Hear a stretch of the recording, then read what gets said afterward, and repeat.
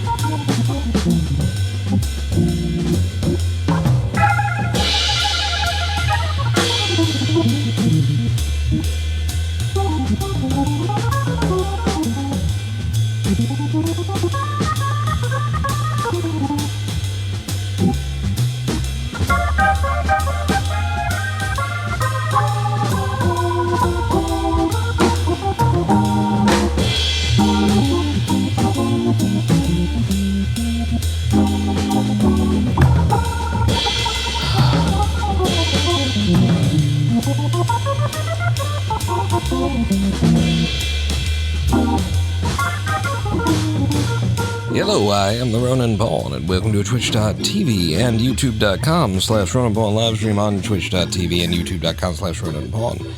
I'm just trying to monitor whether or not the live stream is going out to YouTube, and YouTube is saying the quality of this signal that you're sending us is poor. We're not getting enough bandwidth. Meanwhile, I'm watching as every second of the stream is being recorded and rebroadcast by YouTube. So I think they're full of shit, is what I think. I'm not sure, but...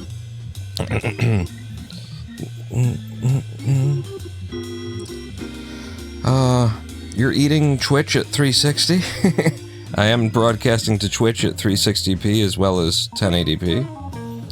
Chilly there in Detroit, 18 degrees. Wait, is it 18 or negative 18? They told us that we were going to have some real cold days. The power company said, get ready, because your bill's going to be high. I don't know why they... They actually sent out an email saying, you know, here's where the warming centers are in case these things get too cold. You know, somebody who you know, doesn't have a home security, you know, doesn't know where to sleep, kind of a thing. Here's some heating centers, and then they linked to a page that didn't actually show you where anything was. They linked to a page that says content not available. So that's about the state of things in 2026 here. No living room bonfire? I mean, we did have... Last live stream was interrupted by me smelling the smoke of somebody making sure that they were warm in winter. Something burned, I don't know where, but it was nearby.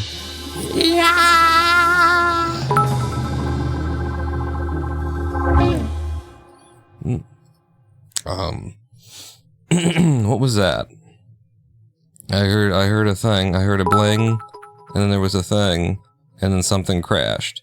I see, with my little eye, what do I see? One mock? Resubscribing? And the server dying? Oh, and Kerbal Space Program opening. This whole process of, like, live streaming on YouTube and stuff is, wonderful. I'm enjoying the hell out of it. What have we got here? No text to send to the TTS API is the latest error. So this was a resubscribe, one mock, but you didn't send a message. So we attempted to run a TTS reader on the absence of a message. I think that's what blew up the server. So we'll have to fix that one live. Install a ducted fan, sewer gas evacuation fan on your neighbor's window, then light their house on fire. So welcome to Kerbal Space Program. First thing that we're gonna do is some coding, live on stream. I'm not kidding either. We're gonna fix these. This is the best way to test these systems is to just go live and find errors. Because Twitch has made it so impossibly difficult to just test any code that you run. So I'm just making sure that there's nothing sensitive on my main screen. Getting rid of the booby pictures. There we go. Okay. Those beavers building a dam. The one mock. You broke everything with your damn resubscription for 45 months. Ugh. Thanks. Let's go over to the coding workspace. There we go. So here's the log here, and it says no text to send a TTS API. Really, you know, we've been having these errors where it has to do with no text to send or wrong kind, like the sort of non-events playing. And really, what my code, you know, would want is to be able to receive a non-standard, non-conforming event and not shit itself. You know, you'd want your code to be strong enough to, like, if it's none, then just move on. You know, just be like, maybe log an error or something like that. But, you know, it's, I don't know if you can tell or not, it's a slightly complex program. 5, 6, 7, 8, 9, 10, 11. I've got 11, you know, things open that I've written by hand here to try and support things like chat commands and callback systems and Twitch's incoming events and all that shit. Yeah. So what we would want here, ideally, in this moment, would be to be able to handle a TTS event that has no data attached to it. Like if we just don't try to pass that, you know.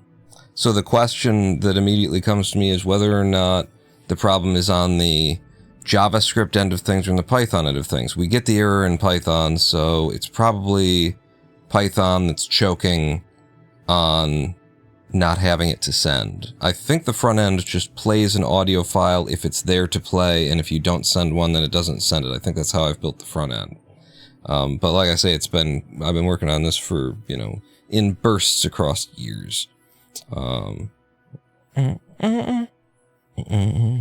So then I believe it's not going to be in the SQLite DB. It's not going to be under Twitch chat. I think where we would need to work is under the WebSocket server. And we've got this build TTS audio event. If event and event.tts, not event.tts, then return none. The idea, I think, would be like intercept. Where do we build TTS event? I can go over to this mode, which is a little bit easier for y'all to read on the live stream and follow along with me. So this is where we call build TTS event. If we've got a queued event equal, and then build, and then self.tts. So I think what we're saying here, when I go back up to the actual thing here, is in the database, a resub event is defined as being a TTS event. It will fire TTS. What we want is, if there's no message, then we're not going to create a TTS event to be read aloud. Right?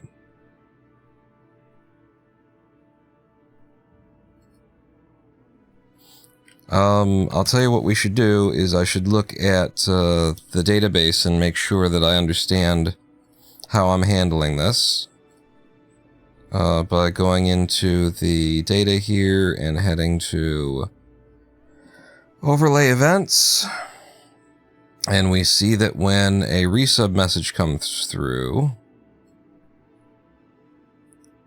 we play the Ronin Pawn Stinger just like anything else, and then we say subscribed for a month, okay, resubscribed for, okay.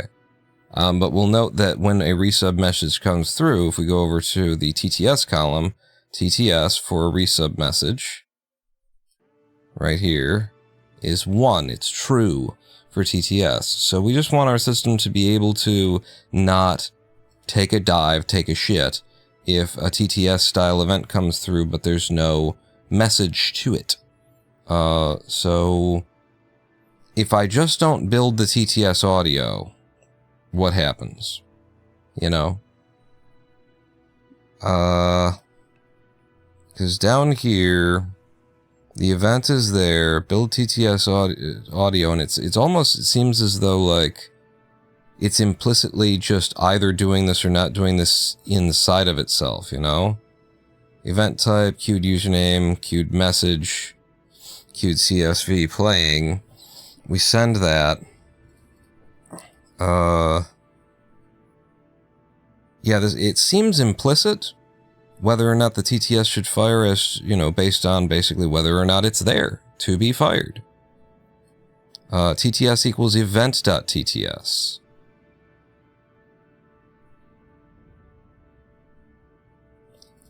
So this will say whether it's true or false. Right there. What I could possibly do is like make it so that this is a big change, and I feel like I'm doing it without knowing exactly, but here's my idea. What if I did like needs TTS equals, and then we have build TTS audio return whether that should be true or false, and then instead of TTS equals event.tts, we say needs TTS. This is a big change because I don't feel like I know for sure that that's how the system works. You know, it's you want to be fluid. You want to know fluent in the system that you're modifying, and it's all my code. There isn't a scrap of this that isn't mine, but it's been too long. I'm not in here every day with it, so we return path from build TTS audio. Really? Right, we return the path to the audio. So we return none if there's an event and not event, or not message. How about that? So event and not event.tts or not message. By saying not message, it's not just if it's a none, but if it's a falsy type thing. Not message means if it's an empty string, or it's none, or it's anything like that, then we're just going to return none. Okay? So then if we go back to where we came from,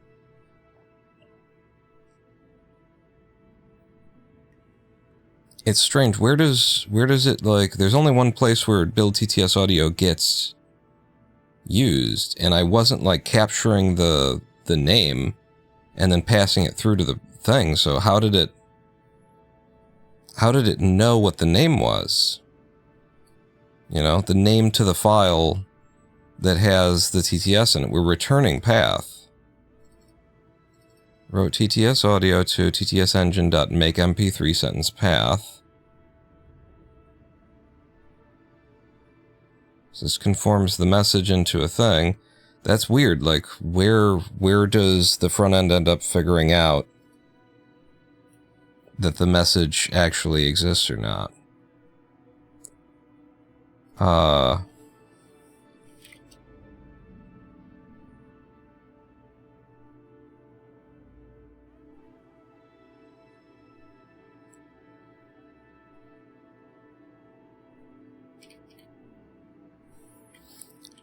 What I could do is 1 if needs TTS, else 0. And then if it's a falsy thing, then we'll end up with, 0, whether it returned none or an empty string or something like that, then we just won't pass it. But like I say, I'm a little bit confused over this. Let's look up send.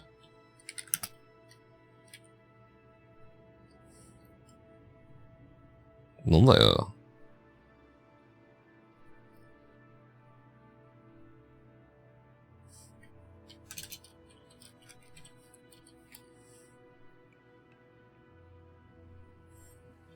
Where does send exist?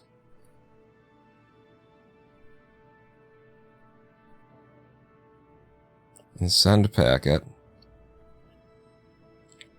But you're not the server itself isn't a send packet.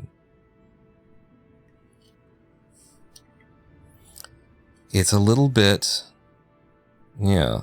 I could use some comments to guide me, couldn't I? This is an idea anyway.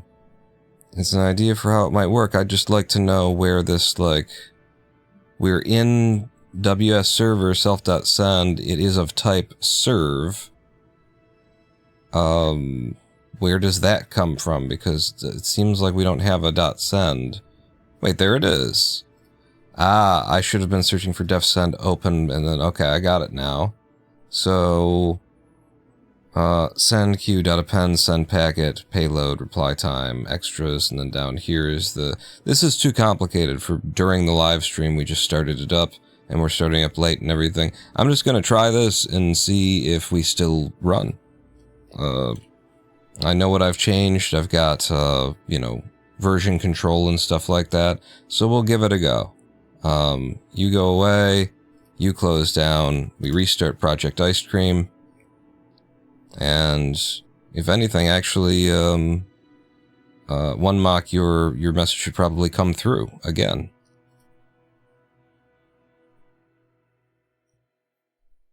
Once we connect, your message should pop up for us. Okay, so we've connected, and then your resubscription event. There it is. It did not crash us that time. And now Germasian's cheer. There's a delay. Delay ends.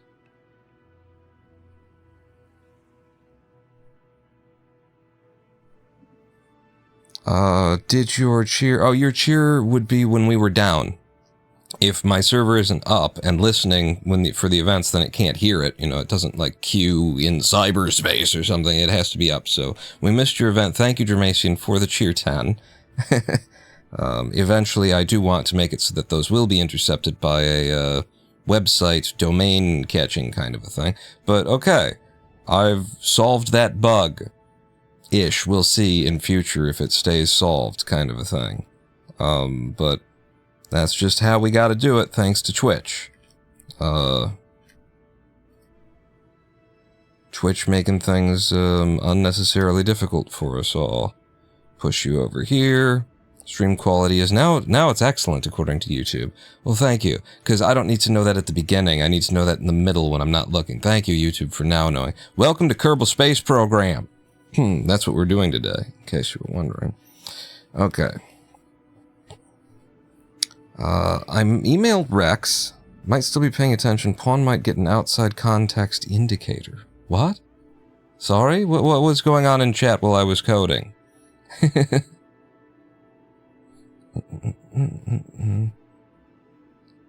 Please notice me and use the small change.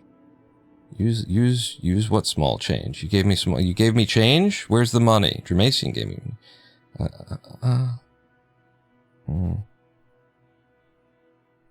Yes, of course the system was down while it was down. That's what when a thing crashes, Kenneth. What did you want? Looking back at your thing and there's no like original notice that intercept every TTS event and add to it. Oh. You don't need an extra handling case, just intercept every TTS event and add to it. Comma. I like that. Just right at the beginning, and then it's never none. It's never an empty string. Clever. In fact, we should put actually at the beginning of all of them. Actually, I've been subscribed for 46 months.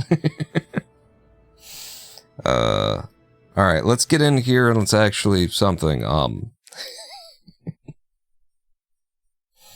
Did it work, says one mark?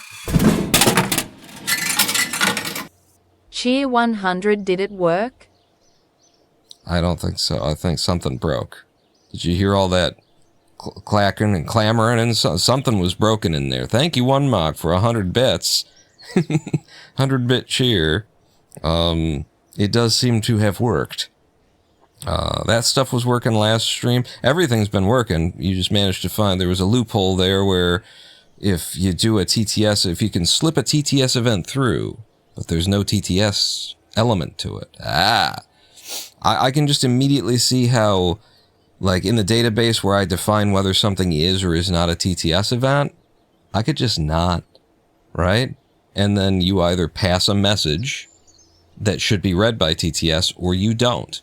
And if there's no message, then it doesn't read it. And if there is a message, then it does read it. It could be as simple as that. So I'm immediately seeing, like, and I'm asking myself whether or not that needs to be like that. And we shouldn't be in that headspace. We're playing Kerbal Space Program. And, our goal, what? Game Sword? No, wrong webcam. Our goal. Quote indeed.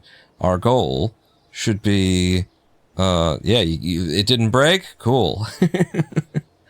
Our goal should be, boom. Now, what the hell does that say? It's too soft. It says, first manned flight to LKO. Pilot and scientist. Collect all science. Splashdown near to the KSC for a naval retrieval. So, that's my goal mission starting today, is to actually send a Kerbal to space. We haven't done that in 5 days. We've put up a comms network. We've put up a polar satellite. Everything's been probed so far. Geostationary orbit comms satellite network. We've got a polar orbiting ScanSat high visibility scope that's made us a map of Kerbin, a visual map of Kerbin, and we've got our refueling platform, which has a tow truck there to help push things around as may or may not be necessary. So that's what we've done so far, but we haven't put a Kerbal to space. I would like to send a Kerbal to space, two in fact, and my goal would be to actually, like, control the descent well enough to land, you know, right out. Right out.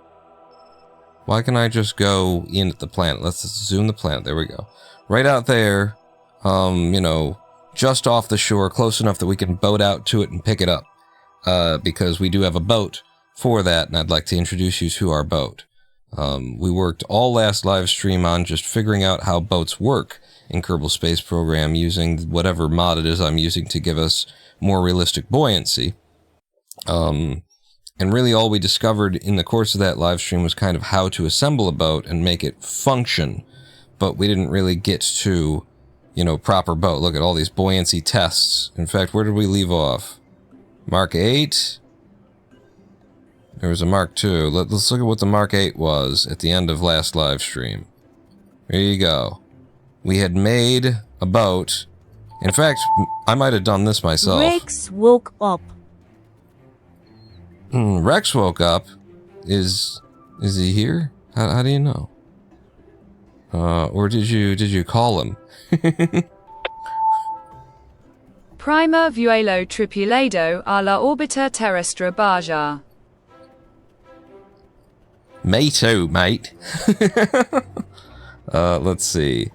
The prime Venezuelan trepidations of the orbit Terraria Baja Blast. Yeah, I got it. So we're going to Taco Bell later. I understand. You know, you just got to infer things. The languages are very close. You can This might have been me futzing around with it actually after this is close to what we had at the end of the live stream, I think. And we were using the Panther with an afterburner. And it actually is consuming your TTS tokens, huh? Good. I was wondering whether or not that was working at all. That whole system was like slapped into place last minute, like, hey, this is technically should kind of work-ish. But this was our boat, and if we step into, you know, the inside here, we'll see that we've got a lot of fuel storage. This is all liquid fuel for running our jet engine. We tried running a boat with propellers. It just simply doesn't work. Honestly, planes with propellers don't entirely work in Kerbal Space Program. It's a bit of a mess. This is where we left off. And then I just passed, like, our research that we found down to the boys down at the lab. I passed it on to them, said, see if you guys can figure out, you know, something a little bit more impressive than this, and they sent back this. They sent us back what they're calling the White Whale, Mark 12. Apparently they went through a lot of models here in order to get to one that actually functioned. You can kind of see why they're calling it the White Whale there. I don't know, it's got a bit of a profile and it's got a face to it. If we zoom up on in to, you know, the quarters here, the captains, the shipmates, and the engineers, and the if we zoom up in here, we can see we've got stations for 2 Kerbals. We've got ourselves a communications tower. And we have, in fact, we have some cameras. So we've got a camera to see out in front of us, and then we've also got a camera to monitor what's going on the deck and behind us there. A couple of those. We have a radar ball. Is that what those are? Why is there a ball on a ship? I looked it up. I saw that there was not necessarily a ball, but, you know, it's like a domed kind of shape there. So we've got a radar ball. And instead of using the Panther anymore, we are back to the Weasley, which is where we started. And what I've learned about the Weasley, I mean, what the boys down at the lab have told me about the Weasley is, it requires an unconscionable amount of air intake in order to make it run. For example, here we have the Weasleys back there. You might be able to see. Just sit right back and hear a tale, our tale of a fateful ship.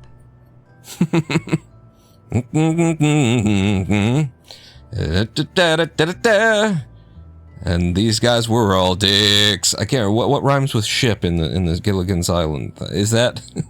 Anyway, so yeah, you've got 2. Each radial air intake gives us 2 air, whatever 2 air means. 2, 4, right there, huh? We got 1 up here, right? You saw the one on the roof over there. 6, 8. This is for 1 jet engine. I will say 8, and then each of these is half, so 8.5 and 9. 9 air to get this thing able to actually just get going. It needs to be able to start itself moving across the surface of the water so that it can then get enough air. It took 9 air intake total to make that happen, I'm told anyway. Is this a sperm whale? Asked Kenneth, because we could just wipe it off his chin. Well, he does have a chin. He's got a mouth. There's a lot of features to this thing. I think we'll take it out and I'll show you. We've also got back here some KAS, Kerbal Attachment System stuff. So this is apparently a resource transfer station. The idea would be you could hook this up and refuel something if the other item has the right kind of equipment to it. We've also got a winch for towing something, and then you've got these bars here, which are fixed telescopic joints. These are supposedly like tow bars, and then this is a free telescopic joint. I don't know. I just don't know what or how they're intended to be used. So I've just put them on here. And we've also got some storage here, some cargo storage to hold more KAS equipment stuff here. So we've got portable cable bracings that allows you to, I think it's just basically these are winches, lower power winches. We've got a 10 stack of cable hooks for being able to attach a cable hook to something that doesn't have it so we can tow it. We've got ourselves a straight up tow bar that has no telescoping features to it. And then in the other guy, we've got 10 joint sockets, which are capable of passing resources through, I believe. So this is something that a Kerbal could attach in-game live kind of a thing attached to the ship to make it work with the KAS system. And then we've got just some work lamps because we had some extra space. So that's what's going on in storage there. And then, what's under the ship, we've already peeked at it, but it's similar to what we had before, but there are some new features, and I'd like to show them to you live in situ, for which we'll have to switch editors and put a Kerbal in the chair. Simone is the one who's been testing this for us until now, and then launch this sucker out to the KSC docks. Yeah, I think it's okay. TTS rain doesn't fall on mods. I guess, so I believe the way that I set all these systems up, well, at least that one has like a group, an implied group to it that you can override. And I believe you can use TTS rain on a specific individual. It's like TTS rain and then U : and then the user, or you can change the group name that you're putting them to. There's features in there that I haven't documented because it's all just barely, it's first pass concepts here. So here's our ship in the water. By the way, using Kerbal constructs, we created our own little, wet dock here where we can drop a ship instantaneously, which is nice. You're on a boat? Triflistic Gaming? Motherfucker, I'll take a look at you. I'm on a boat, motherfucker, take a look at me! Sailing on a boat on the deep blue sea! Let's fire it up. So we throttle all the way to full, and we just open her up, right? We've got 1,180 liquid fuel, I think. 80, 90, 80, 90, 90, 80. She's, you know, obviously slow to start, like any boat would be. Sitting a little bit low in the water for some reason. That'll happen. But once she catches the wind, in order to start going, we pick up speed pretty quickly.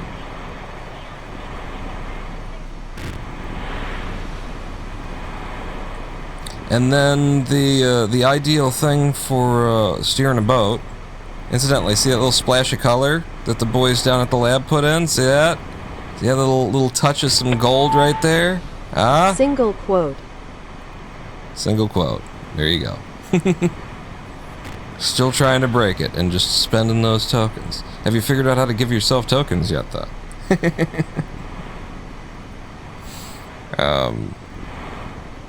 So yeah, the best way to steer a boat like this that's sort of hydroplaning across the top is trying to stay on top of the ridges of the water. As you can see, we're hitting 25 meters per second, 26, 27 even. It was, yep, 27.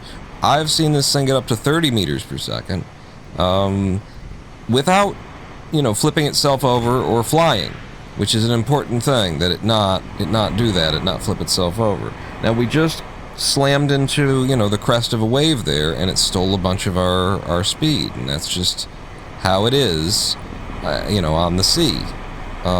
If you want to get the best speed, then you gotta go with the waves, and it looks like the waves are heading this way, but we're gonna be going faster than the waves, so actually, like, to get on top of the waves, I feel like it's gonna be something like this. Try and catch the roll of the wave and roll with it. Something like that. Maybe. It seems a little choppy. I might not be on... Yeah, it doesn't look like I'm at the right place with the waves there.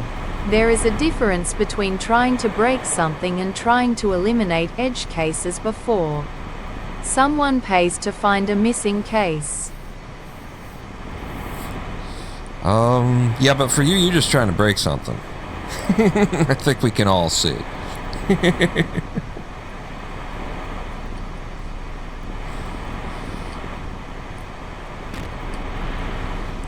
Okay, I gotta find the tops of these waves. Because I would like to get up to top speed for you with this thing. But yeah, this is our boat. This is the White Whale. I'm pretty goddamn proud of it. It took an entire day, in addition to the day that we spent on the live stream working on boat physics and just figuring this out. It was one whole day of Kerbal space programming to get to this point with it. And little subtle things is like, you look at the bottom here, in fact we can get on the inside and you'll see that this is all, none of these are wings, right? Except for this one up here, which is giving us lift at the front of the ship. I know this world can't burn, because you haven't added the needed modifications for planetary elimination. I know this world can't burn, because you haven't added the needed mods for planetary elimination. Are you telling me there's like a Death Star mod I should install? And then at any point we just look up into the sky and then a million voices cry out in pain, and then are silenced. There we go. But yeah, so a lot of little subtle things. The rear here is also, this used to be made out of wings. The wings were giving a lot of drag. So by making them out of non-aerodynamic, you know, specific lift-creating parts, we reduced the drag by making the back of it out of just these parts. And look at how clean that back is, too. It's just two big triangles and then one small triangle, and it comes together really clean in a small number of parts and everything. And then, so here's some of the features that we've got that robotics have enabled. Number one, we can get down into Germasian. You requested this feature. We can get down into the hull. So you can walk your Kerbal down here in order to do maintenance or whatever. So that's number one, is the ramp. The ramp works. Number two, is that the white whale can get hungry, and when it gets hungry, it will eat. It collects krill, just like this, just taking a scoop, just a little bit of krill there, yum, yum, yum, yum, yum, and then we don't have to refuel it, because it's always eating krill. So this is actually a combination of a hinge and a telescoping hydraulic cylinder. Deck crane. Yeah, I considered that. When I think about the actual realities of trying to use the deck crane, it occurs to me that it's probably going to be ridiculous, right? Because here's what a deck crane would involve. We would start with a rotor at the base that you can turn the entire arm, and then you'd have a cylinder that goes up, and then you'd have a hinge for the next arm, and then you'd have a telescoping arm that goes out, and then you'd have another hinge with maybe another rotor at the end of it, and there's just no, you are going to have to right-click on every one of those and individually adjust them, and individually adjust them, and individually adjust them, and it just seems so utterly inconvenient to interact with. By the way, we do have SAS on this thing, and it can help to maintain your speed by keeping the nose up higher as you go there. But yeah, it just seems so inconvenient to interact with that kind of a system that I kind of decided not to bother. We've got the ability to reel people in using the winch. We've also got up here, up front, when we open this guy up, another winch right there. So we can, if the vessel or, probably crew is what we'll be collecting here. But if they can fit in here, we can either winch a vessel in, if it's rather narrow. Doesn't have a lot of height to it. Range. How far have you gone out? The range on this, I didn't want to go all the way to the island without you guys, but I have put it into 2 times fizz warp just to see how far it would go. I believe on a tank of gas here, I think we could go to the island and back pretty confidently. We're only ever hitting max of 30 meters per second in this thing. I'm a little bit worried about its ability to take off and start flying as the fuel empties too, if we really go with it for a while. That would, that's what the captain's there for, is to make sure, I guess, is to change the power of the engine over time. But if we turn around here, I found this is the easiest way to see what the hell's going on a map, is actually to look at it from the inside out. There's the KSC. We're not in 2 times fizz warp. Look, we're up to 30 meters per second right now. And we didn't flip or anything. We got up to 30, and it didn't even look like it wanted to flip. So I think this is safe. I think this is a safe amount of power to the ship, right amount of aerodynamics. I think this is safe to not flip on us, but the more fuel we use, the more I would be worried, because we'd get lighter and lighter, and then liftoff might be more and more probable. But without, time warp and a couple of minutes of me jawing on about it, just describing what it can do, we got to here, and look at the fuel that we used. We've used 1/10, 1/8, probably closer to 1/8 of the fuel. And so 1, 2, 3, 4, and then we'd have to come back. So the range would be a little bit further than the island there, right? If this is 1/8, 1, 2, 3, 4, and then draw a circle around the KSC about there. That seems like that's about what the range is. Oh, we're back up to 30 meters per second. And, having a bunch of weight at the front of the craft here, I think, helps to make sure that we don't go flipping. However, if you do reduce the fuel, I did versions of this where I took out, a lot of the fuel, where I just took piece part counts away, too. And I don't know. I had changed things. I was experimenting, trying to get it to sit higher in the water and stuff like that. Anyway, I guess one of the last things that we could look at here is lighting. We do have lighting for this craft. And so we've got our forward lights up here.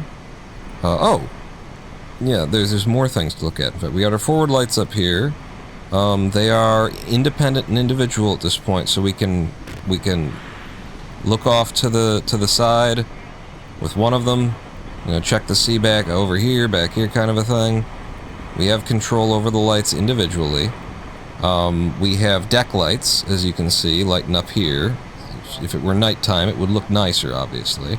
But we also have some lights down here in the hull, right there and here, lighting us up, LED strips. And then we've got the cameras. So camera 1, let's go ahead and turn the lights off, because these cameras have a tendency to kind of blow out in the first place. This is, you know, watching forward where we're going. And then we've got camera 2, the deck cam, showing us our rear, where we've been, where we're going. Just like that. And I simultaneously, I like the, you know, video effect that we're getting on these cameras, but I think it just doesn't pair particularly well with TUFX. They're applying their own sort of filters atop the filters that have already been applied, and so this has a little bit of a it's intentionally cranked up the bloom, I think, and I've already intentionally cranked up the bloom, so we get we get a little bit of excess blowout on these particular kinds of cameras. But yeah, I like it. I like what we're seeing here. I think I clicked some buttons that I shouldn't have. Temperature overlay, enabled, disabled, there we go. Alright. This is the white whale. And yeah, she does the job. I'm gonna shut down the engine.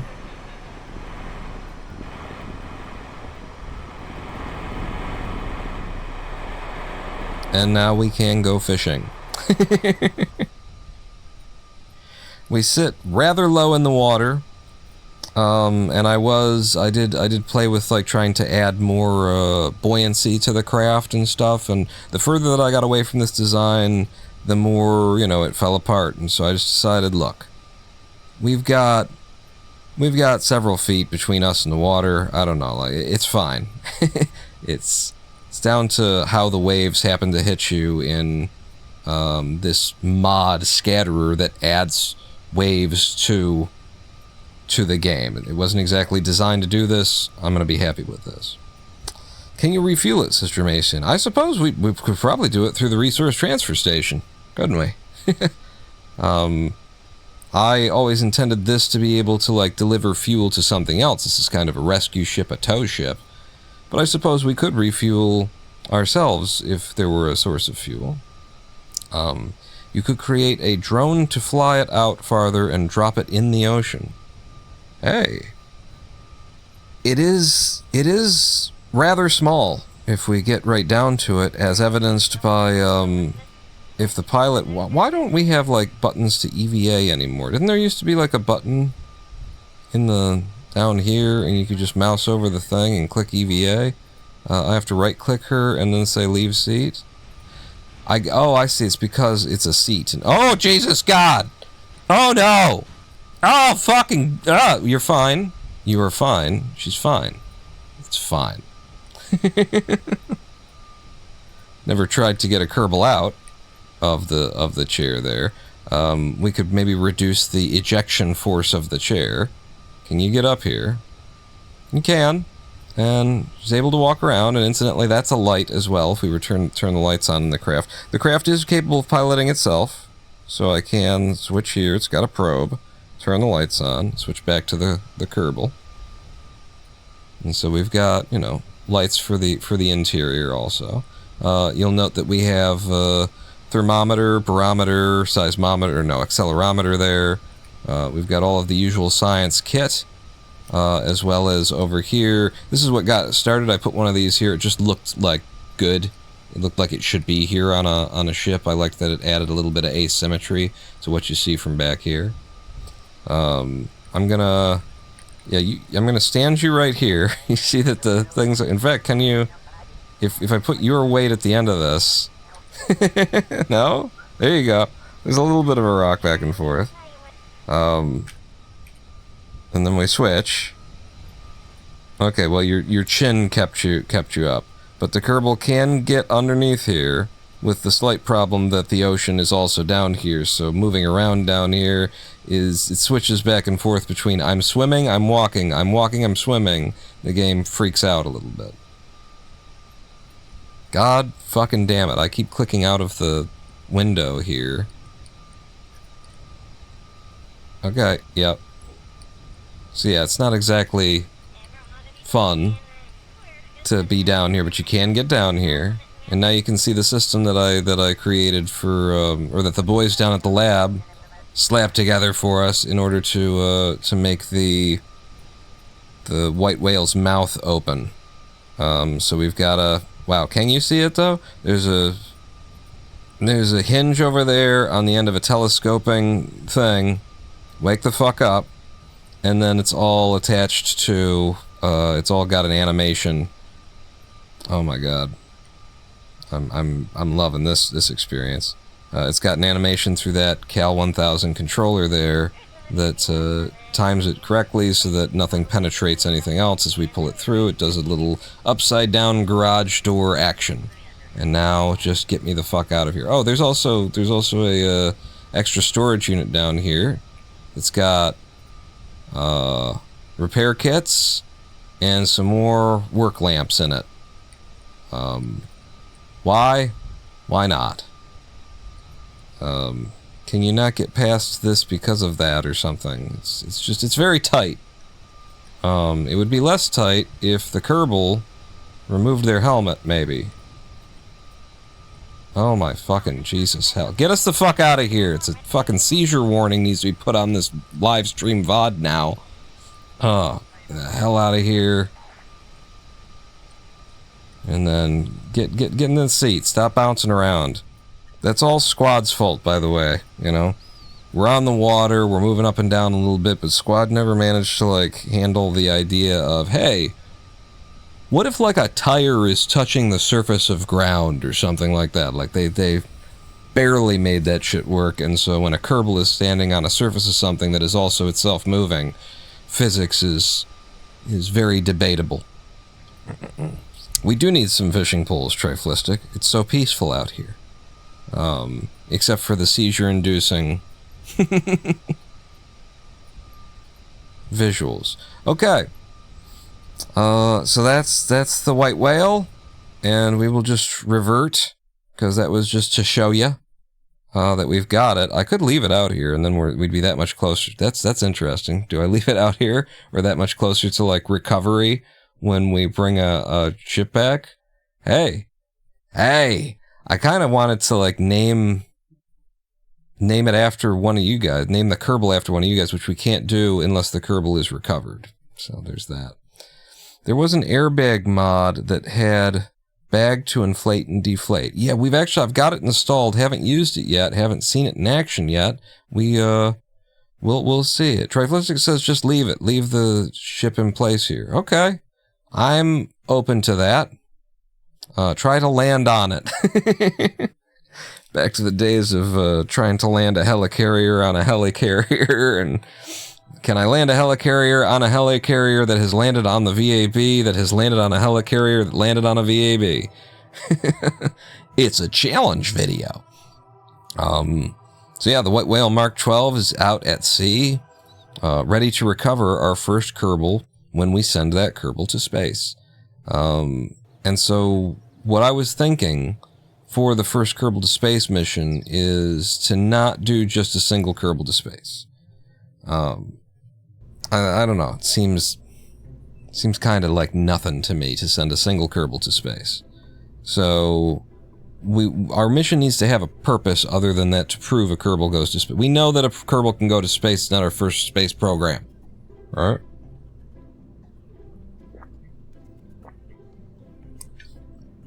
So, I would like to send 2 Kerbals to space. One who is our pilot and one who is our scientist, and it will be a science collecting, mission.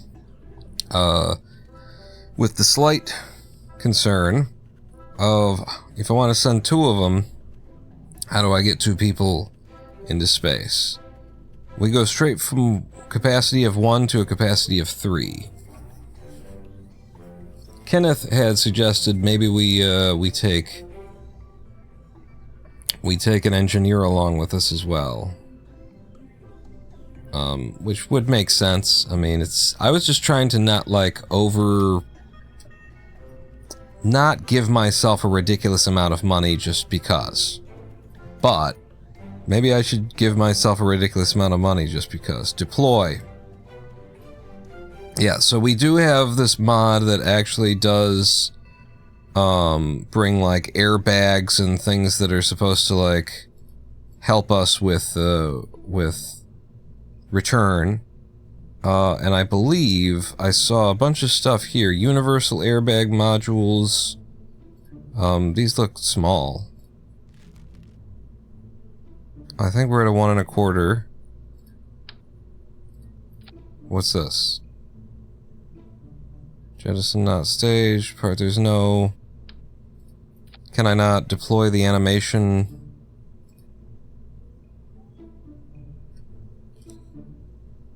This is a universal retro rocket. Oh. What is it? Where did this come from? I thought these were the things that you would take. Oh, here's the airbag and buoy module. Okay. Let's see the airbag then. This is a 2.5. Retro rocket. There's an airbag module for this size. Deploy. It does not deploy. Possibly because it has to be under the correct scenario to deploy. I would expect it to be able to do the animation in the KSC regardless. But yeah, we do have this stuff. I just obviously have no idea what it does. And it's not showing. But anyway, the mod actually adds it directly to the units. Adds some of it. I feel like the airbag module, maybe one of them should go on top, right? I don't know. Maybe it's the buoy? Yeah, no, that doesn't do it either. One of them would be like little inflatables that would go at the top of the thing in case it got rocked over. It would have to come back up. The engineer can play golf in space. Is that... Who was Neil Armstrong an engineer? Who was what? Who played golf in space? I'm sure I've seen on the moon somebody playing golf. So yeah, let's build off of this 1 1/4.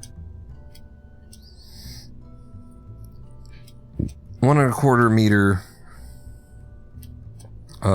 width guy. And maybe we will send 3 to space, because it just makes sense. You have a pilot, a scientist, and an engineer. It does figure. Might have to hire a new somebody, because I think we've only got 2 Kerbals here now. Bill is deployed at Woomerang, and then we can send Brent Geary and Phil Bear, but we would need 1 more Kerbal.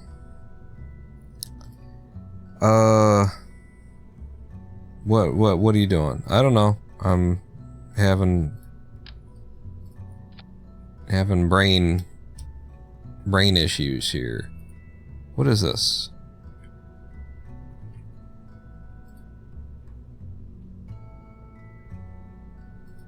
I've got... Okay, I had some kind of right-click menu from some other program was on top of my screen somehow. I got rid of it. Give me a swivel. We haven't actually had to build any rockets, so I'm very... I don't know where anything is. I don't recognize anything. I had one rocket type that I've just been adapting everything for. What? Really? The cheetah comes with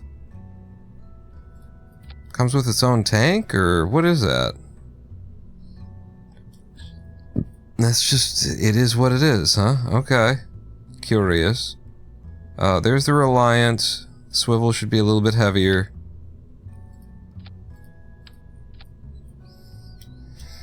Okay, so this will just give me idea as I build what I'm dealing with.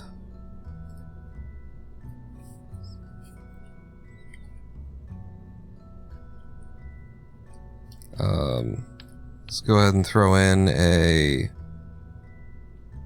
Sepratron.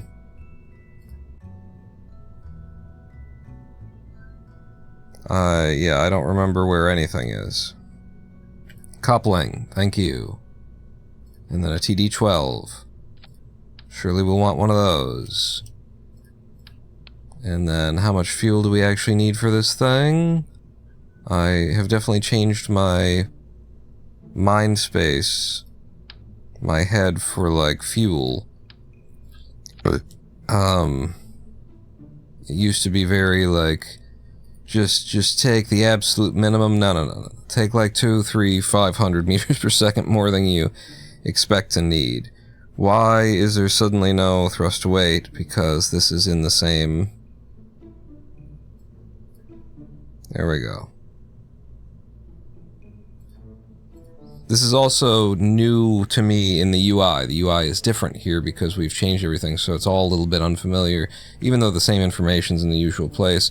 2,625 meters per second delta V, but that is at 0. If we were to take this up to, say, 10 kilometers before we dropped it off, it would be 3,200 meters per second at 9. So...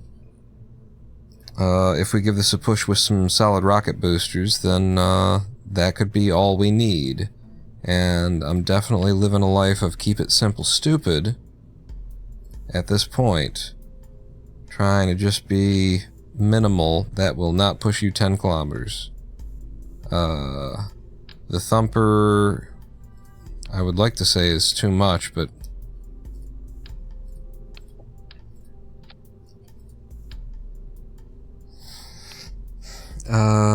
781 meters per second from sea level. And that would be 3,700 meters per second sort of total-ish. It is too much. It is absolutely too much, but there's not like a middle guy. You know, there's this. And that's not half, that's a quarter. Is there a half stack of the Thumper? Doesn't look, you know, I've sorted by weight, and the answer looks like it's no.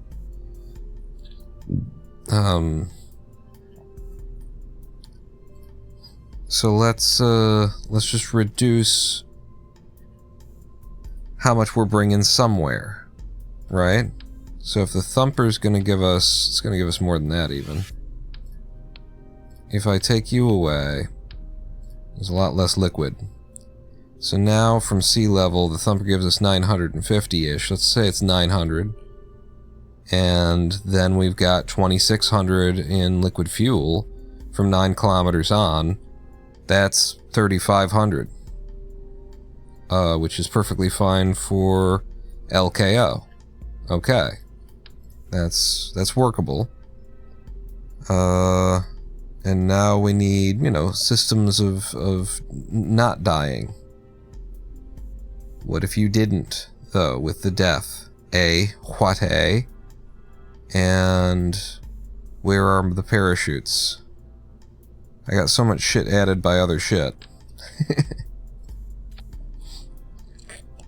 Test flight? Wink wink. What? No. We'll just go. We'll just go and it'll work. You and you, something like that. Don't need that anymore. And then these, a little bit of staging. And then we look at the thrust to weight ratios and stuff after we figure this out. So how much, like, torque have you got? Can I find that out here? Find that out over here. the Mark II command pod. Wait. Is that what you are? You're the Mark I. Bruh. Bro, I was looking through this stuff and I was like, there's okay, a crew capacity of 3 there. And no. How did I end up with the wrong one? How are you a crew capacity of 2? What the fuck is going on here? Am I going insane? I thought I had a 3 crew capacity setup here. Well, then the cheapest way to do this would be to add seating in the rear for three dudes, right? Crew cabin.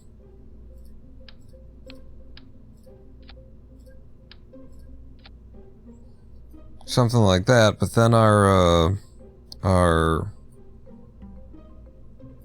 deployable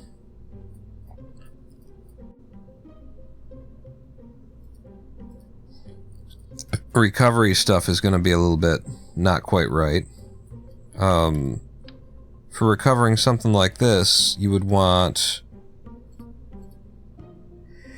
a side-mounted parachute.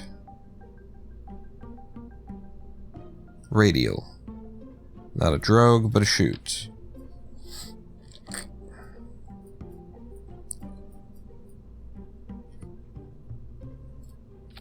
And what I would do...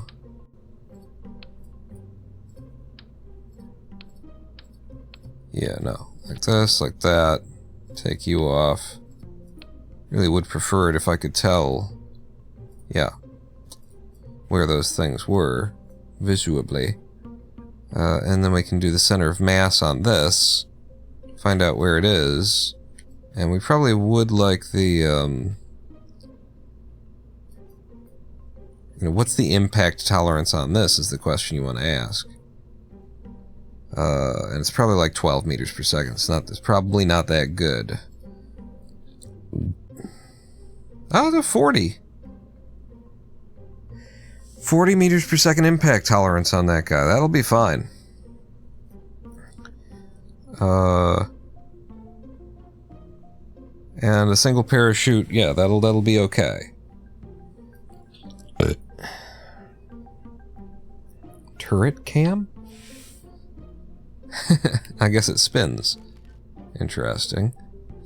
Aero cam. Interesting. Incidentally, when I get burpy like this, you can know that I'm in, that I'm having a little mini sort of flare kind of thing, and I'm in a lot of pain when I get burpy like that. My brain doesn't work quite right, and I don't feel good in general. So just from now on, you'll know. Oh, good, he's suffering. Cool. Fins, absolutely. We'll want some control surfaces. How are we doing after adding, this weight? Well, let's keep adding the stuff here. We should have some decent reaction wheels on this pod, though, right? We have reaction wheels on the command pod? 5. Torque of 5. That's fine. It's not a big craft. I think fine at 5 will be fine. A little bit of stabilization in Atmo. I don't think it's a big consideration.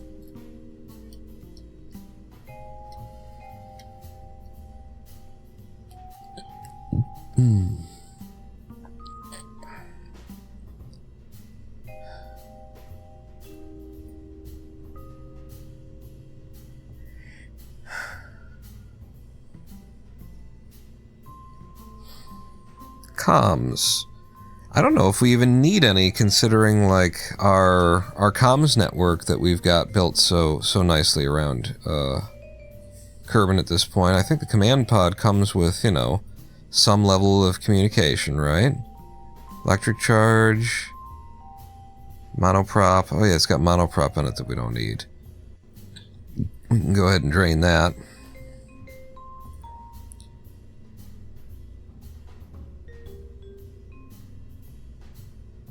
Antenna. Yeah, it's got a rating via the L1 DSN of, 3 million meters. I think we're at 15. I think we're at the L2. So I think we got 15 million meters, so it doesn't need any additional comms. What's built in is fine. Can you look cooler? You can't look cooler, so you need to look cooler. So liquid fuel is going to look like...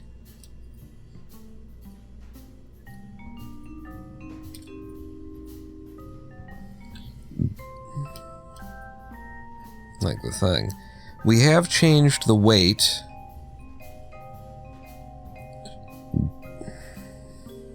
The profile by putting that on just one side.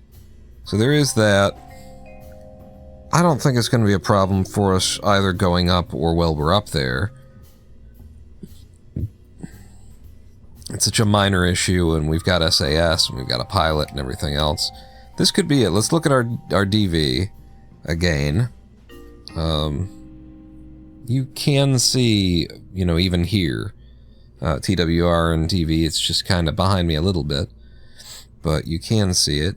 So, starting at sea level, our liquid fuel stage now gives us 850. We should even just say 800. We presume it pushes us to about 10K. By the way, let's reduce the thrust to a more controlled takeoff. 1.3 is good. 1.31 seems fine to me. So we get 800, we'll say, and then we get to 10 kilometers. And from 10 kilometers, we now only have 2,100 meters per second. Really? That's because I added all that, so that is, yeah, that makes sense. So we will now need to re-add the fuel that I had there in the first place. Which is you.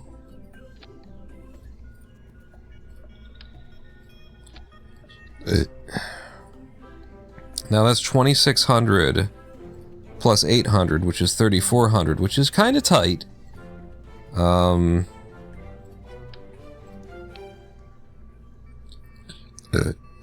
It's kind of tight.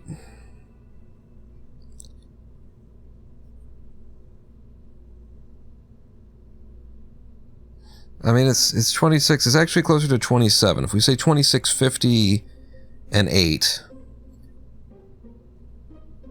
No, now because the sea level, yeah, the SRB is now only pushing 700 plus 2650, and now that's real close. That's 3350. That's just enough to make orbit. We want to have more than just enough to make orbit. How's our TWR after adding that, by the way, on the opening stage? Yeah, that has to come back up. 1.2, 1.3. If I just do 100%, 1.4 is a little high. 0.35. 1.26. A little higher. 2.8. 3. I think 1.3 is a good way to take off. So 700 meters per second, and then we could use just a touch more liquid fuel.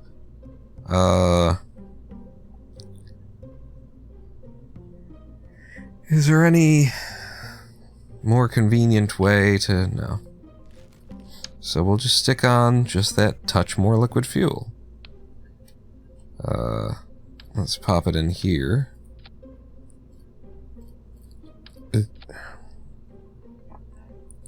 And now we're overweight. We just barely pushed overweight, apparently. I said we just need a touch.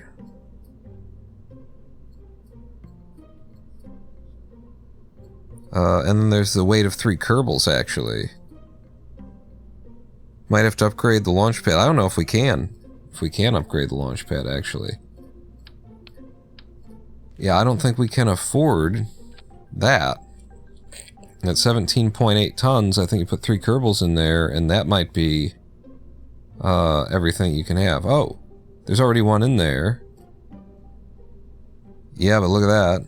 From 0.84 to 0.93, so we can't even afford to launch this on the pad that we're launching with right now. Huh. And we've already drained the monoprop out of here. So pushing these 3 boys to space is right on the edge of viability with the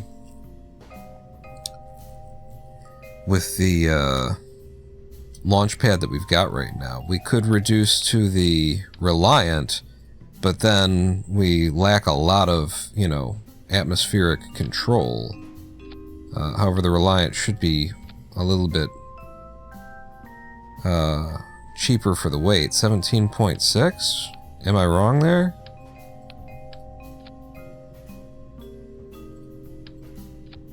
$17.9, yeah. So the Reliant would save us a little bit of weight. We need another Kerbal. So this is going to be the... we're not done working on it, but this is...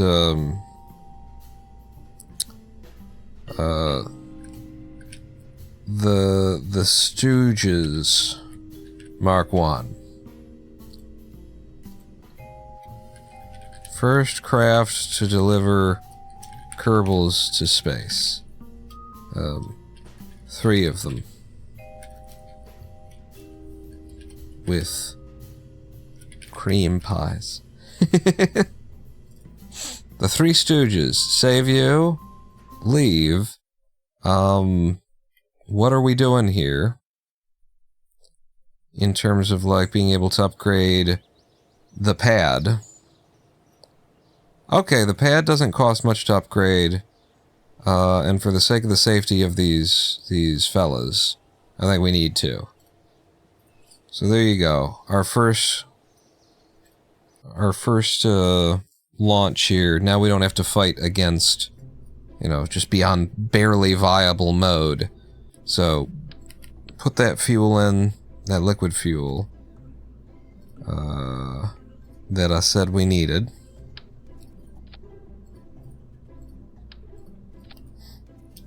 And now, from altitude, we're looking at 2,800 meters per second in DV. And then this guy's pushing 7. How's the TWR? 1.27, not bad. I'll bring it back up to 1.3. And the liquid fuel has a 1.2 TWR? No, it has a 2.2. We could reduce the power of this engine a little bit. But no, I don't want the Reliant at all, if I don't have to have it. The swivel is the guy to bring.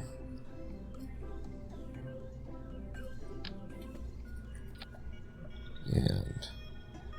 what? Compact? Regular old. There you go, Bud Orange. Okay, so now, sea level 650 really.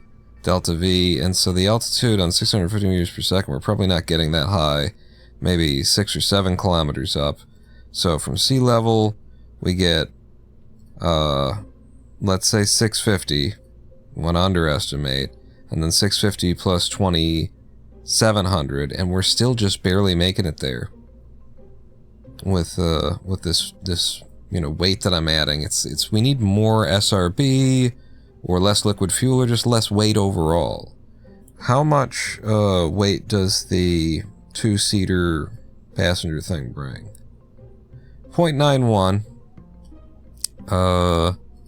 Whereas if we were just building a slightly larger ship, 1.3 instead of 0.74,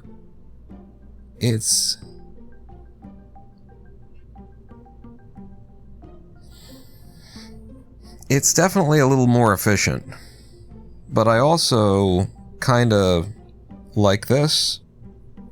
You know, I don't think our first launch should be with 2.5 meter, you know, parts. I think we should be using, using smaller stuff.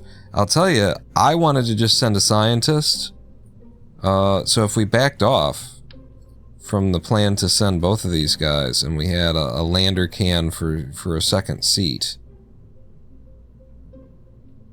right? And then we just sent a scientist like that. It doesn't look right. Doesn't seem like that should reasonably fly. Mini rockets attached to the side. I think that's probably the way to go for the SRBs. We put on some little shrimps to help us up. 4 seems like a lot.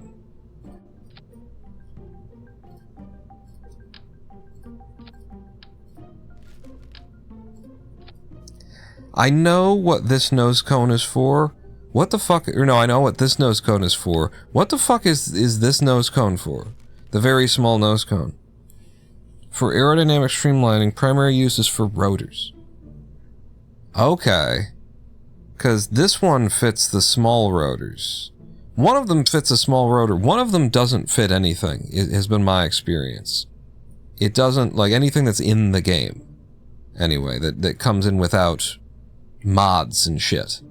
And so I'm wondering, you know, what the fuck? Cause, let's see, robotics. So I guess this one, it's like this, I guess. I was wondering what the fuck, because I knew that this one went to here, right? But I was like, what the hell's the other one for? And I guess it's for that. Yeah. That's what they exist for. And exclusively. They go on nothing else. But okay, now I know. All these... Let's see, we got you, and then all these would go in with you. So... that gives us a lot more on the SRB stage. And then the idea would be to try and make them all run together. We've got a burn time currently of the first stage of 45 seconds. If I reduce you... okay, then it goes up to 95. We need to pull this down in the first place. So thrust limit, let's pull you down to 80.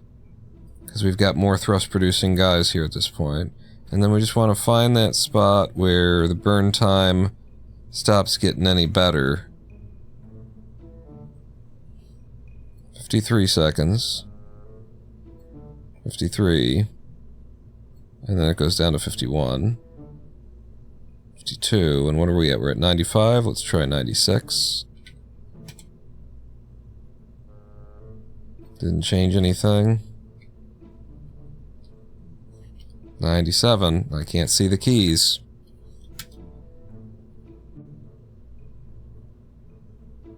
It's, that's 53 seconds at 97. And at 96 it was... what? Okay, it's also because Kerbal Space Program sucks. That's also 53 seconds. And then 95 was the one where it changed. It was off. You're 53. 94. Is there something wrong with me? 94 has changed to bad. 95 is 53. So 95 is where we want to be on these. And then 95 and 80, and it'll all burn together with a TWR of 1.4. I want that to be a little bit lower, so let's take a little bit more off. Yeah, let's go down to 74, 1.34, and then look for this burn time again. 57 seconds. Still 57. Still 57. Okay, actually, TWR is getting a little bit below the 1.3 that I'd like to be at.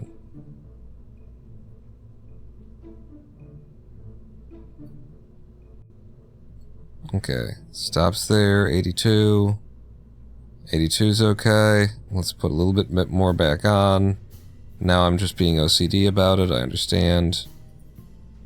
cope. We're at 55 seconds. If I increase you, we're still at 55 seconds. If I reduce you, still at 55. Then 61. 82. Let's try 81. Nothing changed at 81. Let's try 80. Still same burn time at 80. I think 79 is where it's going to change. 79 it changed, so 79.5. 79.5 should be perfect balance between these two. It's a TWR of 1.29. How much better could I get? Well, you could get 1.3 exactly. And so together now, all of that from sea level gives us almost 900 meters per second. Let's say 850 meters per second in delta V. And then we switch to the altitude, which probably will take us to like 9 kilometers now. And we've got 2,800, 2,750, like 950, 20. This is enough now. This is enough. Yeah. So our whole SRB stage will burn all as one unit. It will take the same amount of time for all of these rockets to burn together. They'll provide us with that even 1.3 TWR. We get to 9, 10 kilometers up. We drop all that, switch over to the liquid engine. We'll have the vectoring on the swivel, as well as the SAS, the reaction wheels that are in the command pod to help us keep going up. Notice how I'm speaking faster and thinking more clearly and all that kind of stuff, and I'm not burping anymore. This is a big oversight on the modders end of things, that we don't have better texture. We don't have optional textures for the small nose cone. What the hell, guys? What the hell?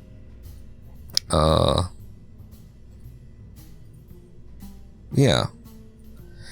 You suggested a battery. Jermaine suggested a battery a bit back there. Do we need a battery? We'll be making electric with the engine that we've got. This guy comes with 50 electric charge. It's not a lot. But we also have crew aboard, so the need for battery, even if the battery runs out, we're kind of still okay. You know, for at least controlling things. If we've still got the engine and we can burn it, then that will make electricity. And if we don't, so I don't think we need a battery for this either. They're just going up to go around the planet. Maybe I wanted to do science while we were up here, didn't I? I said the mission involves science. What are the contract terms? Collect all science. I'm not thinking that includes the science junior. That's no. Maybe we could try, but I didn't have a mind for the science junior there. Yeah, actually science throws a big wrench into everything that we've just done. Because if I just put it on the outside of the craft here, I don't know about that, right? Plasma heating. What you should really do to be, you know, realistic, to be fair about this thing, would be payload. You put it underneath, you know, into a service bay.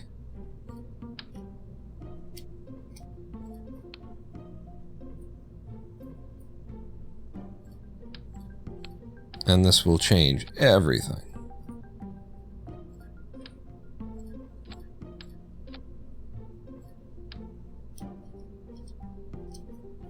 Absolutely everything. Alright, and then nothing actually attaches to the bay correctly, because again, squad did a great job here. Absolute snap. I mean, you put in parts that are just here so that you can snap little components inside of them, and then you don't test whether or not, like, it wasn't that they didn't test it. They saw this and went, fuck it. And that's just the sign of a great team. You know, those are the guys you want. They saw the way that this works and they said, fuck it. Good enough.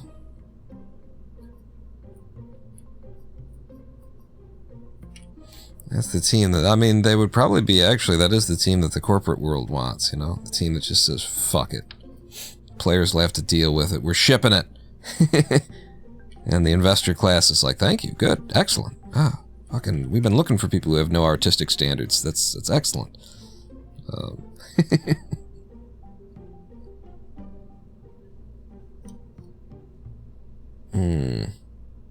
It'd be great to put a magnetometer. We can get one in here. We just gotta put something in the middle. Put a little,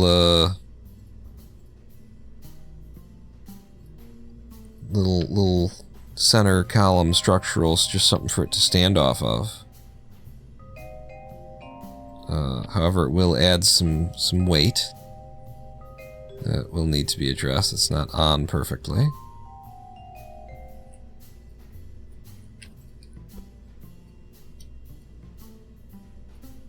Yeah, I want you a little bit more buried in there.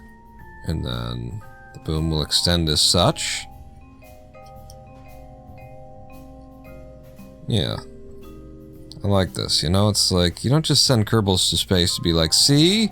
We did it. Unless, you know, JFK sent you up there, in which case, yeah, that'll do. We need to have a job. We need to have a task, and the task is to collect science. We got a scientist aboard.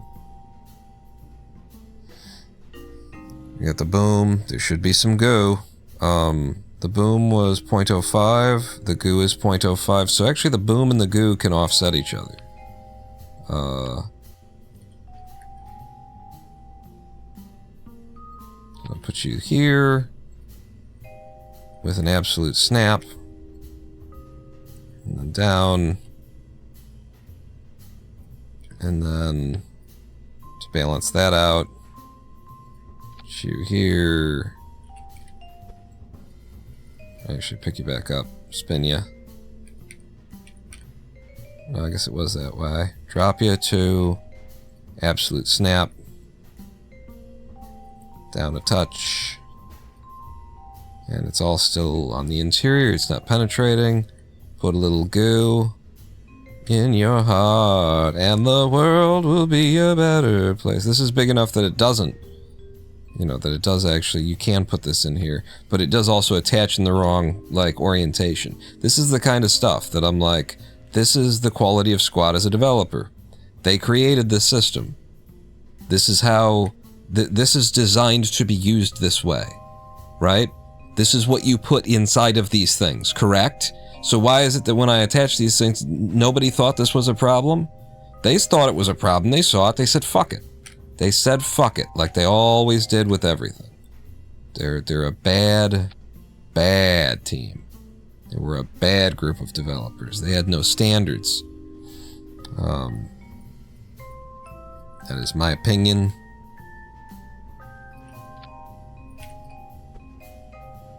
You can see throughout this thing everywhere. There's just like no design to it. And you know what? I just discovered I ran into something else. That works.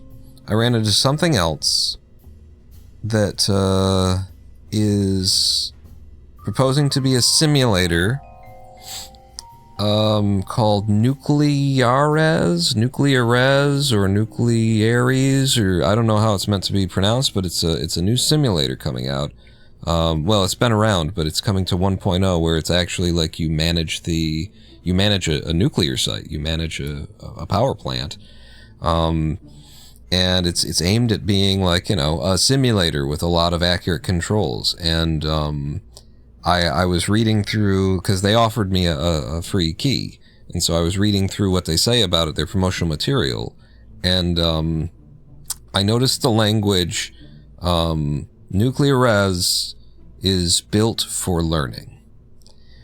And my initial, like, snap reaction was, because it says, you know, Nuclear Res is built for learning, read manuals and participate with the online community in order to, you know, get a real understanding of how these systems work. So it was like saying it's built for learning, which you will do outside of the game. And I realized that it's a trick of language. And, you know, I'm not holding this against Nuclear Res, but it made me realize that maybe Kerbal Space Program, this was their trick of language too, because they always used to talk about how, you know, it's something that you can use to learn. It's a school. It's you know, you can learn these things by playing our game. Trick of language, because you can certainly learn these concepts by playing Kerbal Space Program, but it is not at any point in Kerbal Space Program being taught. That's the trick of language at work here. They do not teach you any of the things that you need to know. They expect you to go outside of the game and learn. And so they claim that, you know, it's built for learning is kind of a way of saying, we're not going to try and make our game make sense at all. Because it's not a game. And with something like Nuclear Res, okay, you know, it's just a simulator. Fine. That's what you're aiming for. It's a simulator. If you want to have experience, then you do that. You know, there's train simulators out there and bus simulators that have all these switches are all over the place, and it's like you need to read a manual, and there may or may not be a manual. Like it's just there to recreate the experience, and you either figure it out or you know, they're not trying to create and then you do this and then you learn that and then now we've tutorialized and now we teach you the next thing. They're not trying to do that. It's a simulator. That's why we distinguish simulator from game. Kerbal Space Program attempted to be more than just a simulator, and it really should have, but they failed. They either failed at making this a game, or they just never reached game status. It's one of those two things, is how I feel about it. Stream brought to you by Comcast is Triflistic. Are you having troubles? I'm not seeing any interruptions on my end. Let's see. Did I drop any frames? 265 frames. I dropped no, it doesn't matter.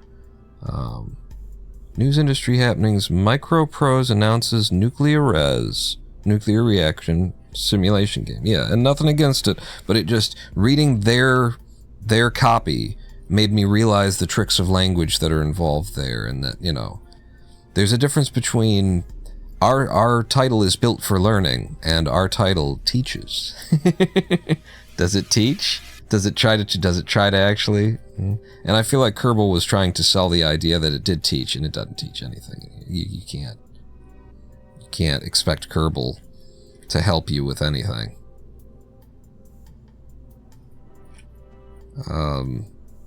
I just want to make sure this doesn't penetrate.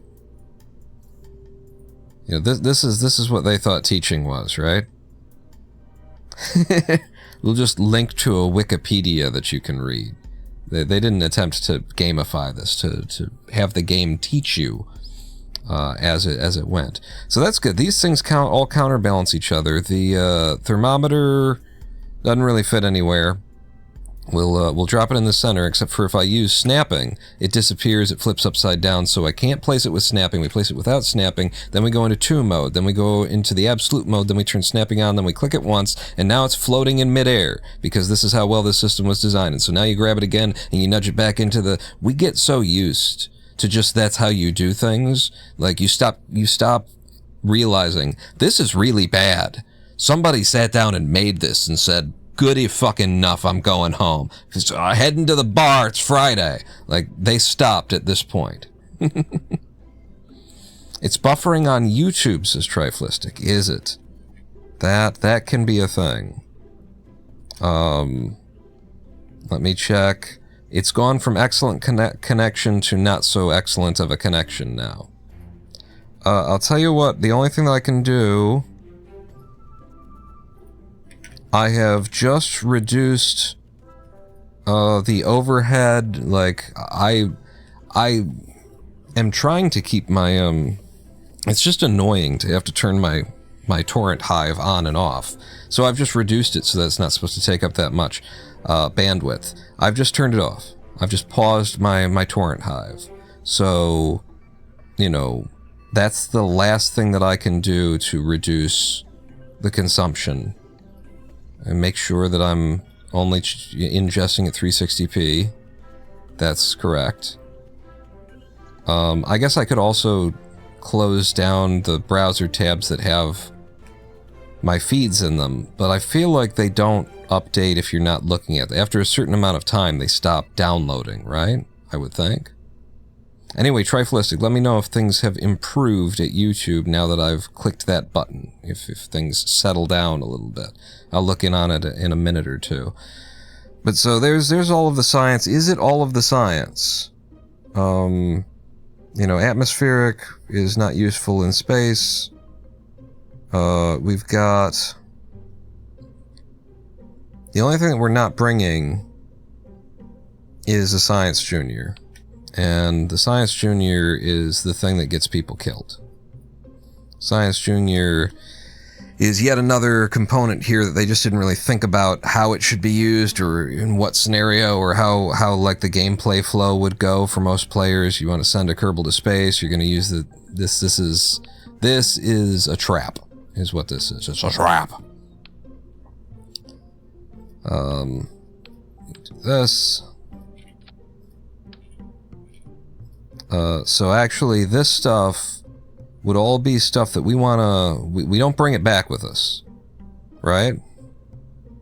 We don't bring the physical thing back with us. That's what is the real trap. You try and bring this stuff home, and your life gets real bad real quick. We could try. I just said, you don't bring this stuff home.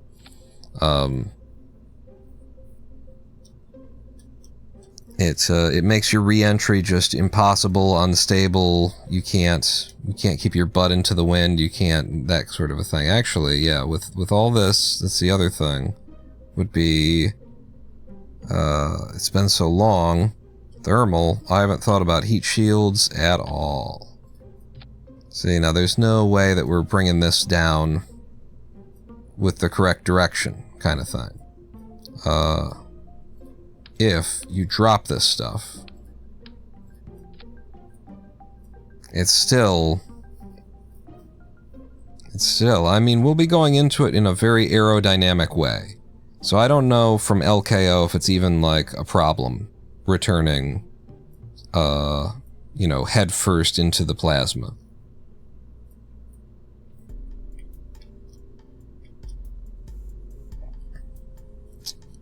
Germasian, grab handles for the science guy to collect it. Oh, like ladders for him to walk on the outside of the ship. I wonder, are we set up that they can do EVAs like that now? And then a heat shield, a bullet for the win. I think this is the safer, you know, construction there. Is like that, and that means you collect the science, you bring it into the ship, and then you throw the materials that, you know, you throw the stuff that did the observing away. God, I am so... I mean, it is a mess. This game is a mess, but I am so out of habit that I just don't know where anything is. Another coupler in a color that tells me it's a decoupler, and then it'd be like that, and like that. And so that kind of changes everything.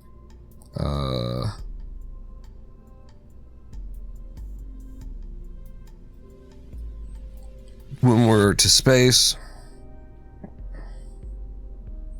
Actually, we push ourselves up, LKO. We don't have like any other transit stage, so honestly this doesn't need to be here. This would just stay with the rocket. You know, once we're in space, we'll have this rocket attached to us the entire time, and then we'll deorbit ourselves and then release. Yeah. So then that's release, and we pop the parachute on the way back. Okay. Where's the center of that? I just want to double check, especially now that we've got this. Let's put our parachute actually in the middle.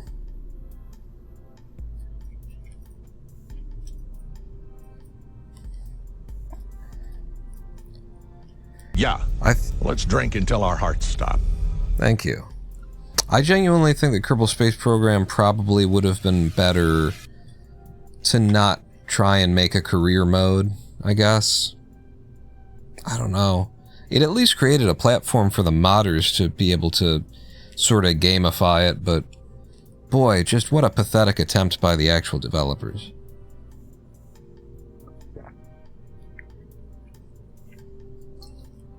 Like half-hearted, non-committal. I think it actually made the game worse that it's there, because if you try and play the stock career mode, it just makes the game seem, you know, bad. It makes it seem worse than it is. If you were to just, you know, open up in Sandbox or do what I've done, which is create a Sandbox-ish version here, where you make all the decisions about the money and the science and stuff like that. It's just, yeah. What do you think? Should they have given it career mode at all? Like, the progression of science, I think, is really important to the game. Yeah, no, it's you want the science collection and you want a bit of a money game. It just needed to be done better. Like, it's not wrong that it's here. It's just done so horribly, you know? I guess that's what has always bothered me about it, is that it is just really, really bad. It's not that it's, you want that game progression. You want those reasons to go out and do things. You want the rewards. And so yes, you want a money game and you want a science game, and the fact that there's stuff out there to go and find and to scan and different scanning objects to bring with you. These are all good ideas and fun and stuff, and then you just have to do them right and well and give a damn about game progression and about difficulty curves and user, like, what's a new user's experience going to be, and are they going to understand what needs to happen here, or are we misleading them by sending them on this mission at this time, or telling them to use that part in that scenario, or, you know, like, you just have to have the slightest competency as a game designer, and they had none. But the ideas are definitely good, you know. The underlying, you wanted all this. I definitely wanted all this to be here. It's just done really, really bad. Yeah. They had to do something, or the game of just being a rocket launch sim would have died. Yeah. Yeah. You want the science, you want the money. It just needed to be done, you know, especially 10 years of development. Could you have gotten a game developer?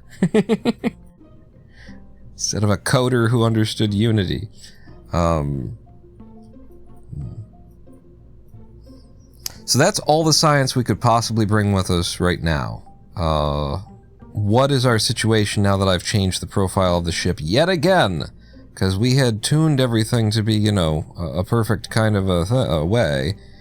Now we have a TWR of 1.25, which is still okay. I think 125 to 13 is the TWR to lift off with. 850 meters per second of delta V from the SRBs. And then they would push us to 9K, and we would have 2,500. And so, let's say 800 plus 2,500, and that's 3,300, and that's just barely getting there. Right? 800 and 2,500, and we're just barely showing up.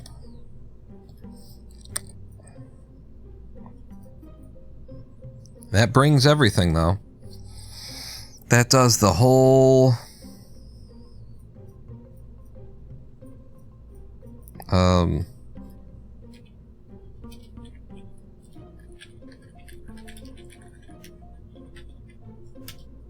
Couldn't get Iggy Pop for the Stooges. I hate how close we are, because it's tempting to just fly, like, demand that I fly it well. We've got so many Kerbals on board. I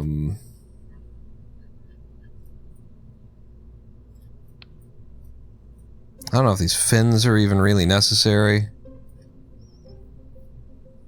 We've got so much thrust back here.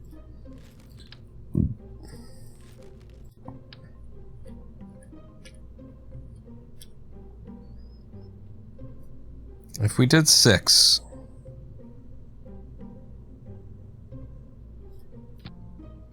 of these guys. That gives us 900 meters per second. It pushes us higher, which means the liquid fuel engine will be even more efficient. I think that could be our solution here. 6 of these little guys. We get the TWR rebalanced. Which would be... We're at 1.34. Pull you down.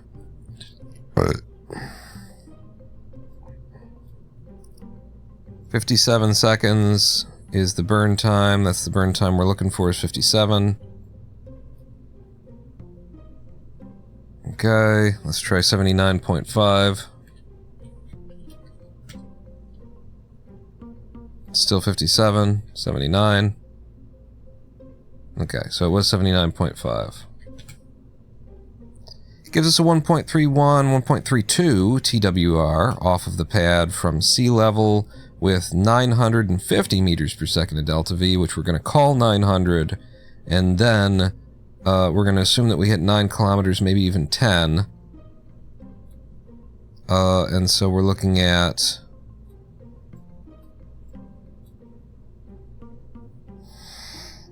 2,500 meters plus 900 is 3,400, and we know that there's a little bit extra there, and I think we're going to get higher than we think. If I were to make it to 11, it turns into 2,550. This is still close, but it's good. We know that there's 950, not 900. And that number should be real. You know, starting from sea level, there's not a lot weirdness that we can do wrong other than just burn them. So 950 is a real number. 950 plus 2,500, and that gets us 3,450. And it's still a little tight. But, you know, we'll survive it even if it doesn't work out, right? We'll get these Kerbals home, one way or the other. Things are going to change ever so slightly when I add the last crew member in, actually. Oh, wait. Yeah, we lose 2 meters per second for each crew member. Son of a bitch. In the liquid fuel stage? In the liquid fuel stage, we lose a lot per crew member. God damn it. This is... Boy, the first... Send the first Kerbals to space mission is actually proving... rather challenging. We're not losing it on the SRBs, but we're losing it on the liquid fuel stage. Son of a bitch. I'm gonna try adding yet more liquid fuel. You don't want to send these things like just barely. It just barely works.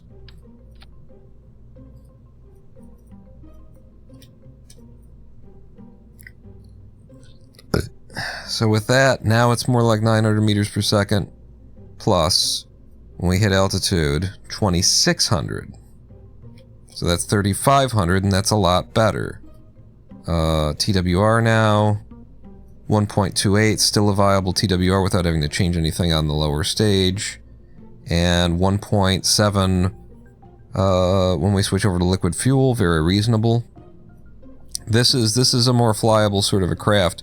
I'm just shocked at how big it has to be in order to push 3 Kerbals. We don't even have the third Kerbal in there. So it's going to cost us, it's going to be even shittier once I get a third Kerbal in there. Save the Stooges Mark 1. Step out. We need to go hire another Kerbal.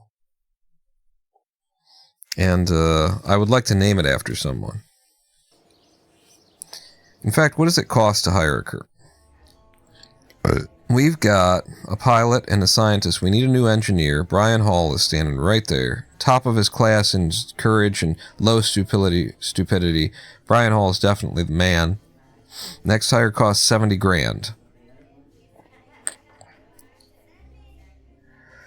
Don't forget to deduct 75,000 for the pad update. It cost me 75 to open the pad. We don't have the money for another engineer. Because I opened the pad. So we have to just recall Bill. Yeah, we have to recall Bill Kerman from Woomerang. Hey, Bill. Hey, Bill. Let's go out and, call him in properly. But yeah, we're low on money. See, this is the fun of, having a money game, too, is you get low on money, you have to make it work. You have to fit it in there. Let's see. I need to check back in on YouTube. YouTube says excellent connection now. Okay. So pausing my torrent thing is part of the deal here. Bill Kerman, sitting right here in his little golf cart out at Woomerang Station. Let's head to morning, actually. Shouldn't I have a... it's here. Warp to sunrise. And now we just have to fly Bill Kerman all the way back to the KS. And Bill? You're out of electric charge. Alright, never mind, Bill. Keep your foot on the brake. This is Woomerang Station, by the way, in case you're just joining us. The Woomerang launch site is up here. We flew all the way out to the Woomerang launch site to unlock it in our head cannon, and then once I'd unlocked it, I used Kerbal constructs in order to build a stock-alike facility for Woomerang. So we now have a vehicle assembly, we have a crawlerway that delivers new craft up to the launch pad there. We've got a little observation tower there and some sciencey communication and whatnot, but importantly over here, something has gone wrong. Something has gone terribly, terribly wrong. Over here, we have we now have a airstrip, which we didn't have when we first landed here. Something's wrong with our Kerbal constructs. This is not supposed to be like this. Did we lose a map decal somehow? Woomerang main, runway, and then the ramp. Something has changed that has put this stuff underground. I don't want to fuck with it. I'm here to recollect Bill Kerman. Bill, we need you for a mission. You're going to be one of the first 3 Kerbals to go to space. You haven't tested it? No, we haven't tested it. Okay, business as usual. That's right. Let's go ahead and recover Bill. I guess I'll have to fuck with the Woomerang Station thing. There's supposed to be a little tunnel entrance there in the side of the terrain, and it looks like the terrain changed at some point. Welcome back, Bill. Oh, there's a storm off to our right. Bill Kerman's back. Yeah, there it is. My question is, will they be able to do EVA in space? Astronaut complex upgrade required for off-world EVA surface samples. Okay, but we're not going to be interested in surface sample. I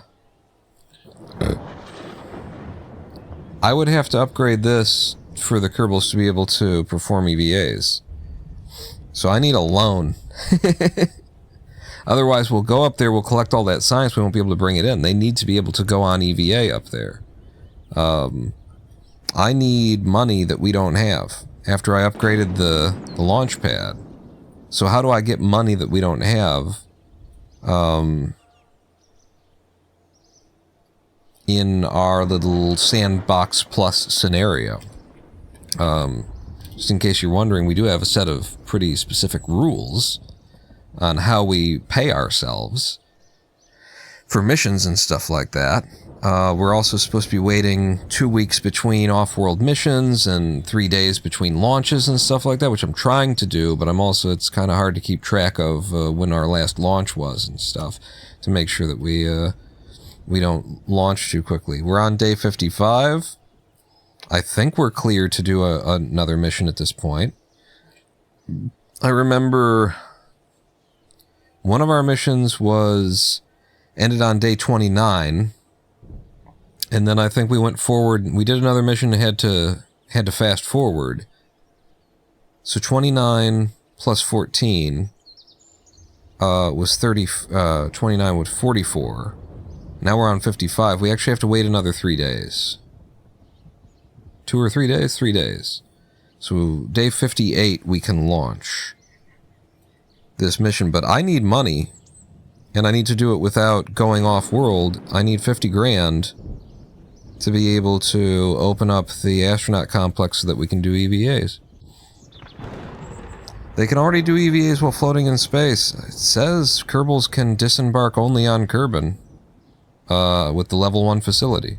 And then to upgrade, Kerbals can perform EVAs. Is the game lying because it was made by bad designers or developers, or does this mean what it means? I'm pretty sure they won't be able to get out when they're in LKO. I mean, according to this, I would believe that they can't get out in LKO until we upgrade the astronaut complex, which means I need 50 grand.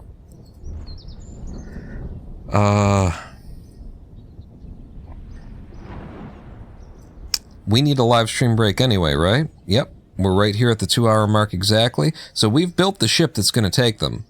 Let's put Bill Kerman in here and see what the final Delta V is going to be like on the Stooges Mark 1. It's just 32 parts, too. It's a complex ship, and yet, there's a lot of little futzy stuff went into it, but there's not a lot of parts to it. Philbear, then Brent Geary, actually you would sit there, and then Bill would be there.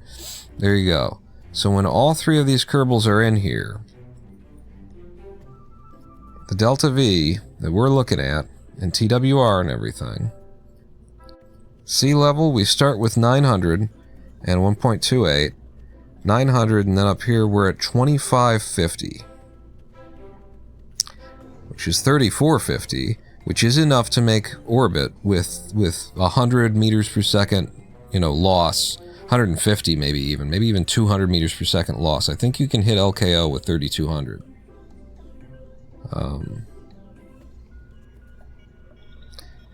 Science for the pole? For the pole?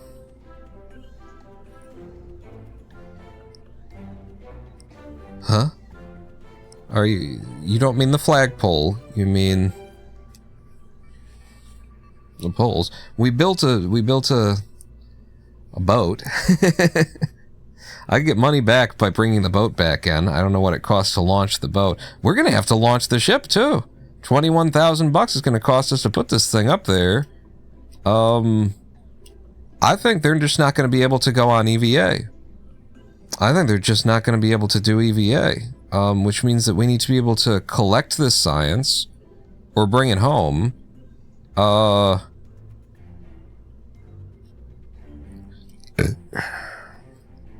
So the options are, you put an experiment storage unit on it, which we could roll onto its side and try and wedge in here. There's already a lot of stuff in there. Or we could put up here, and this is another question you might want to ask the squad. What the fuck was, where was this supposed to go? On a regular ship? Because the shit doesn't look like it's supposed to go here, right? So where did you intend this to be used? Because then if you open this up and you try and shove it in one of these, it's not like it, you could do that, but you're cheating. And it's just, it doesn't snap correctly, and it actually, I'm pretty sure, doesn't really fit. Like if I put this on the side of this, see, there's a thickness to the top and to the bottom here. So it doesn't actually fit. You see how it's... So where is it supposed to be used? Where was this supposed to be? And I'm pretty sure they just don't have an answer for you. It's squad. What do you mean? Where is it supposed to be? What? What do you mean? The player will figure it out.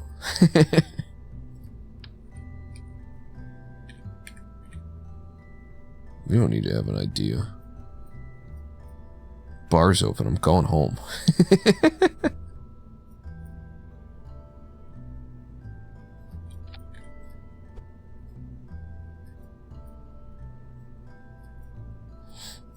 So that's how we can, like, wedge one of them in here. It technically doesn't fit, but it fits close enough that we can, you know, in our hand cannon say that it fit. And then the thermometer that was in the center up there is in a bad place, and yeah, actually I'd have to pull you out, get the thermometer back. But we can work it like this. Okay.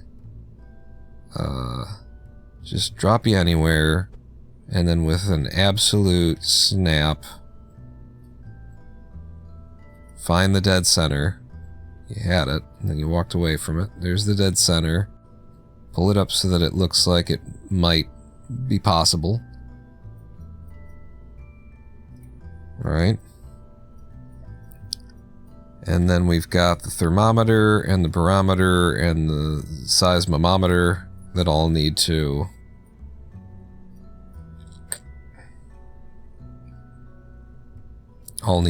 fit in here somehow.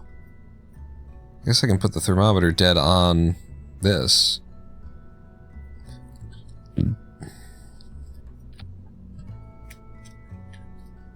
And then maybe snap it. I can't really tell if that's like, did it embed itself? It looks like it embedded itself. Yeah, it's so far in now. Fuck.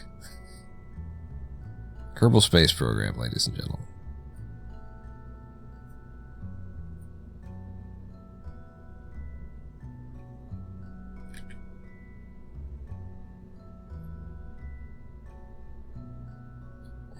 Alright, so I gotta do this. And then... there. This is the kind of skill that you develop for this, you know, for these poorly engineered systems.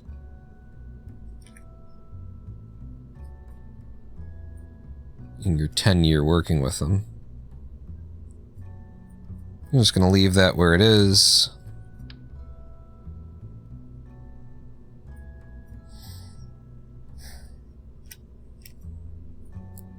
I mean, shit doesn't, it really just doesn't fit. Shit just don't fit. What are you gonna do? What are you gonna do with the shit that don't fit? Quit? I'm just slapping it in there, and I'm not gonna worry about the infinitesimal, like, that it doesn't quite... that the weight is off. I'm just not going to worry about it. You just stay where it is. Close. Does anything penetrate? Nothing penetrates. That's basically the rule in Kerbal Space Program. If it doesn't penetrate, we'll just pretend like it's fine. Yeah. Yeah. Pull you up. Pull you up. Okay, it all fits in there, and then the idea would be, because we're not going to be able...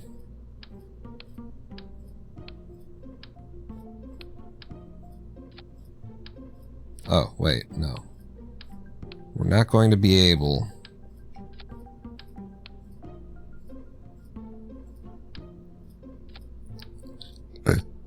to exit the craft. We just don't bring the Science Junior either. Oh no, we can't even bring the Science Junior. We'll be able to hoover everything into the return canister there. That's the idea there. Yeah. So this comes home with us, which will change our center of mass for the sake of where the parachute is.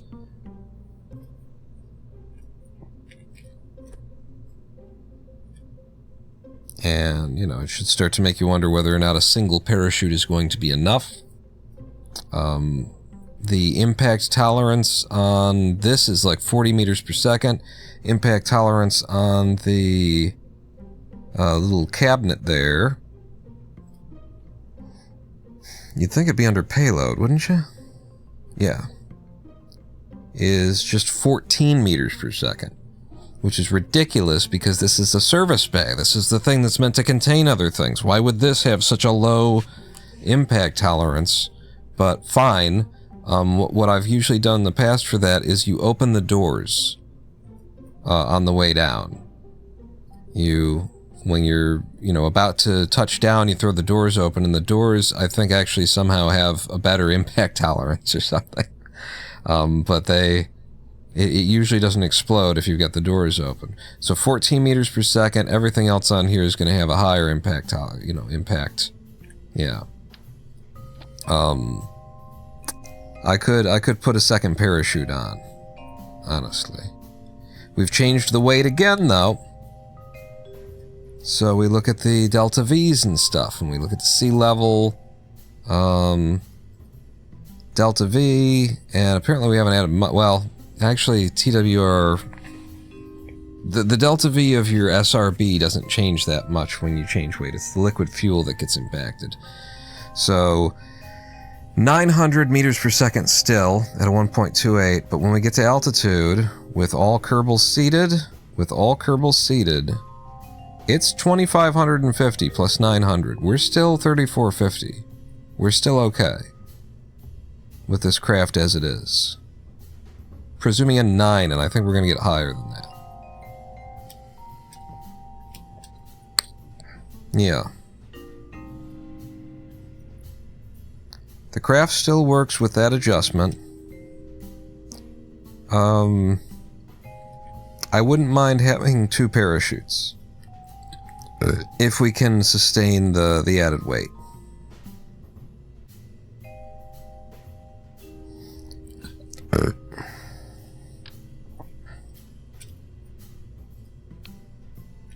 Bill lost in space. I wouldn't mind having a pair of chutes.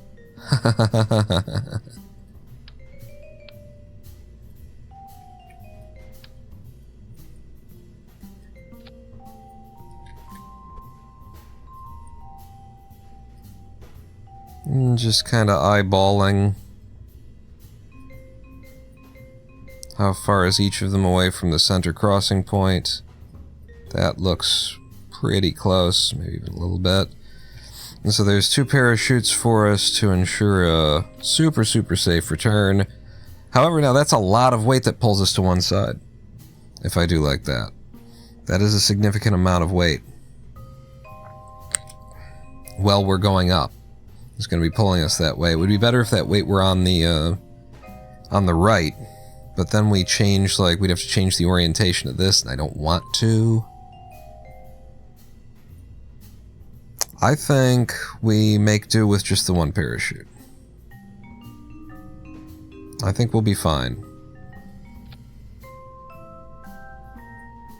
And that's dead between the middle of them. I think I'm happier with that. I think the flight will be easier. Is there anything that I haven't thought of then?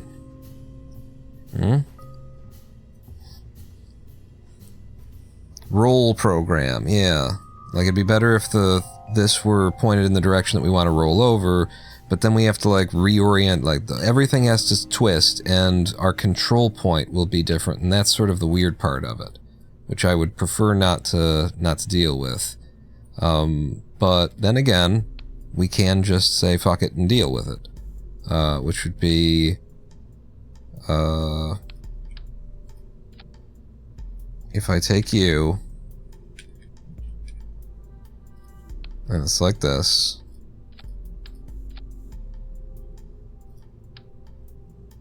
And actually, I would want all this stuff to be with us too. Nope, this way. And then actually there was a side that had more equipment on it, and it is this side. And so what I could do is something like this. Not that this matters. This is so infinitesimal in the weight. It's really just fuck. It's really just for the hell of it. Just for the hell of it. Diet Coke. Good at it. And then you would be like this. Just because if we have the option of doing it better, why not do it better? You know. DBLS. Don't be like Squad. They had the option of doing it better. They decided everything was good enough. It's good enough, it's good enough, it's good enough. Ship it. Why won't you move anymore? Yeah, I don't care that much. Okay. We could do action groups. Notice that there's no listing for 1 through 9. And then I click on something and it becomes. It's also just bad design. It really needs to be there to show you that it's an option. But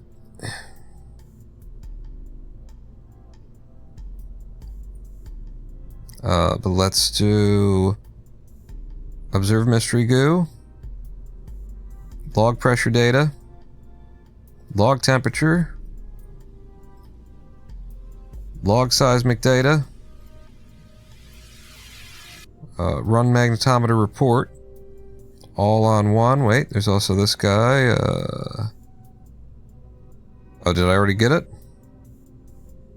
Barometer, thermometer, magnetometer, mystery goo, seismic accelerometer. Yeah, I got all of it. And then on 2, we say suck it all up, collect all. Oh, and then on 1 also would be the Science Junior.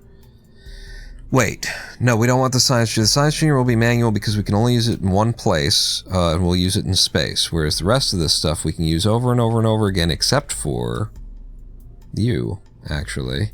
So I should take the Observe Mystery Goo out of here as well, because those two will only be in space. I could even put them on their own thing. Observe Mystery Goo and Conduct Materials Study, all on 3. 2 hoovers all the science up that we did. We can also add to Custom 1. We could add crew reports.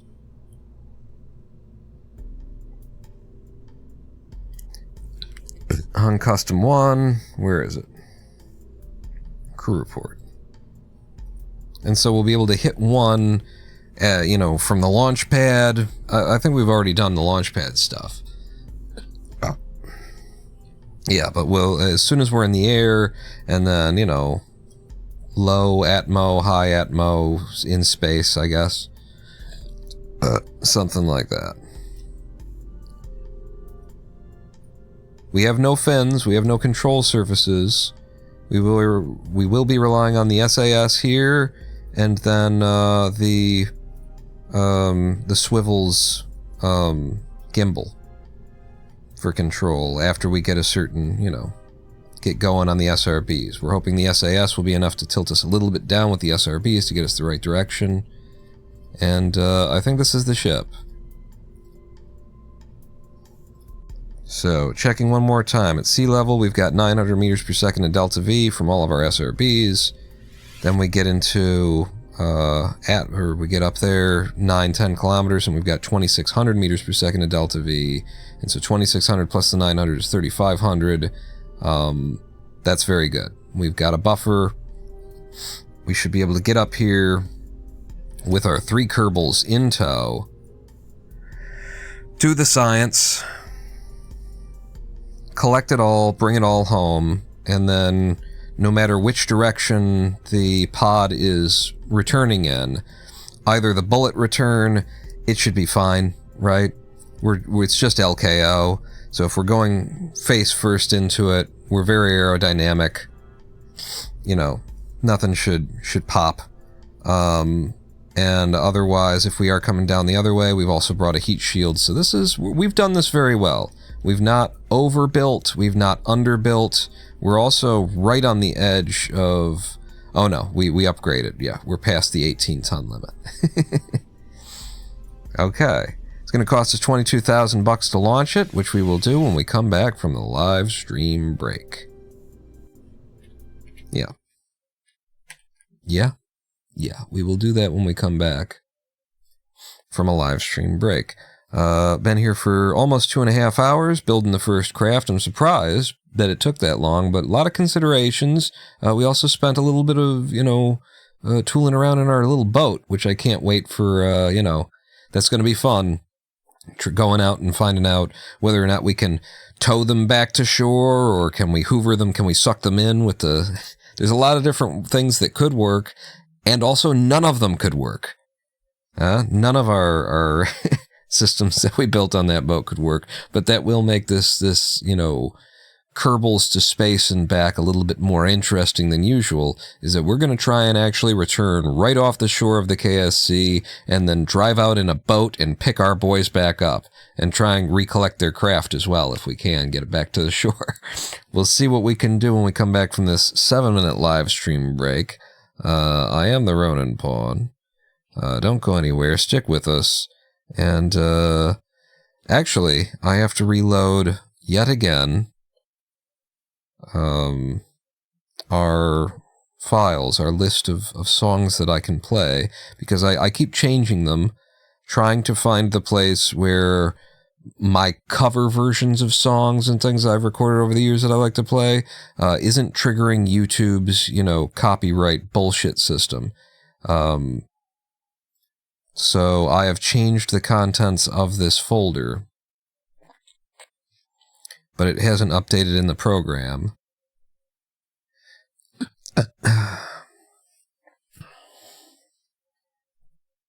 And you know what? Maybe I just don't give a damn, and I go ahead and try and play some music. And anyway, I'm meeting back here in 7 minutes. Don't go anywhere. Pawn that out.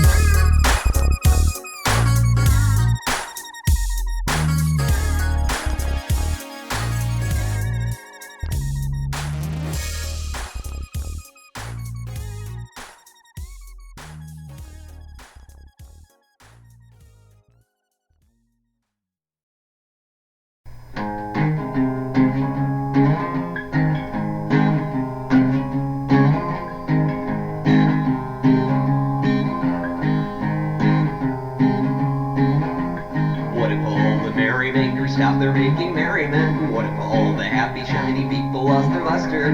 What if all the elves who make the cookies for the world ran out of dough and sold the cookie tree? We'd all go hungry till the developers are ripping up the roots to build a factory wherein the shiny objects would be like so much on our baggage to be shipped out to a zillion small distributors where you can trade your paycheck for more important things like the empty words now a beat of hip-hop's latest poster child preaching lines of solitude and hatred to the market minds of oh so many sheep. So many to count, I'm full asleep and dream of merrymakers making merriment and happy people polished with a coat of wax, 2 coats of wax and elves with cookie sheets who slave away into the night to bring us chocolate chips and happiness, to bring us chocolate chips and happiness, to bring us chocolate chips and happiness, happiness, and happiness, happiness, happiness, and happiness, happiness, happiness, happiness, and happiness.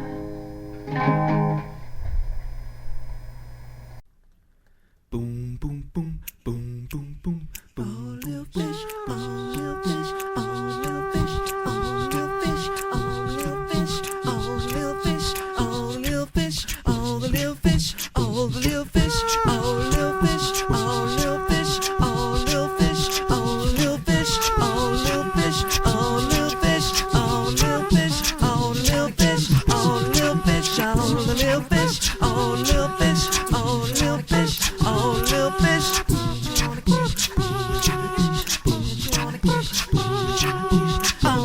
fish. Oh, little fish.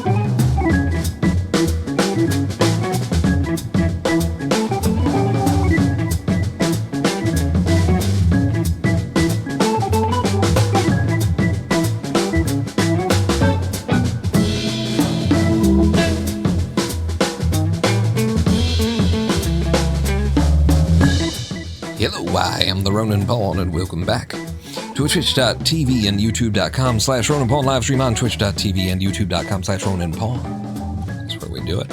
We're playing Kerbal Space Program today.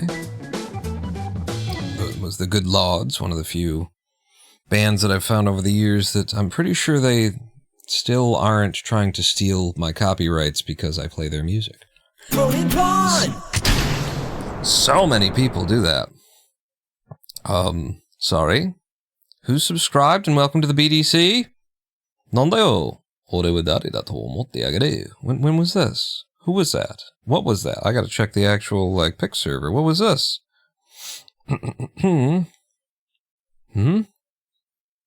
It's not in the event thing. It didn't show in the event queue. And yet, we just had Triflistic? Triflistic did a sub at 346, but it's 404. Have some Jeff Bezos money. Triflistic? What? Right. Queued event. 346, and then at 350. Oh, these are seconds. I see. Because it's 00. I'm reading the time wrong. It was Triflistic, just subscribed, and it doesn't show up in my event feed, in either of my event feeds. The activity feeds are both dead for some reason. What? This has got to be a Twitch problem, then. Because, yeah, Twitch doesn't show. Ronan Pawn!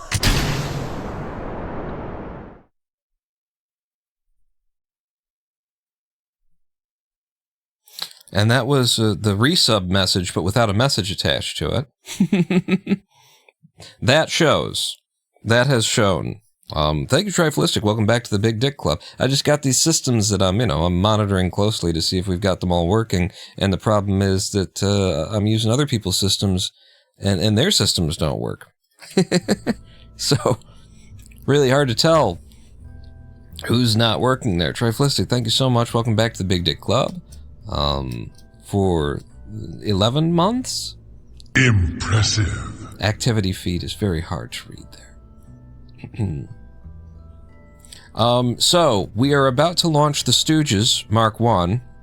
Called it the Stooges because there's 3 Stooges that will be in here.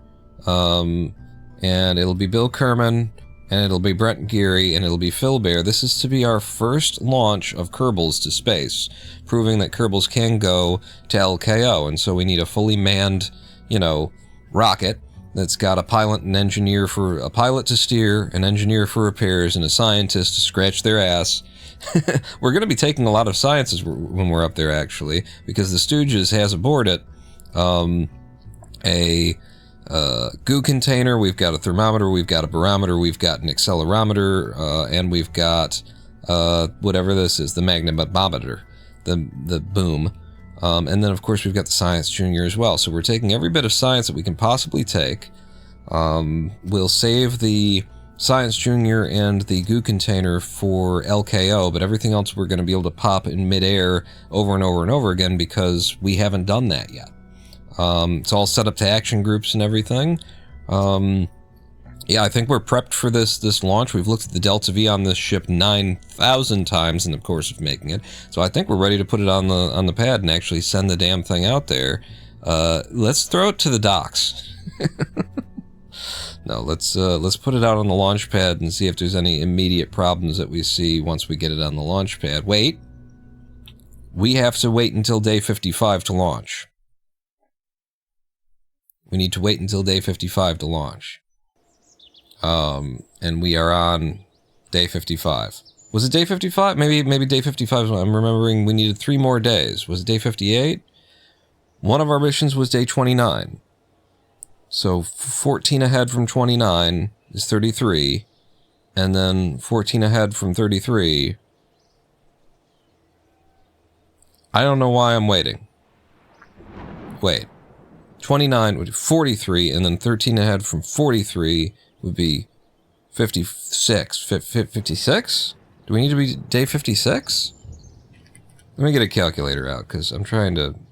And I shouldn't. One of our missions ended on day 29. It's 14 days, not 13. So 43 plus 2, because I'm pretty sure we're up to day 57 is when we would need if we're following... I'm not sure when we did our last mission. Basically, is what I'm saying to you. I don't know. Let's wait until day 58, just to cover it. Holy shit, it's foggy this morning, huh? Just to cover it. Cover all circumstances. By the way, yeah, we've got a boat out there, the White Whale Mark 12, which has been to sea for several days now, and it's out there anticipating the return of the ship that we're about to launch. How we doing? Clear skies, nearest storms over there. Little dewy this morning, but we'll make dewy with it. We'll make dewy with it. Bill sits here, Brent Geary sits there, and we're going to space. I would have hired another Kerbal. We can't afford it. I would have upgraded the astronaut complex so that they could EVA once they're up there. I couldn't afford it. This is why having a bit of a money game is, fun. Let's put the vessel on the pad and see if it doesn't just fall over on us for some reason. I'm certainly hoping that it won't. It is my strong desire.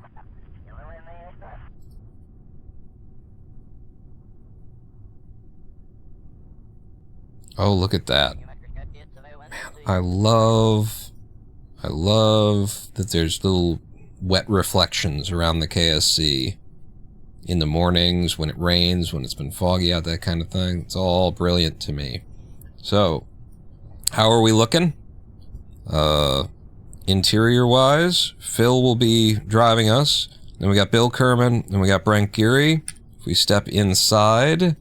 We don't want chase. We don't want that. I think we'll go with auto to start. Okay.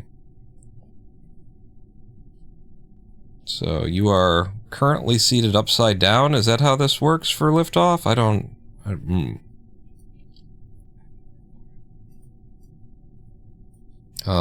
then in the back. Yep.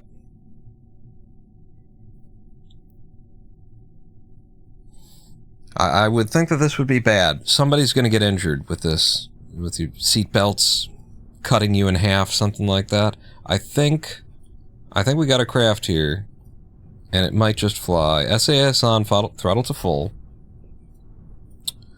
Boy, I feel a little bit nervous about this. All this should be balanced together. Which way am I going to be turning down the ball? It's not to the right. 90 is up. 90 is up. So I'll be pulling down to go up, to go to the 90, because of the orientation of our ship here. Okay. Fair enough. Houston, could we get a countdown? Yeah, Pawn. I'm not sure that you should do this. 2, 1, fire! Who the hell is that?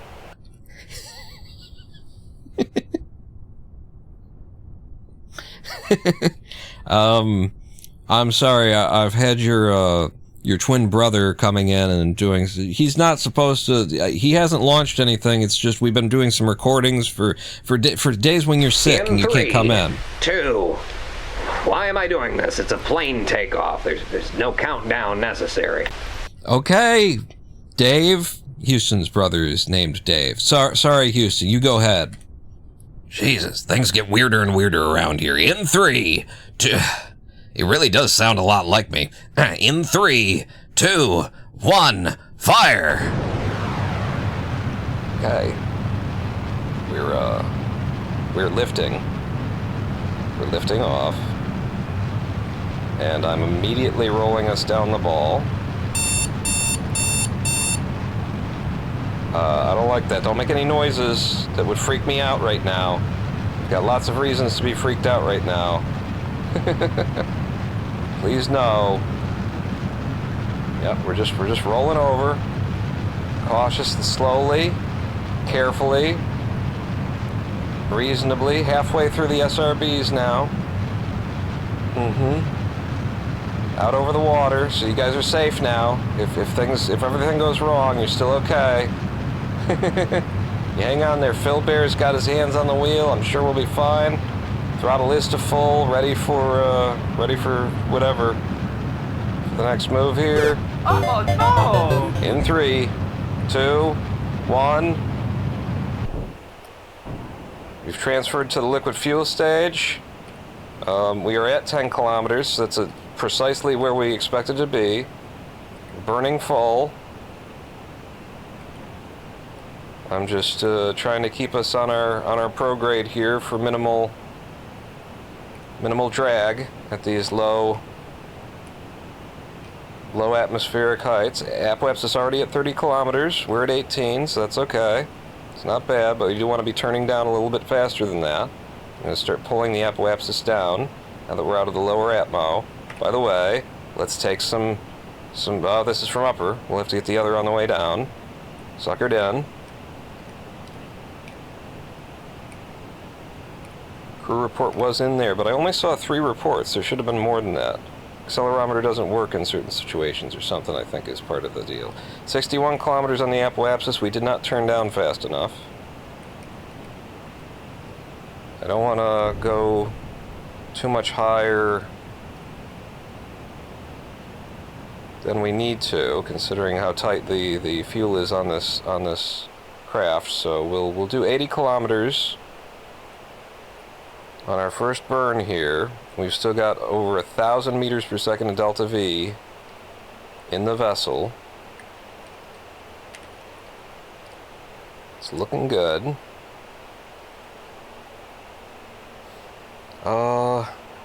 And as we go up, this is not really, I just wanted to stay with auto. I wanted to go inside the vessel here. How are we looking? Oh, we're upside down, are we?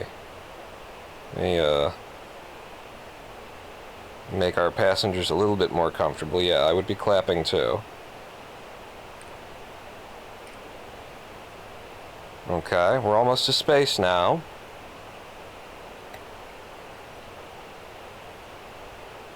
Okay, we are in space. Let's level out. Find our prograde. Apoapsis is at 80.5. So let's go ahead and get down here on the horizon about where we'll be burning. And have a look at how we're doing here. Hey, we came up pretty near to our refueling platform.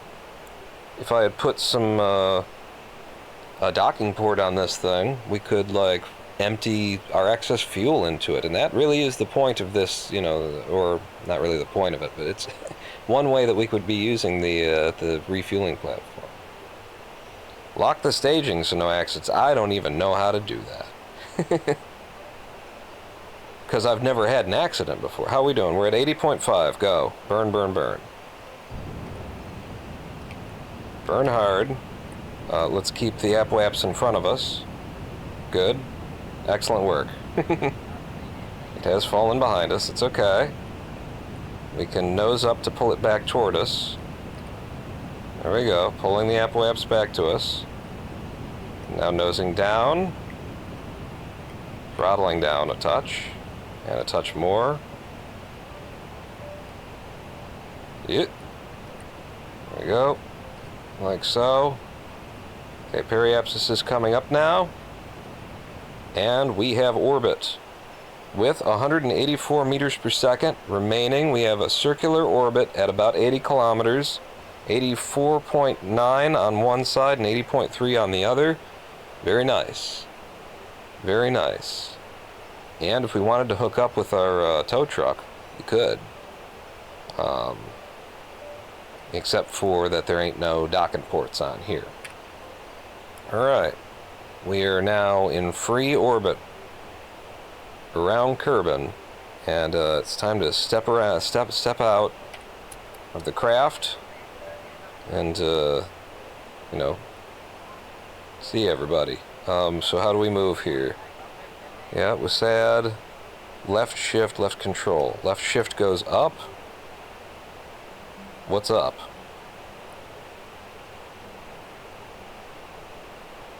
Is there no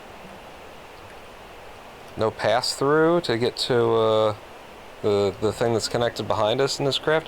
I was under the impression that this mod, the free IVA stuff, had added a bunch of like features to all the parts so that they could interconnect with one another, and you could move around in them reasonably. And every time that I step out of something and I find out no, you can't. So something is either missing, or I'm misunderstanding what what's supposed to be going on here. But we can unbuckle and move around.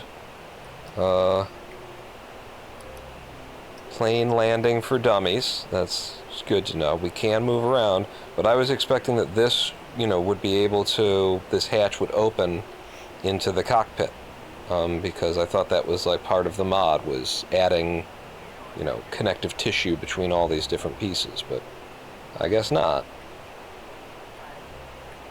Still, it's pretty cool to be able to move around here. I would have used spacebar for going up and down, but it's fine.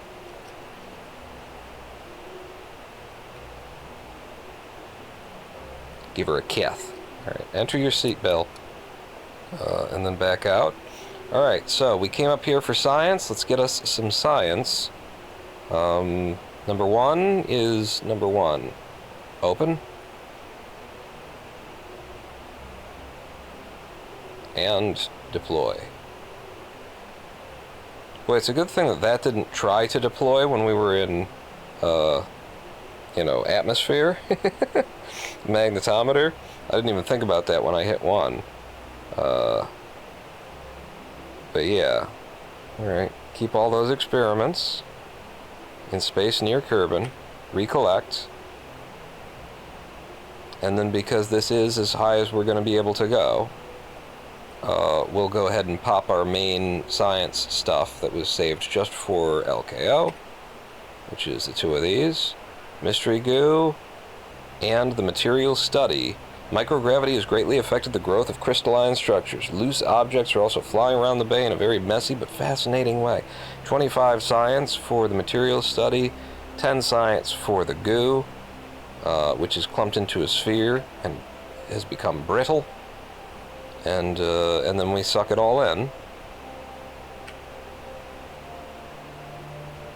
Material study while in space near Kerbal has been added. There were 2 oranges there that I don't...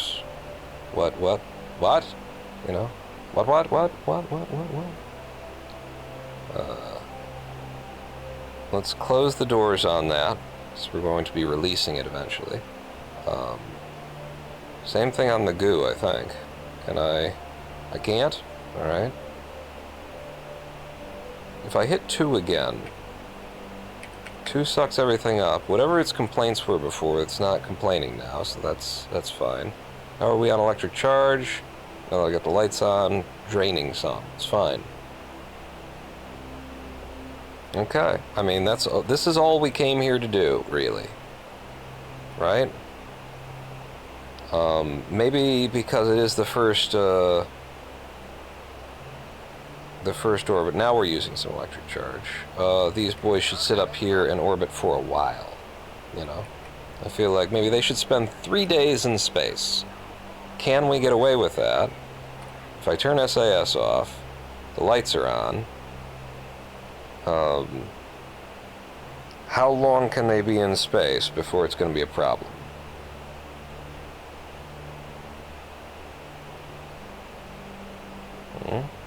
Our signal strength connectivity is fine. We've got this powerful network around us. How long can you guys be up here before it's an issue, before we start running out? Oh, I need to calculate re-entry to the KSC, that's right. Big part of this mission was coming down correctly. And, that's Firefly. I have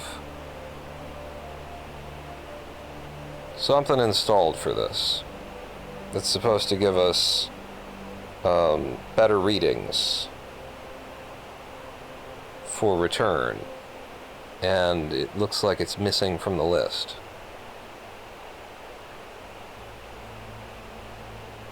Trajectories. So let's go to stock, and so the question is,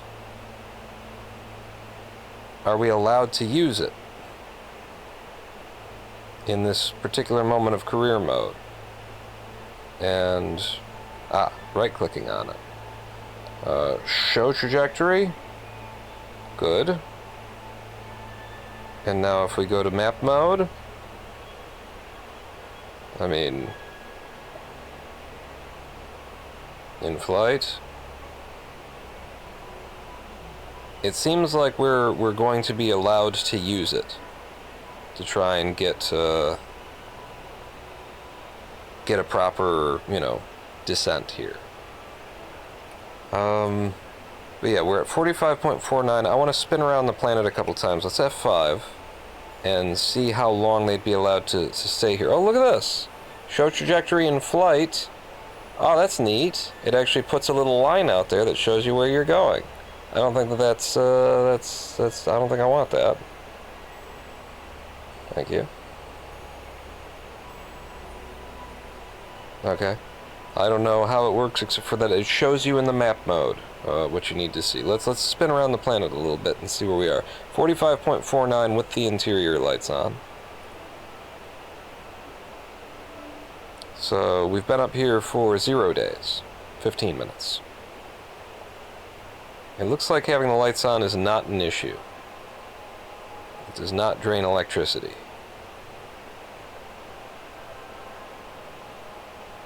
However, if we had the thermometers display on, the LED, that would be a problem in fucking Kerbal Space Program. They can't. Alright, so let's Let's try this. Let's try warping to sunrise. You can't warp to sunrise. I want them to be up here for 3 days. I think that's the mission. I have F5s, Gervasian. I did before I started warping us. Let's have them up here for 3 days. So... I apologize for what you are seeing. If I zoom out a bit, in fact, maybe I could just go to the map. Kerbal. We've been up here for a day.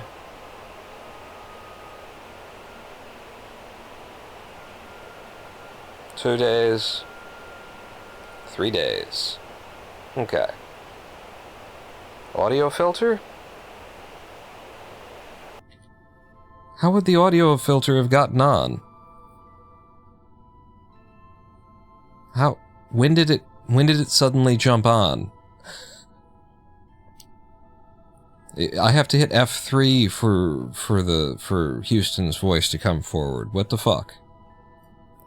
There was no cause to hit F3. I didn't try and hit F3. During launch? You didn't tell me until now? Jesus. Thanks for that. Been listening to and there's nobody else watching who could have said something? It's just, wow. I'm working hard for you. One of us is participating. I gotta keep my thing on this screen. Like, I don't have enough room on screens. There's no way to fit it all, and I can't trust you guys. So, okay. Cool. Now I know where we stand. I'm a little pissed off at that. Jesus fuck. How long are you gonna let me sit here while I'm, like, making a recording and the audio sucks? How long would you let that go? Huh? Would you develop a game like this? Did you work for Squad? Like, how low are your standards? Trying to do something well.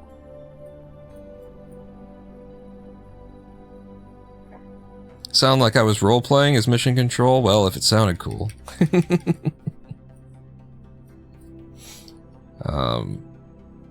Alright, so... we're good. We've been up here for 3 days. Now it's time to plot a return to Kerbal. So I'm going to go ahead and F5 again.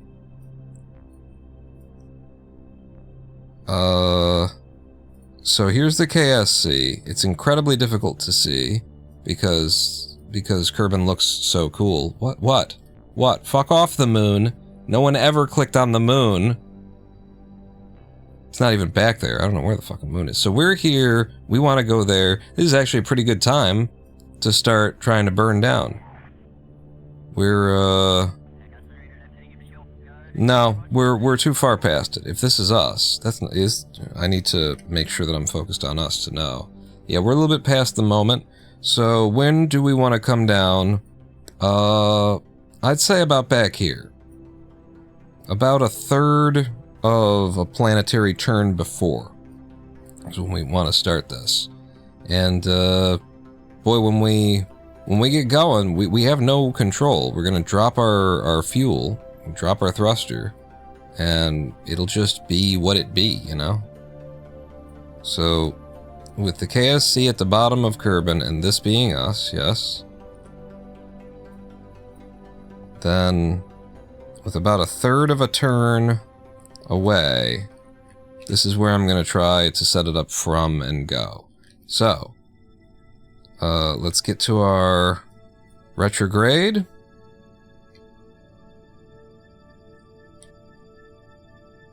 And see how accurate this trajectories thing can get.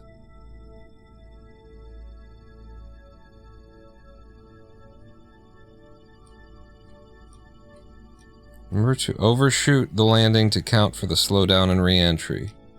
I'm gonna try and be really tight with it. F5. And SAS. I don't know. SAS.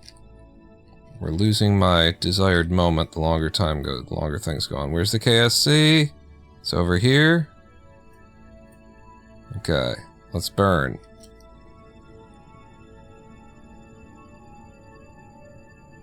So, this is what trajectories is giving us. The red is showing us, you know, in atmosphere. It's projecting drag.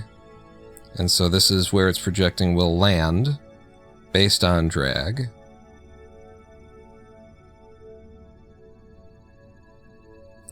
And the periapsis is getting painfully low, starting from all the way back here. I don't like, you know, that's how we re-enter and then we end up over here. Like, we're going to end up going really, really fast through the atmosphere. Guess that's what F5s are for. Because where we want to land is basically the airfield. And here's the thing, is that the planet is still spinning underneath us.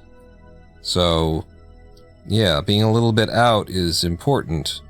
Two, the periapsis being like that hard and low tells me that we should have started this burn earlier. We should have done it from maybe halfway around the planet, way back there. If I thought it was going to be deadly, then I'd revert, but I think we're okay. I mean, we've actually got the fuel to just pull ourselves back up and do it again. And get a better one. In fact, let's do that. Let's roleplay this. I don't like what I'm seeing. We've got 100 meters per second of delta V.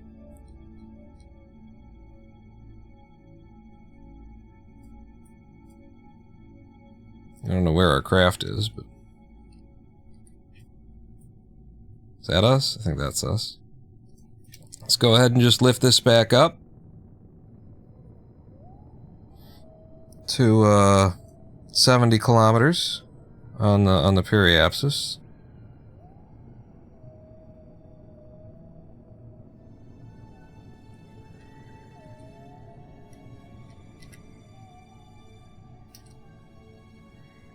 Yeah, we're actually going to be out of fuel for the final return now.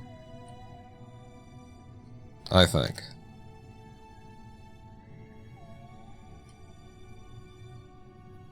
Which is, again, why we made an F9. Why is it taking so... because you're blowing the apoapsis up your periapsis, you've been moving the wrong one, that's why. Alright, F9.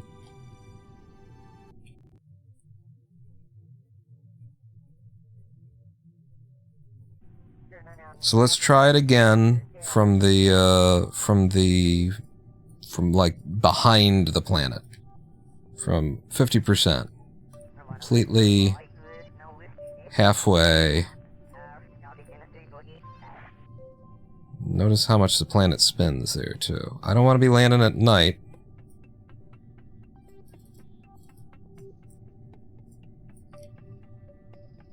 But we could be landing at sundown. Sundown would be fine for me. Okay. From here.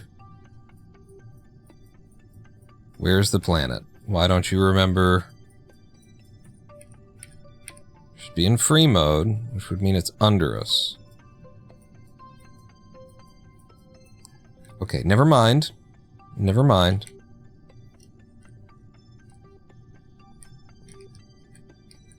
What the fuck ever. There you go. And then map mode. And let's try dropping this thing. KSC is here.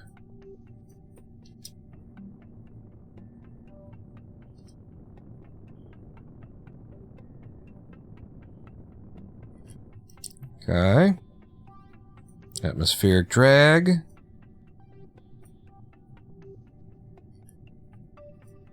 I want it to be very, very tight. Not docking. Not that. That one. Okay, so 30 kilometers, that's a lot better.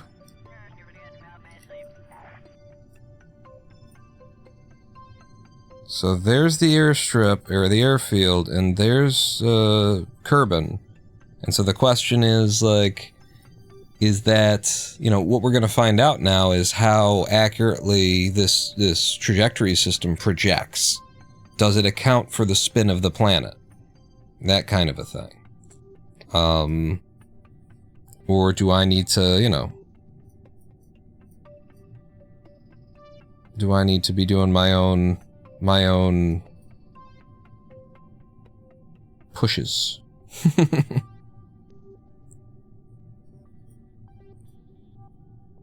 I'm gonna bring it in even tighter. I want to come down, if this is the, you know, sort of experimental push, I want it to be really tight to the shore. I feel like you can always use body lift to try and make your stretch your landing out. But you can't make it any shorter if it doesn't come in where it needs to come in. So this is, I'm targeting specifically between the island airfield and the actual KSC. That's where we have put our cross. How close is this going to get to what we've projected? That's the interesting part to me. And actually, when we blow this off, it's going to change our trajectory a little bit. So maybe if I do like radial, it will have, you know, less of an impact. Will affect us less if I'm to prograde, retrograde. You know, radial should be a less. Actually, normal would be even better, wouldn't it? Low normal, and then this shouldn't affect like our distance much at all.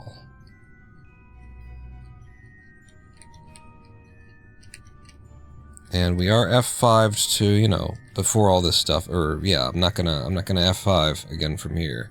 So we're headed that way, and we're dropping our canister. Let's make sure that we've scooped up everything from the bays, and we have. I hit 2 several times.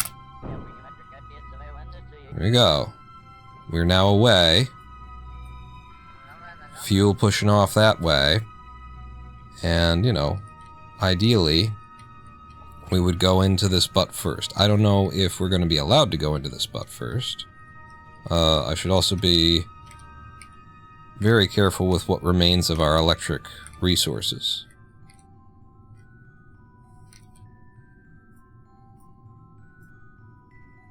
Okay, we're at 73 kilometers.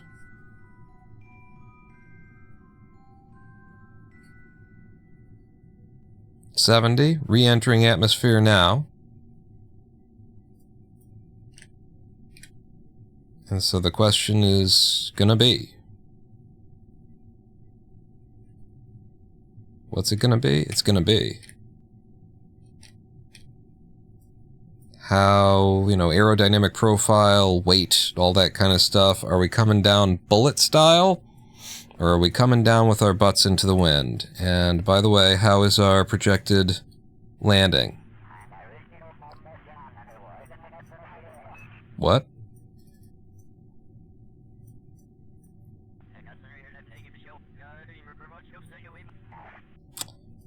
It has changed massively because of the profile of the ship is no longer what it was. Oh boy. This is problematic. So, trajectories is basing our return on the shape of the ship, which used to be, you know, what it was, all that fuel in it. And now that we've dropped it, this is our trajectory instead. This is okay. We're learning something about trajectories. That's fair enough. I guess I could have assumed that. Looks also like this return guy is going to want to be bullet capsule return. Phil Bear looks a little bit maniacal down there. I don't know if you guys are seeing what I'm seeing, but he doesn't seem so much happy as he seems like he's getting ready to kill us all. I wonder if there is something you can do with trajectories so that it assumes that, like, the last, you know, just the last part of the ship is the one, you know? Because otherwise, this is us having to guess.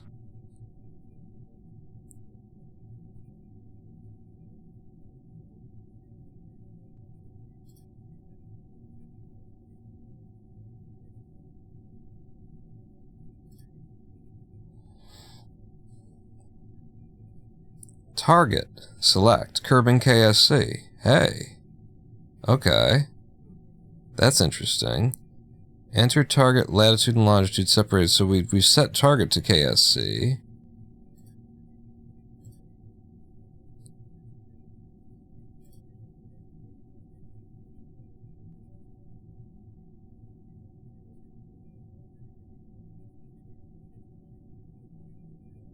That's interesting that we can set a target from there, and that they've supported the KSC as one.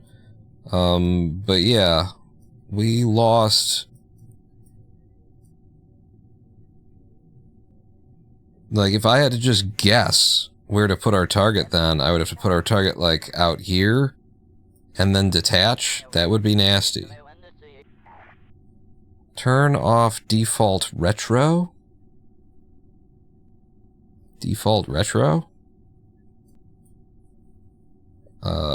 Are you saying that it was assuming that there would be like a burn, we would use the fuel or something like that? Was there a setting here?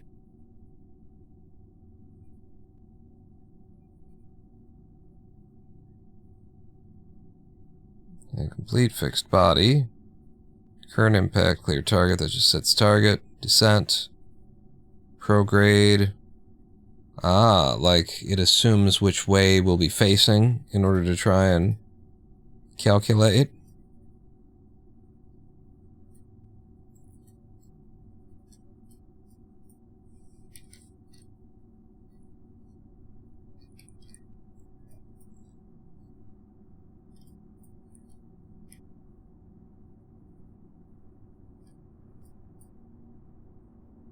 Okay, so we're there, and it's projecting there, and if I wanted to try and stretch it out...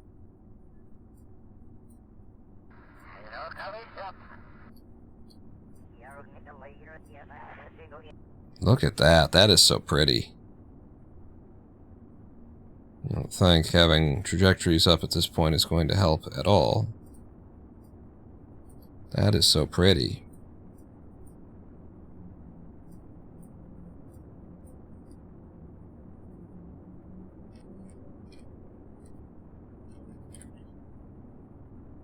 That's right. Now we're using the SAS to hold our nose up in the air.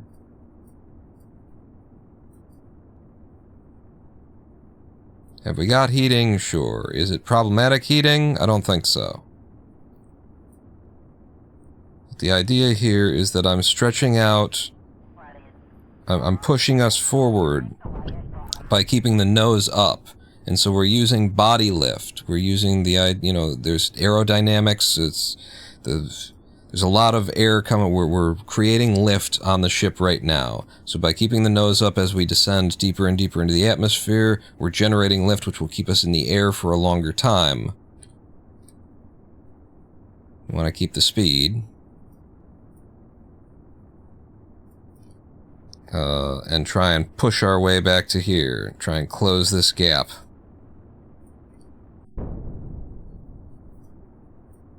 Yeah, and the heating that we're getting is non-problematic heating. We've got some ticks, but they're not going to kill us or anything. This is interesting. What's that dot on the ball there? Surely something to do with trajectories. Just curious how much we can get out of this, because you can see it moving. You can see us pushing it. And that's a lot. It's a lot that we're getting. This is target, so like this is where I would have to be, I don't know, I put my prograde there in order to get to the KSC. I don't know what they're, what, that seems like a very odd thing. Yeah, you see how much we've closed the gap. I feel like we were coming down here originally. We're not going to make it to the KSC, let me be clear. But, we're still at 26,000 meters, and, you know, we're falling very slowly, we're keeping a lot of the speed. I think that's the idea, is find the balance where you're using the body lift, you're staying, but you need to keep everything. You need to keep the speed, you need to keep the height. Push, push, push. I'd be amazed if we managed to, you know, slam into the mountains in front of the KSC. That would be... I don't think we'll even reach that. No longer heating now, which is good.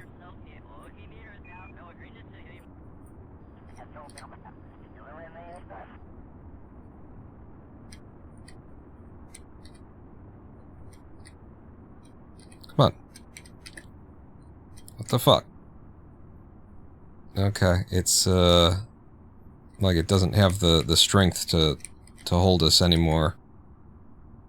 Yeah.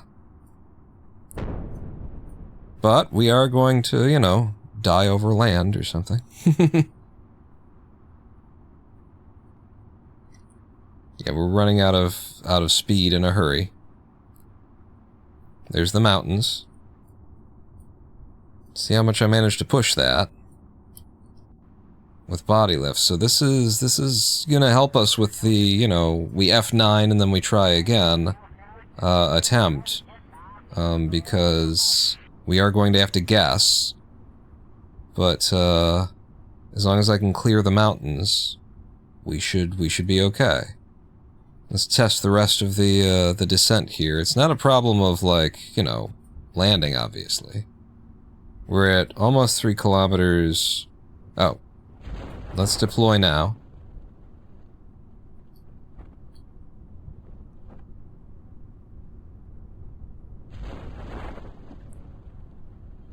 Okay, SAS off. Shouldn't have had it on. And then I said I was going to open this up to try and help with the landing. I'm not gonna, because it'll land there and then slam down the front, and the front could explode or something. Let's jettison the heat shield.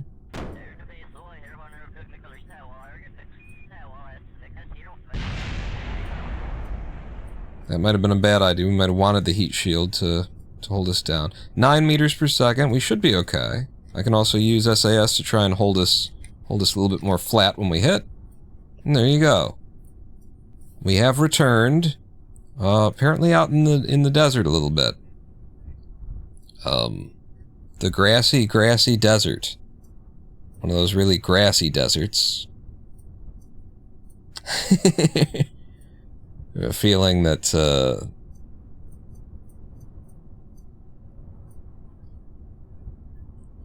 I don't know. Is this correct? Do you think that this is correct? I don't think this is correct.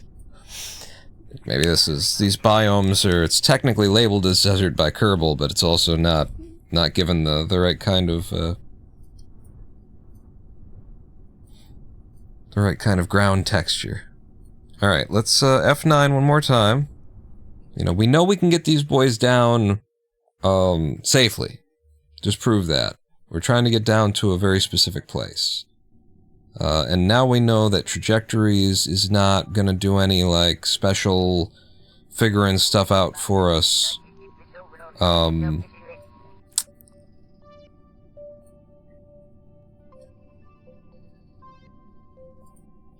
it comes to, like, what's your target? Kerbal KSC. Figuring out, like, what's your final profile of your ship going to look like when you drop all of the stages or anything like that. Which is, makes it a lot less useful to us. For this particular mission. We're there? This isn't a bad place, then, to start burning it down. Instead of being halfway around the planet, this is reasonable. Let's do it. Let's get to the retrograde. In fact, F5 from here, and let's burn her down. Not the map. You. Burn her down. Trying to get to there. Overshoot to a peninsula across the sea from the KSC.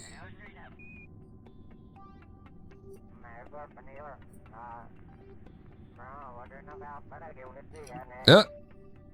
That's if you wanted to go all the way around. Don't worry about it, Paul. You're still okay.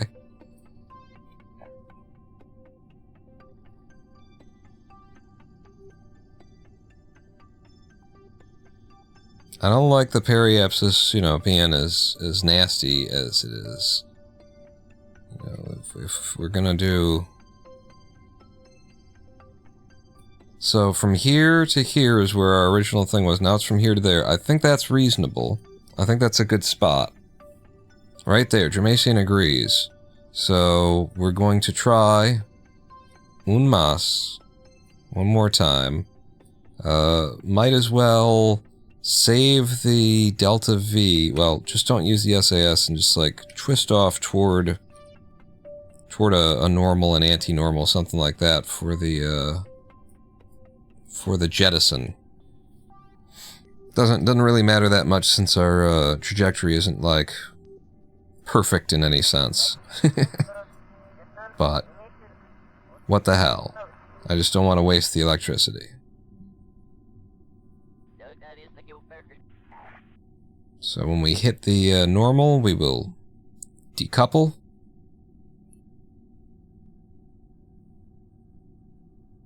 Now, there we go. And now let's see what we look like. We are massively overshooting the KSC.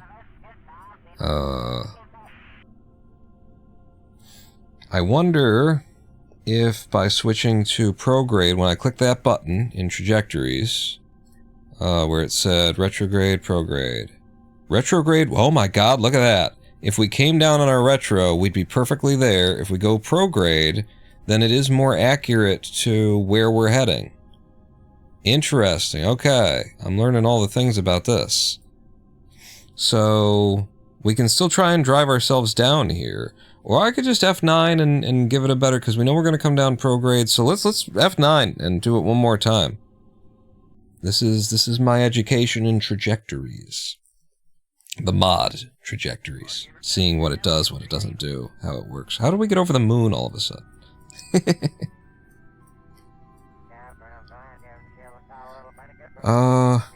And last time we, well, hang on, so, head over to trajectories, target, KSC, descent, prograde is how we're going to be headed. Get rid of trajectories. And then, I think we want to get a little bit closer. Last time we had to burn, we were going to be coming down very, very fast. I would like to be above 30, at or above 30 kilometers on the periapsis when we're done. So I'm gonna let us slip a little bit closer to the KSC before we start burning. Don't get too much closer, because it just seems like kind of crazy. This is almost halfway, or, a quarter of a turn away. SAS off. Get to the retrograde. SAS on. Right there. And let's burn it down.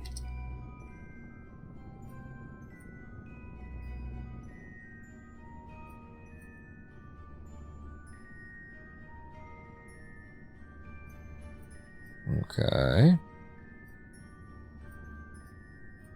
And so see how much, look at this. What the hell? Look at how fast we have to re-enter for this to get us down. I'm too close is the issue. It's not that I'm too fast, I'm too close. That's right. So this could be a problem. I'm gonna do that. And then we're gonna just, because I'm getting more and more information every time that we do this, so let's go ahead and spin me and toss it. Yeah, I knew that the first time. Remember when I was like, let's go around to the back and do this, so I don't have to go, and then this time I was just, my brain flipped it. Let's drop this again. And let's see how that changed things, if it changed things at all. We lost a little, but that is the kind of loss that we can put back with body lift as we go. I'm just mainly concerned with the overheating issue now. Overheating is going to be a problem. But I think we can probably get this one down. If we don't explode because we're coming down so goddamn fast. Periapsis of a negative 30 instead of 30, which is what we'd usually want. Let's go ahead and warp up to Atmo. Okay, we're entering the atmosphere now. And I will just let the atmosphere, right us. Of its own volition. 4 times fizz. And then when we get to the here, I will use SAS to sort of stabilize. Yep. Preserving our electric charge. And yeah, see our projection there. It's looking pretty good. The only problem being, you know, the high speed at which we'll be re-entering, but maybe the body lift will help us with that as well.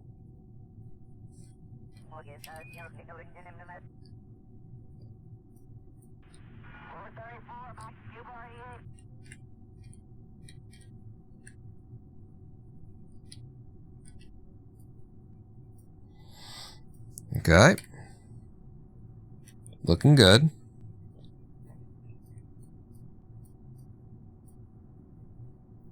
Flopping a lot less than we did last time too. We were flopping in the wind a fair bit. I should probably actually get the parachute up.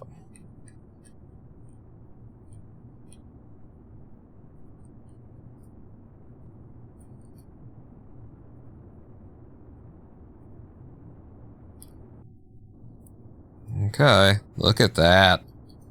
Look at how friggin' pretty. SAS. We're now using the SAS. Create a little bit of body lift. Push us where we're going. Okay, we've got overheating.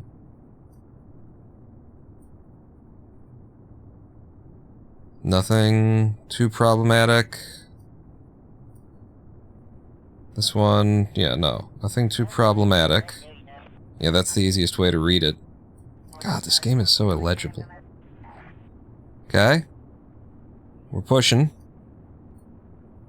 I think we're pushing.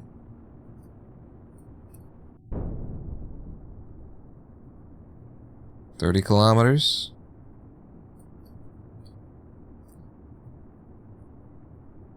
Yeah, the overheating is more aggressive this time.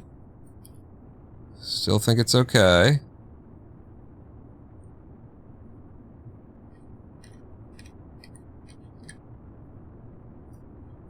Okay. How we doing? Still looking good on the overheating.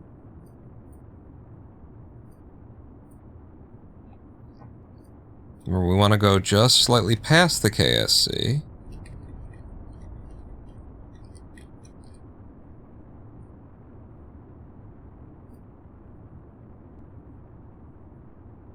Into the water.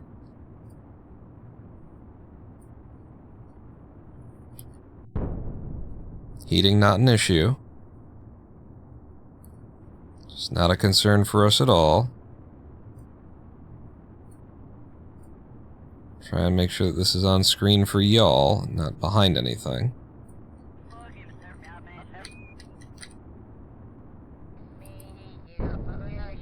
Yep, heating's fine. God, that's so pretty. Okay, we're getting just past it now.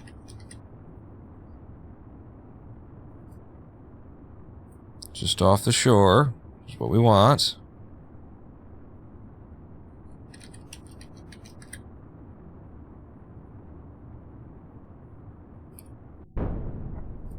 Every time I do that, that's a sonic boom we're catching. Heating is actually... Wow. One of those ticks is getting pretty close. I think we're okay, though. We're going straight at our prograde now.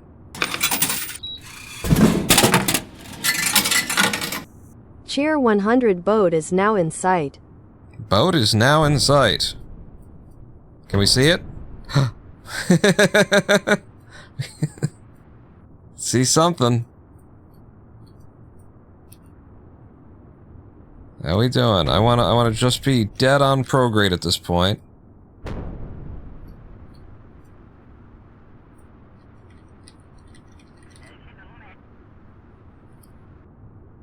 Yeah, we're pushing out quite a bit.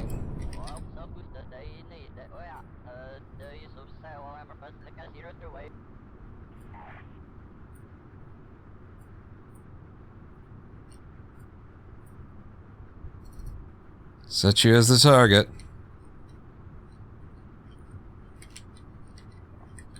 See if we can't steer toward it.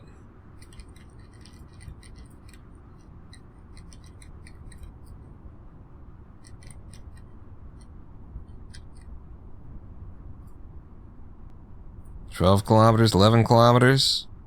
Shoot. Trying to get closer. We're still 1,400 meters in the air. We still got 400 meters per second of delta V. Okay, now I'll shoot. Because we're almost to 500 meters above the water. 7.6 kilometers away. Between the KSC and our boat. We could have actually come down nearer to the KSC if I would have wanted, but we already had the boat out there. So that was beautiful. I now know how to use trajectories. That was great. I now get it. We can jettison the heat shield for an even, nicer return. Slower.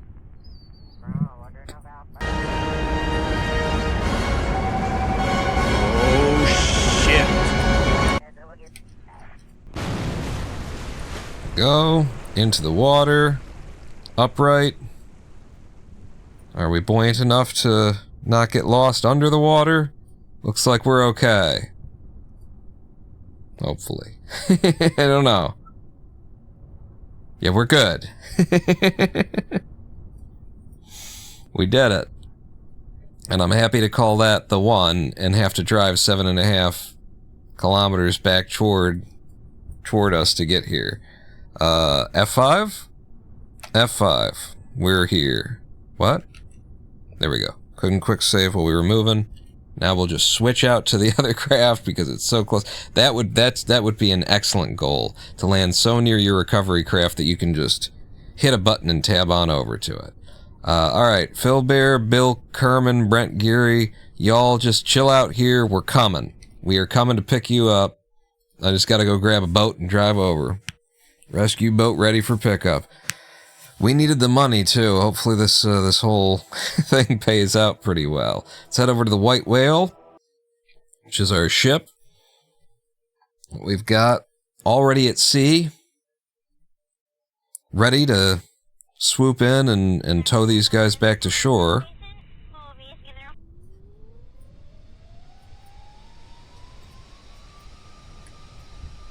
And go ahead and throttle up.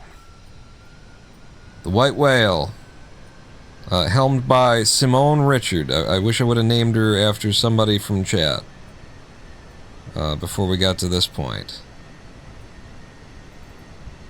We're heading toward the Stooges, Mark 1. Give me surface speed. Should put flashing lights on it. We can turn our lights on.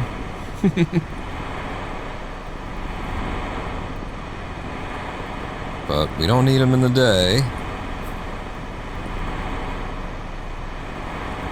And now the question will be, do we have to, like, drive through the chop in order to get there, or can I ride along the surface of the waves and make some real speed?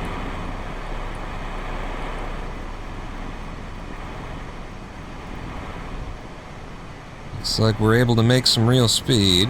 See if we'll hang on to it.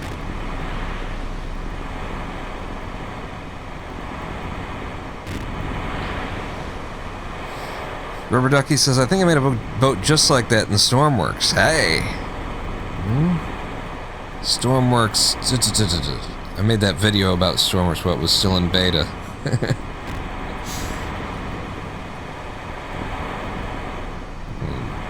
I hope it encouraged them to, you know,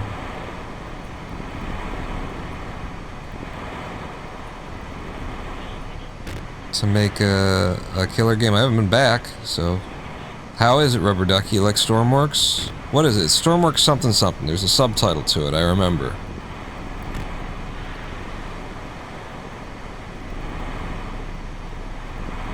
Something and Rescue. Stormworks Beck and Rescue.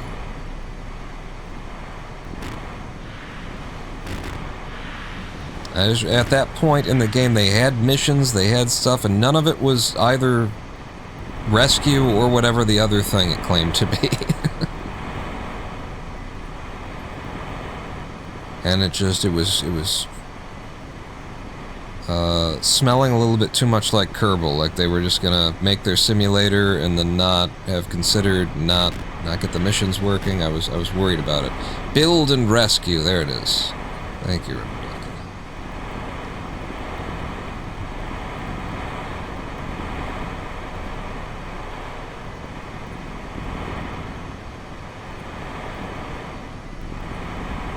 Alright, this is... If I'm gonna get there as fast as we can, I need to turn off a little bit.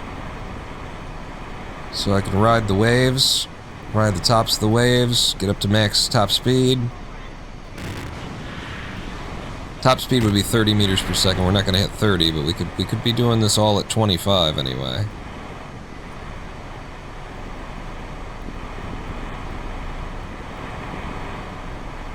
It's entirely up to the sea, you know, the chop. Whether or not we can cruise along with speed or not.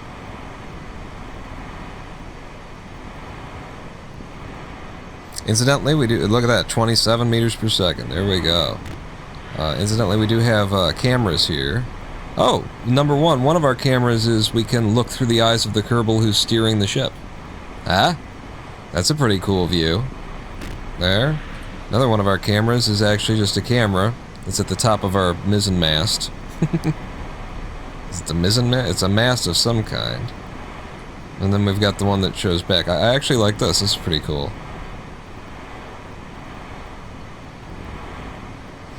It went a bit like KSP. Introduced missions as your chief way to make money. Do the missions make sense, and do they live up to the premise? You know, that was my thing. It was very early days when I did my review, but Stormworks Build and Rescue had no Stormworks in it, and it opened on a series of missions that had nothing to do with rescue, and you know, it's like, please don't just do the Kerbal thing and make like a mission generator that doesn't make any, that doesn't, you know, have a progression to it, doesn't have a difficulty arc, doesn't train the player as you come on by playing. Lost interest after the first few missions, as whatever that sounds about. So, you know, that's what I was worried about. That's why I criticized it heavily in my early gameplay review, and it sounds like I knew where it was headed.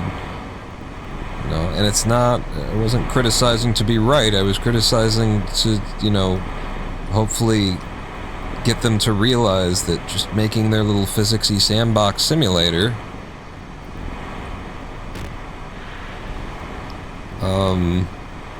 was the beginning of the job. And then you turn it into something that people, you know, want to play. Then comes the game design. Having a physics sandbox is the beginning of something. Unless it's not. Unless it's just going to be a physics sandbox like certain things that are just physics sandboxes. My problem is when you start selling your game as... You start selling your sandbox as a game. You start selling it as though it's going to be... You know, it's got missions and progression and that kind of thing, and then there's no game design to it. There's no... You just made a physics sandbox and then tacked a mission generator onto it. That's not... You've actually made it worse, in my opinion, than if you just do a physics sandbox. And you're just straight, and you hands off and say, listen, it's just a physics sandbox, it's a simulator, it's all we tried to... That's all we wanted to make, that's all we tried to make. Then you look at it in that context and you say, okay, then that's what it is. But when you show up like Kerbal did with a lot of mechanics that are telling us that, no, we want it to be a game, and then it's not, how am I supposed to judge?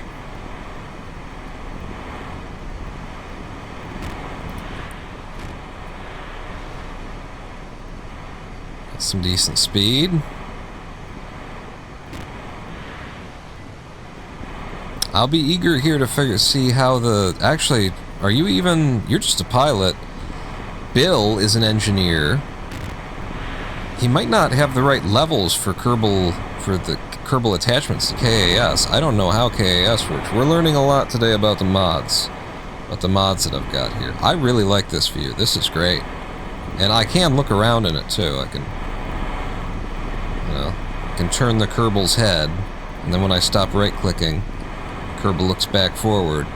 This is cool. This is very cool for the little bike seats. And this, what gives us this? I feel like the mod that gives us this is Hullcam VDS. Comes with a bunch of cameras which add a bunch of alternate views, and some of those views, they're default views for your docking ports, but also you get a default view out of any Kerbal's eyes.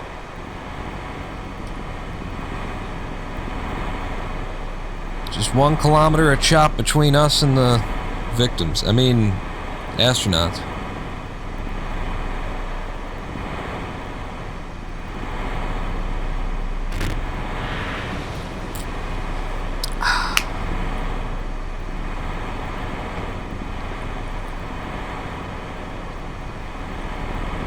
Again, having trouble getting up speed because we're just into the chop.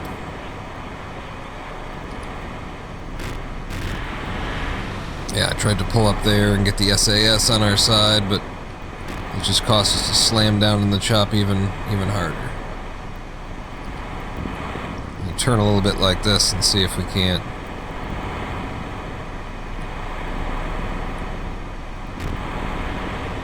You know what I feel the need for in Kerbal Space Program right now? A horn. Say I don't install like part adding mods. Right now I could use a let the astronauts know we're coming. 500 meters out.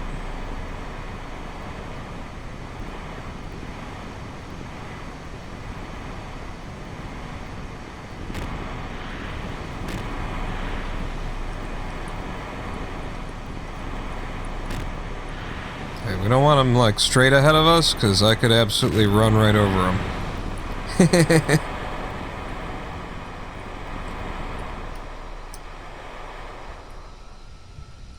125 meters in front of us.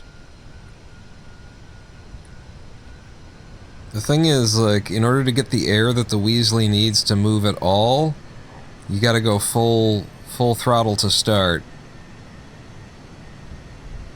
And then the Weasley will start to push you a little bit. There we go. Once we get over 2, then I can sort of pull back. Just ease up on them.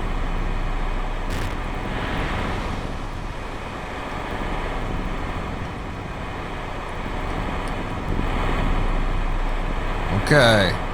Full stop. Hit the brakes. And let's see where we are. Look at that. Look at that. Alright, F5. We brought one vessel to the other vessel.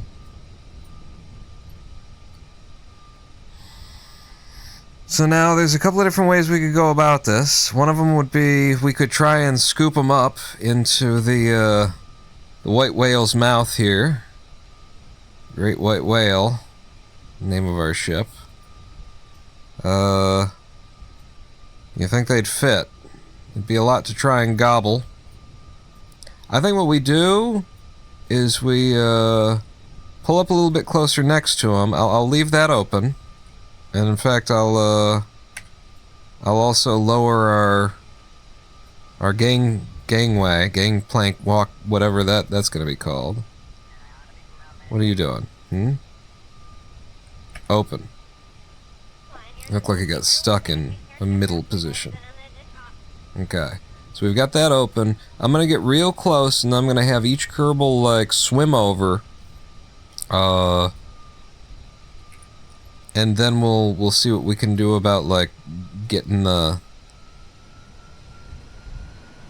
This was a triumph. the craft itself. I'm making a note here. Huge success. Yeah, you know what? This is close enough. We're switching vessels. F5. And, the pilot will be the last one to leave, so Brent Geary, actually, Bill Kerman, you lead the way. You're an engineer. There is no EVA for Bill Kerman. Activate a hatch.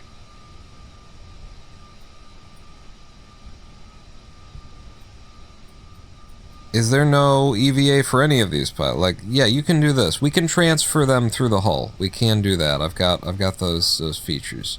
So I guess the pilot does have to go out first. Phil Bear.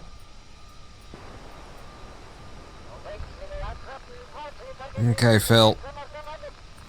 Incidentally, the water looks like this. Like, it looks so blurry and stuff because I'm using temporal anti-aliasing.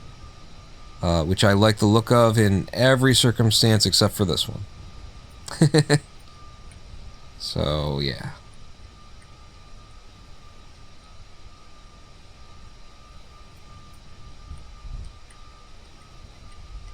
Let's get you on board. I'm a little concerned, like I think... Uh-oh. What? Fuck off. I just clicked out of the goddamn thing again, because Kerbal Space Program doesn't lock your fucking mouse to them. I'm a little concerned with the lack of seating. This guy's a pilot, so he can take the other seat. And then we switch back to you two. And I should be able to transfer crew. Bill Kerman, transfer to this seat. And then now Bill can EVA.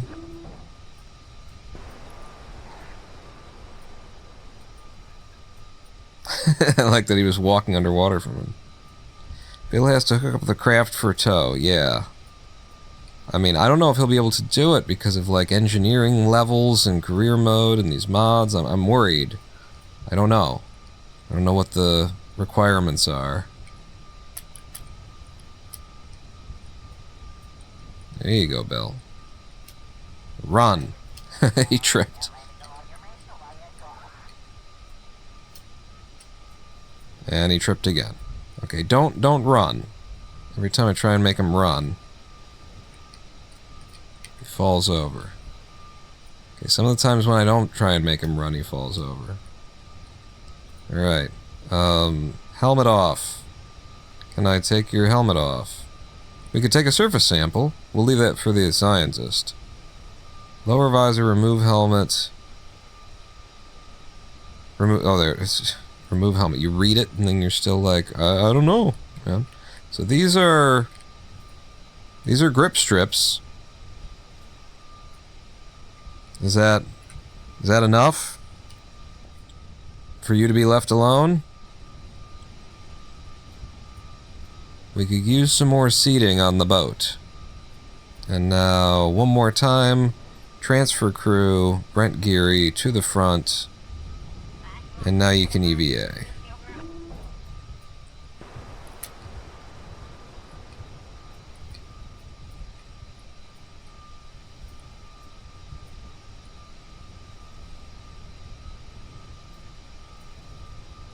Oh, Jesus. Look at the ship. That's a hell of a keel.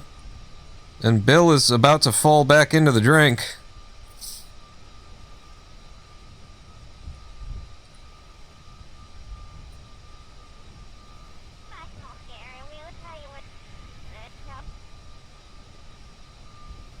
Boy, if Kerbal wasn't so dedicated to their little bullshit animations, we could just be like moving forward while I'm holding move forward. But it's gotta play the whole animation every time. Big keel.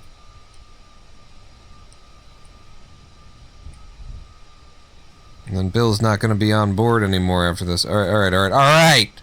Can remove your helmet. Jesus Christ.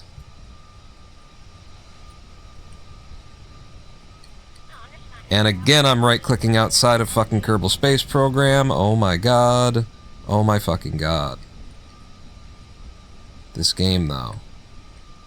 Game? Yeah, you're right. Alright, scientist, go ahead and take a surface sample from the water. Very humid sample. You hope the equipment has been properly waterproofed. Excellent. And in fact, we can go ahead and observe mystery goo while the scientist is here. Yeah.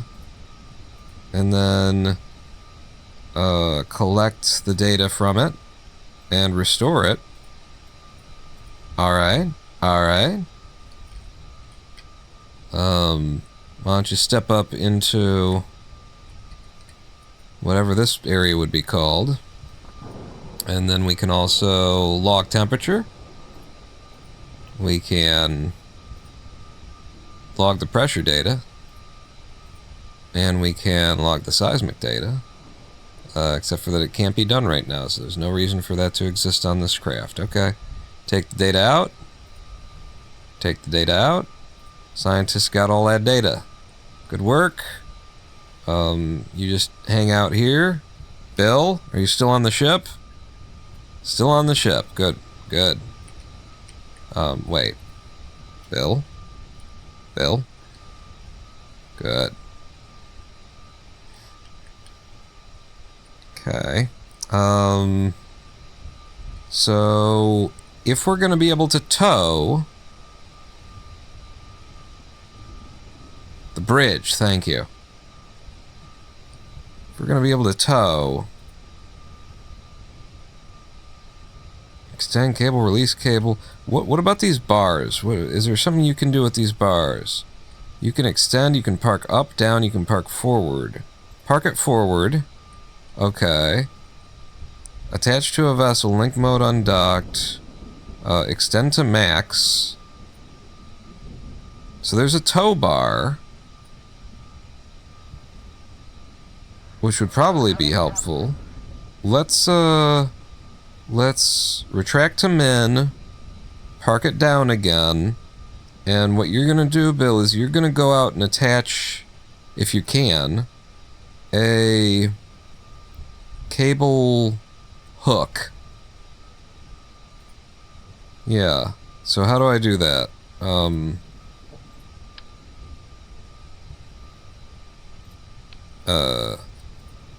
Both of you open. You have an inventory. It's full.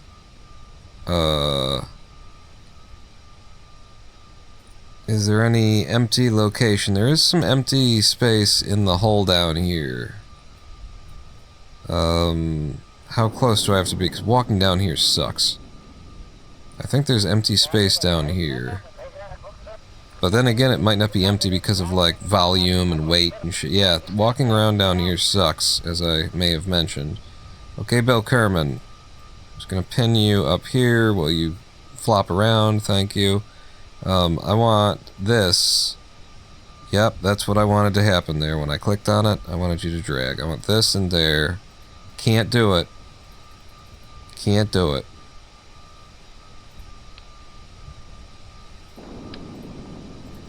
Can't just drop it. Can't just drop it. What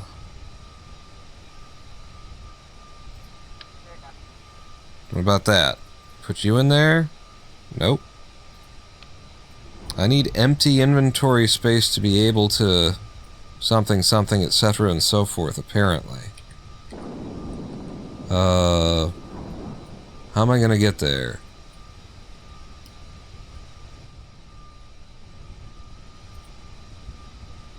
You got inventory? You do. So, Bill swims back over, puts his jetpack in there in order to make room for him to be able to carry something. It's annoying, but it should get the job done. Yeah! He did a half gainer. I don't know what a gainer is. I don't know what makes it half of one. But he did. Bill, why are you sinking, Bill? Bill? Why do you not float?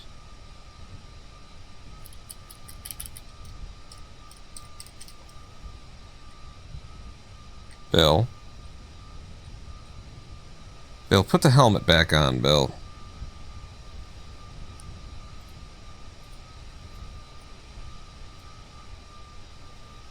Okay, he's coming up. It's fine, I guess.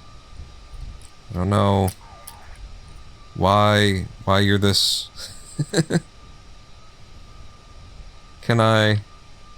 From here? I can. Alright, good. Let's head back to the ship. That made you a lot lighter. Getting rid of the jetpack, the monoprop pack.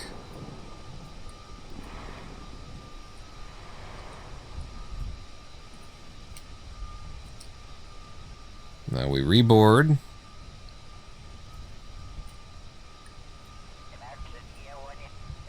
There isn't like a different camera that I could use that wouldn't be this awful, is there? That'd be great. Oh, wait. Actually...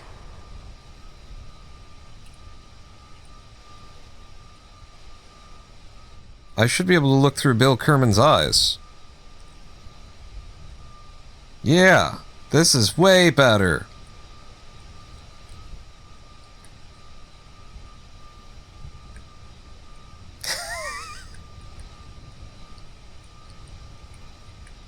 Oh my god.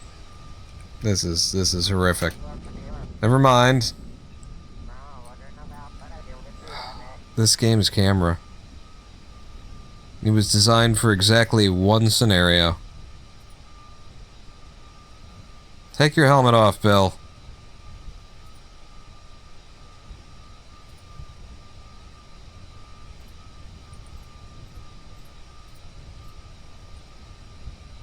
Okay, we've almost made it. Back to sanity. Get up there! Oh, thank God. Okay.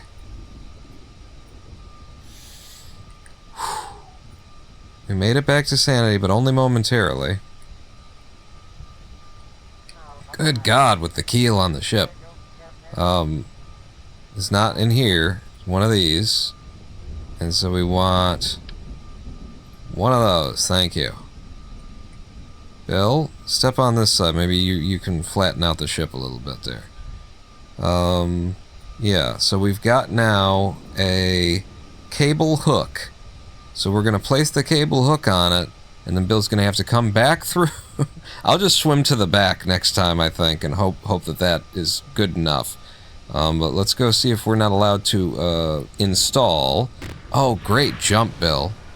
We're not allowed to install a cable hook. I don't know how. Let's remove the neck ring, too.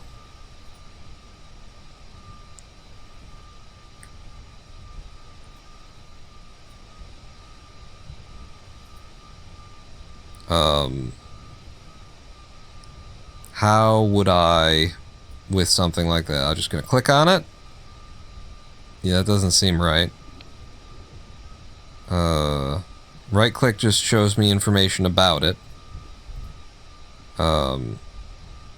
We've got no KAS specific options on Bill Kerman. Maybe if I'll close it and reopen it, because now he's holding something that has a... No. Kerbal attachment system. Need to open KAS on the sidebar. I'm looking for it.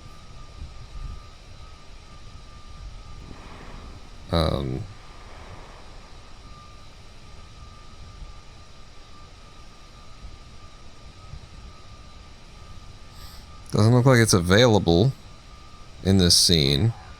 Advanced fly-by-wire, button priority, click through, crew manifest, engine light relit, minimum ambient lighting, patch manager, quick mute, toolbar controller trajectories, and TUFX are all the things that I'm allowed to futz with here. What are you? You're Chatterer. And I don't see anything that is KAS. Keyboard shortcuts? I don't know what they would be.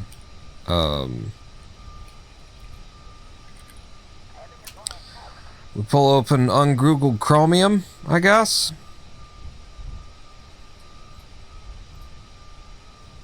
And, Kerbal attachment system.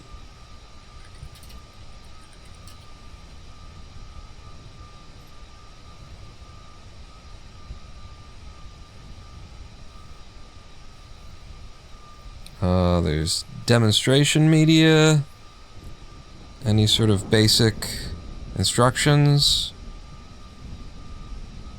video, active tow bar, winch demonstration, refueling vessel. I really would just like a couple of words to give me an idea of, like, keys to press. Control is not here.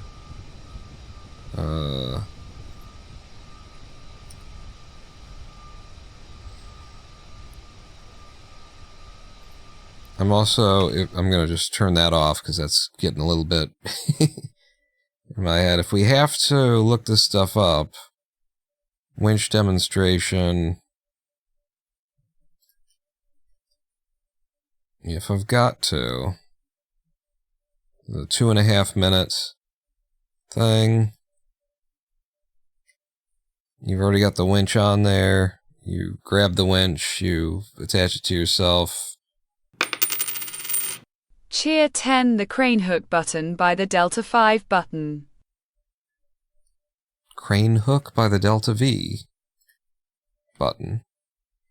Close this down, minimize. F6.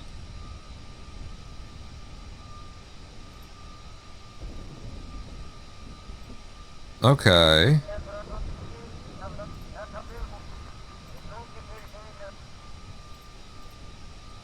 Is this just a built-in system for their inventory management, and then Kerbal attachment system, like, does something, integrates? I mean, I've got that. Right click, not doing anything there.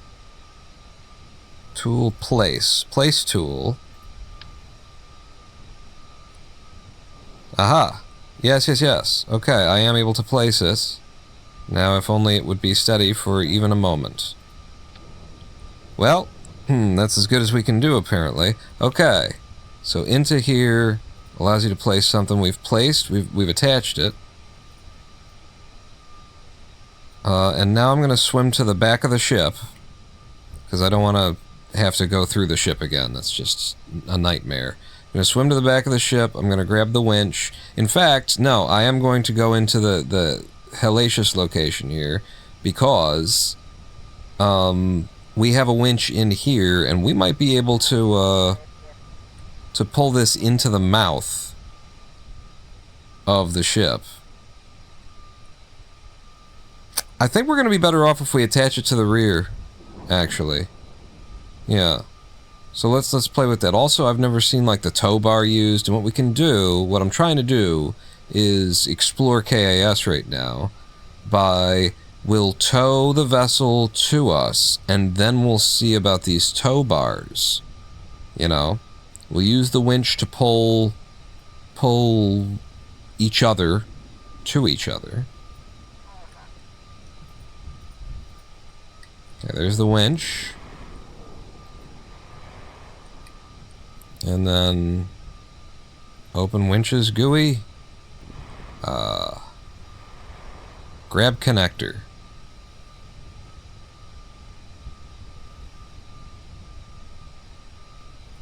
Okay. I presume physics will let me just go through shit. Yeah.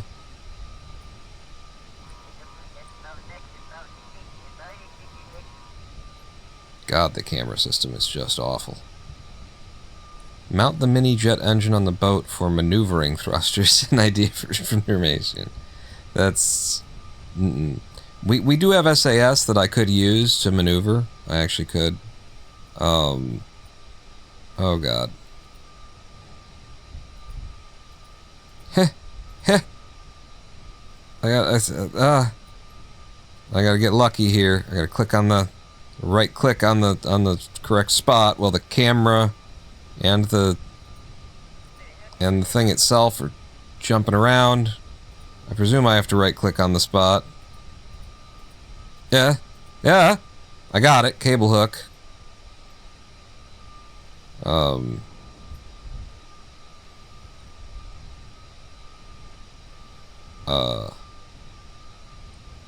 Now what? and here's the winch.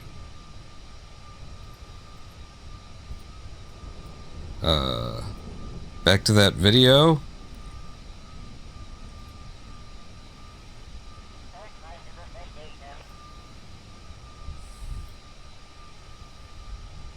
Now what? You walk over, you right click. Wait. You right click and you're getting an option that says attach connector. Does the winch not attach to the cable hook? I mean, what the fuck is a winch and a hook? And you're not telling me that. You're not telling me that. I've got the cable hook up. I've got the winch. I'm only using 20 meters of the 80 meters.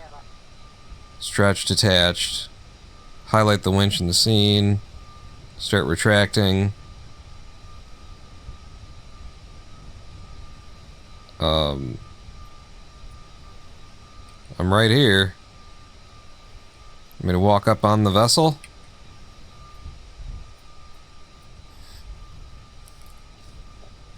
Crane button again. To what end? We just watched the thing show how we're supposed to hook a winch up to a thing.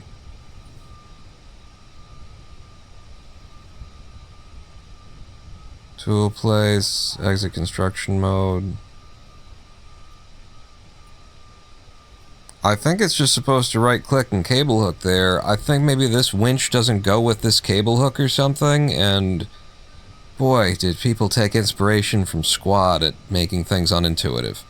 I've just used a winch with a hook, but I'm not getting a hook overlay. The video says come to it, right click on it, and then use it, but it's not. So I can attach the other part. I had the other part. I have it on the ship. I could have grabbed that one if I knew that that was what I needed to grab, but oh, I should have kept that up. That was so hard to click on. I should have kept it up. So they just kind of fucked me, is, you know, like there's some kind of nonsense between like, well, this winch can't connect to that cable hook is my best guess. Pin might need to be refreshed. I mean, now what I'm going to do is I'm going to put the other connector that I can get into my pockets. And then we'll come back and we'll try again.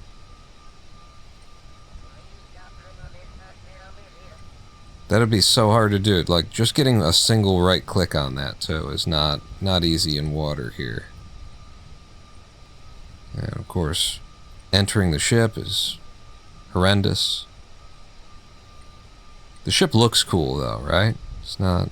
It may not be functional, but that's not my fault as the as the maker of the ship.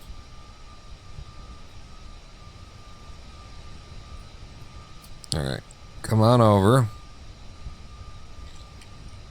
And so the other thing is one of these.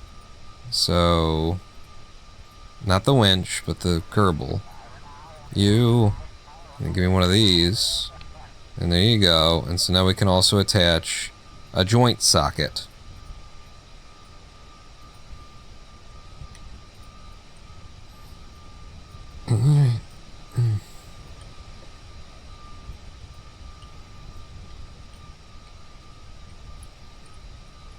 Look at how much distance he gets if you hit that just right. Oh god. Zoom out.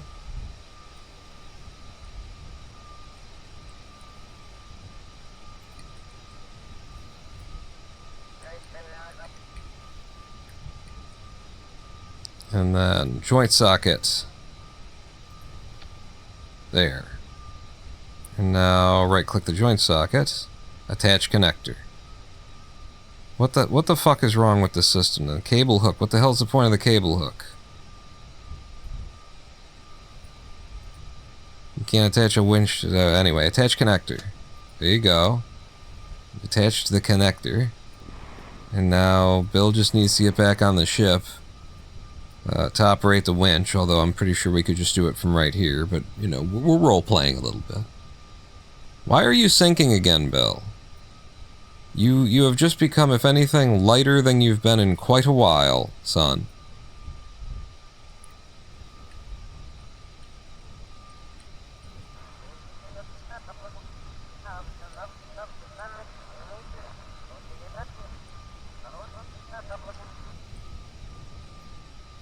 What if I just stay out here and I walk blindly?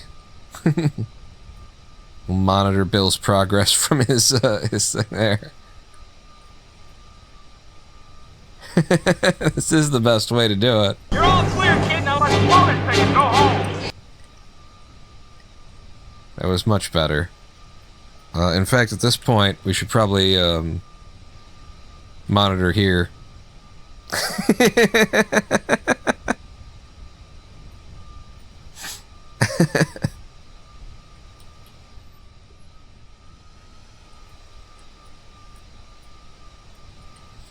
Alright, Bill. William.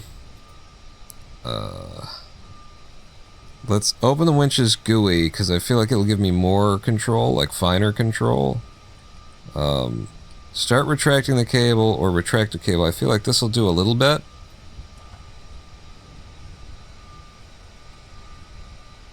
And it's pulling it in, but I think we need to adjust the ship's orientation. So I'm going to switch over to controlling the ship, and we're going to turn our SAS unit, which is back here, to reaction wheels normal.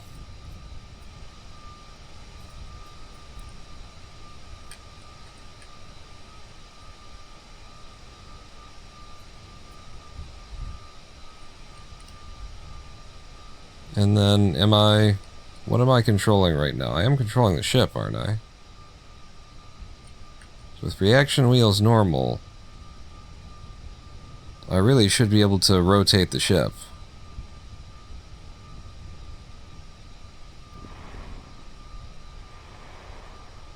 You can see the yaw that I'm pulling right now and not getting much. We're gonna need a bigger boat. I'm pretty sure I should be able to do this. Am I doing it? Like, but slowly? It looks like it is getting better, doesn't it? But slowly. Alright. Hey, this is how it goes. Oh good, Bill's back in the fucking water. Wonderful. Man overboard! We can't. We can regenerate all that electricity.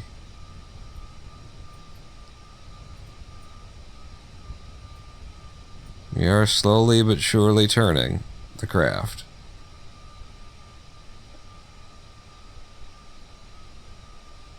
This might be enough.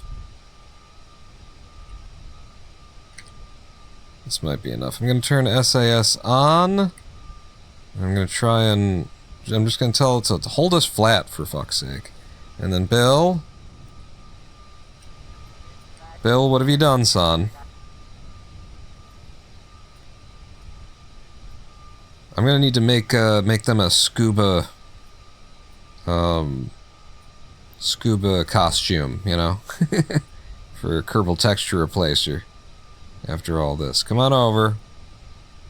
Not the resource transfer, but shoot. Well, we've got the winch GUIs already open. What am I doing?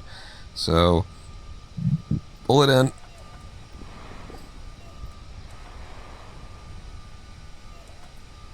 Alright, you know what? This is an awful view.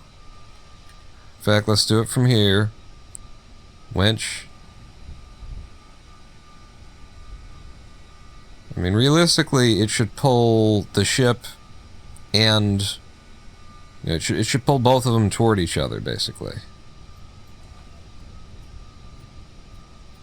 Right?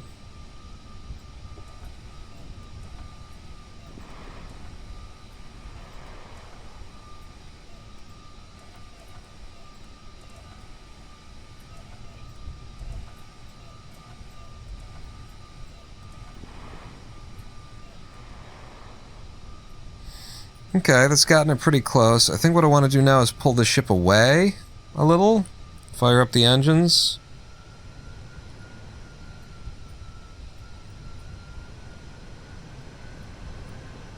And that'll get it behind us properly. And then we winch it in.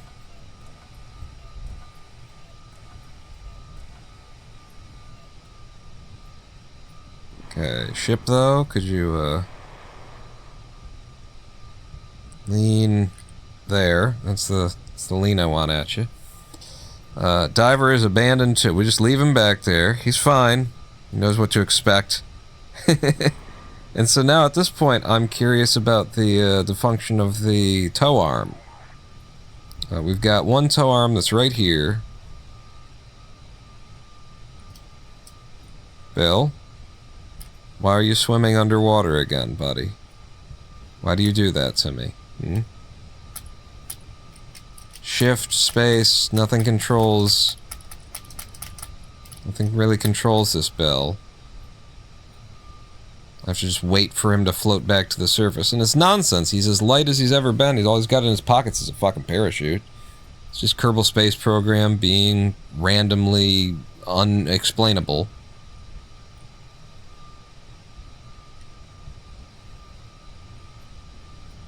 I think it's decided that the surface of the water is angled for some reason.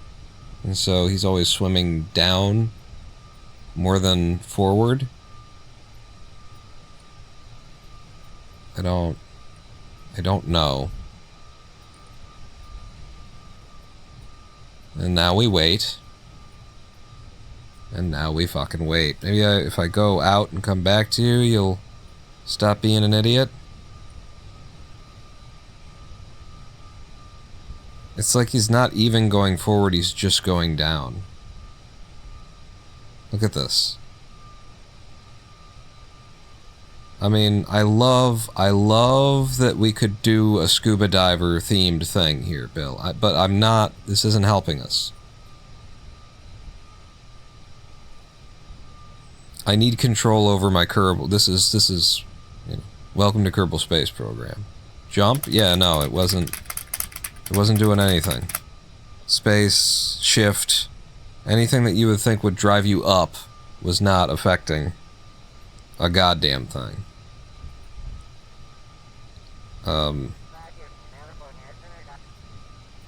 So I think this one would be the one to try and, let's see, I can't park it that way, but maybe I could. I'm worried now. I'm gonna F5 because you're right in front of the thing. So there you go. You're close enough now, Bill. Park forward. Attached to a vessel.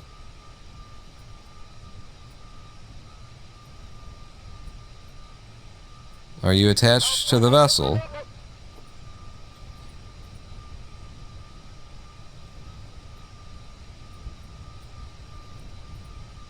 I can no longer really interact with it, which is weird.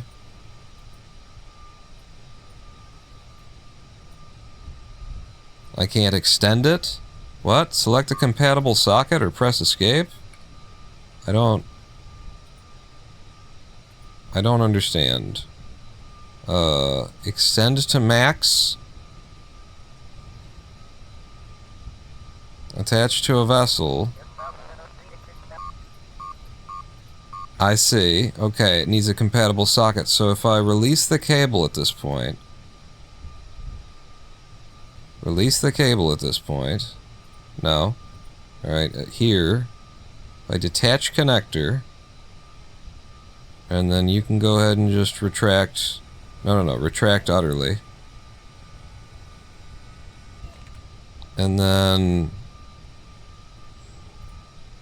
If you... Fuck, right click, attach to vessel...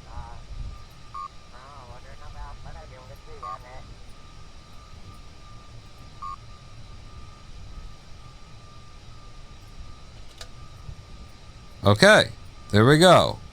I had to defeat a collision circumstance, but we got it. And now... Is there, like, something I can do to make it looser, or...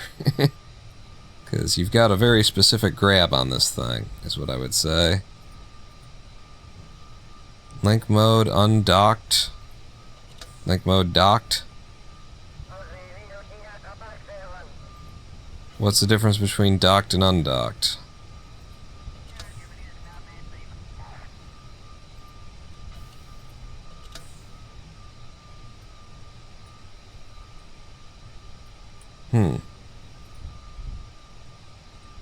I don't much know. Bill?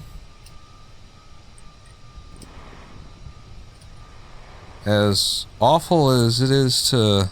Oh, there you go. Hey, hey, hey, hey, hey.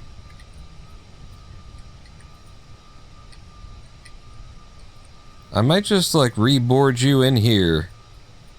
'Cause, yeah. But can I? Be bored. Okay, and you took me into his view for some reason. There we go. So now there's now everybody's attached to the same vessel. There's one Kerbal who's loose, and it's her. And honestly, you're gonna have to get back in there too. Yeah. Because we don't have enough seating on the craft. But I think we might have just, like, you know, solved the... We got it. We're attached. We've got a tow bar. I think we might be able to drive this thing home. F5. And then, yeah, you're gonna... Well, you can stand there for a moment, because Bill Kerman, I need to transfer you. Transfer crew.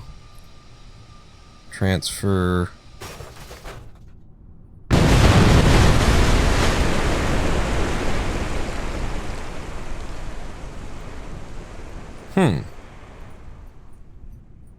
So you don't want to transfer crew. Oh wow, look at that. Look at that. That's pretty cool. That's pretty cool. I had just F5. Danger, Will Robinson! Danger! No, Will Robinson! Danger! F9. I F5'd just before we started that, so all of our progress is fine. Should have this Kerbal Femme standing on the back of the thing at the top and waiting and all that kind of stuff. That's where I F5'd. Alright, let's try this again and see if everything explodes. Again. Transfer crew. Transfer. Bill Kerman's now in the back there. And now I switch over to you and jump you into the drink. And looking for you to be able to board.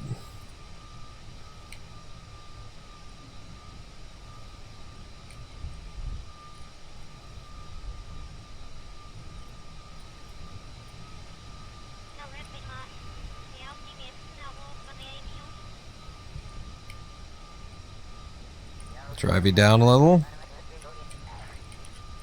I am spamming the B button in case for any frame it allows me to actually, like, get to... There we go.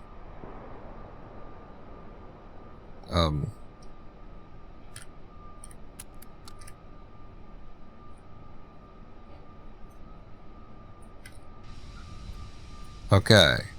Everybody's on board now. Frank Geary, Bill Kerman, Phil Bear, and Simone Richard. Everyone is on board. F5. And now let's see if we can't just go back. If we can't just go home. There's no other vessels here. So there's the island airstrip. We're heading back to the KSC. Over there. Let's fire her up. F5 again. Go ahead. Looks like it's a loose enough connection.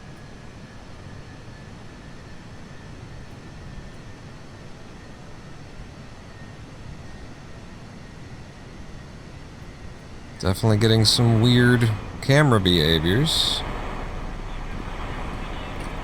Okay, but we've got... Oh, Jesus. Okay. That's fine. It's fine. It's fine.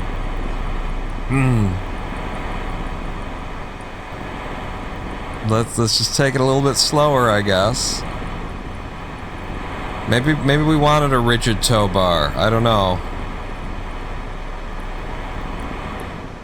Looking for the shoreline.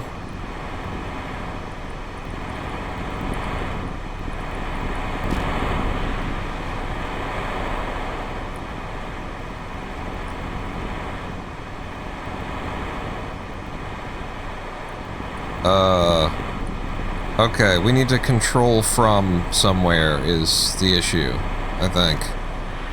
An issue, anyway. Get me out of here. I need to control from point. We've got... Alright, stop. Fucking stop. We need to control from point. And there is one right back here. Yeah. Okay. The Octo 2. And then command. Control from here. Thank you. And now... Wow, how close are we to... No, this is where we're... That's right, we're just pointing in the right direction. Give me a Kerbal's eyes. Well, actually, we'll start with this. Go ahead and close the gangway. I mean, I guess we can. Sure.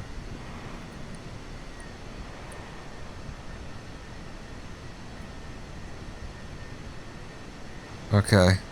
Kerbal's eyes? Kerbal's eyes. Can I steer now? We're just not making the speed yet. It's okay, that's the nature of the Weasley. Gotta get a little bit lucky and catch enough wind in order to get the Weasley actually firing at full throttle. 1.6, come on. Come on, pick it up.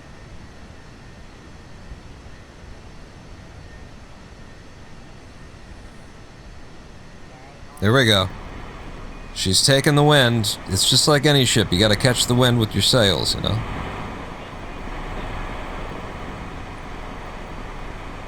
Yeah, we're being yanked around a little bit. I don't know about these tow bars. I'm not sure that this is the best way to go. I feel like maybe the winch would have been... Just leaving it on the winch would have been a better way. If we switch to the rear view... then everything can explode for no particular reason. Wow. Look at the way that it exploded, too. Stuff all over the place. I guess some of it is wings, so... F9. So maybe the tow bar isn't the way to go. Maybe we leave it on the winch. It can hang out far behind us. I think it might even still be considered as a separate object. So it'll have its own physics and containment and stuff. That might be what we want to do here. Link mode docked. Link mode undocked. That could also be an issue. Now that's interesting. Now I can just control this vessel. And now can I switch to the other? Ah, if it's not in docked mode, then it's a separate thing. That might be a big deal. Yeah, and now it's just Phil Bear and Simone. Let's try towing it with just this. Actually, wait a second. The other thing that would be nice would be if it were extended. So that there's a bit more gap between us and them. Max extension.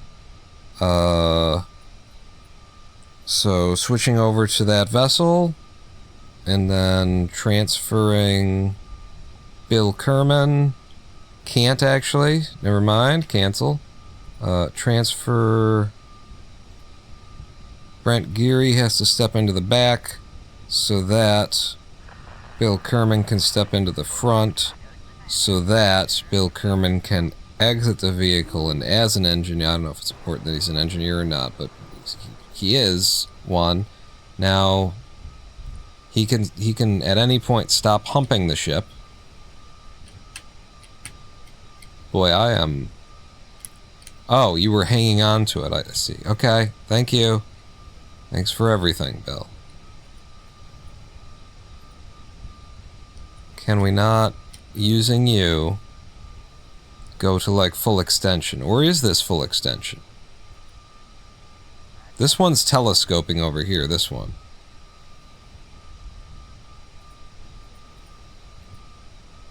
No.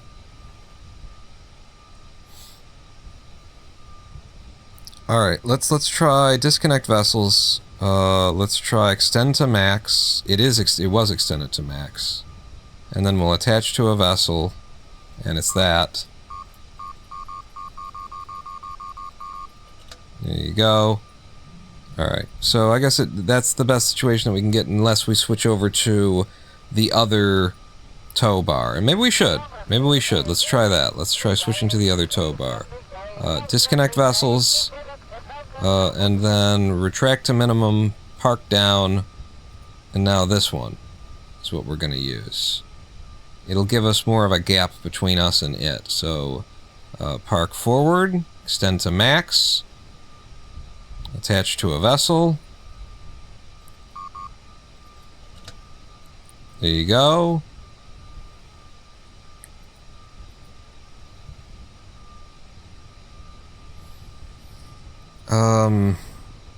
It seems like it kind of matters how far away they are when they attach or something. I don't know. It doesn't look like it's going to give me all of that extension that we wanted. Shall we try towing with the winch instead? Is that a possible thing? Let's try this tow bar in this mode, which we haven't tried before, and see if that works out. So now all I need is for Bill Kerman, who was previously a big fan of just swimming straight down, to find your way back aboard this vessel. So I'm going to swim you in such a way as to force you under the ship.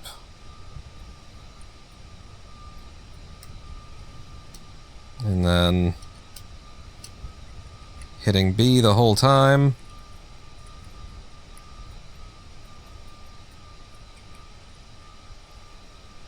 No? Nothing? Fucking nothing? Wonderful. Can I switch to you? You've got your own SAS if you've got any electric left.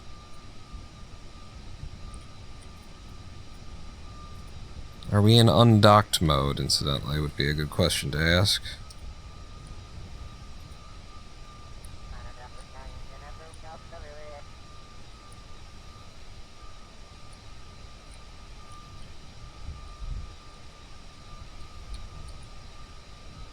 Yeah, link mode.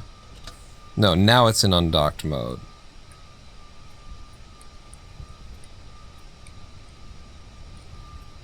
Now we just gotta get Bill onto the craft. Well, that's climb. That's close to something. I'm hitting B constantly.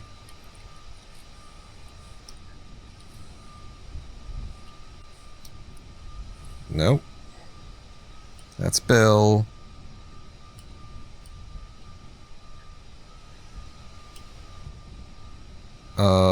So there's only 2 vessels here. This isn't right then. Let's go back to the other mode.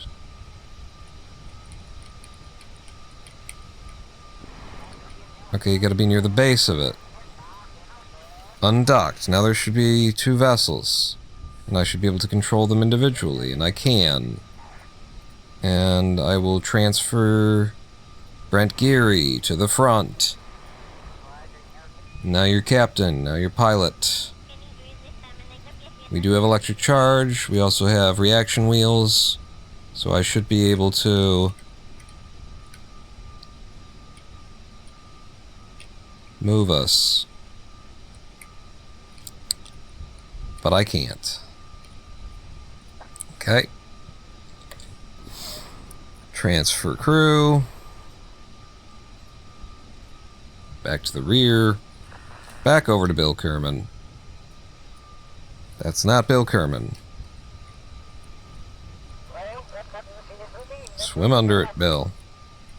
And then just be spamming the B button for if at any point it gives me the option to board.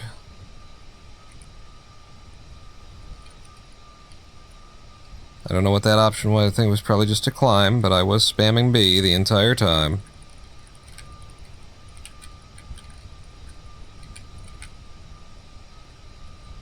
Ah! Ah, damn. Yes. Yes. No.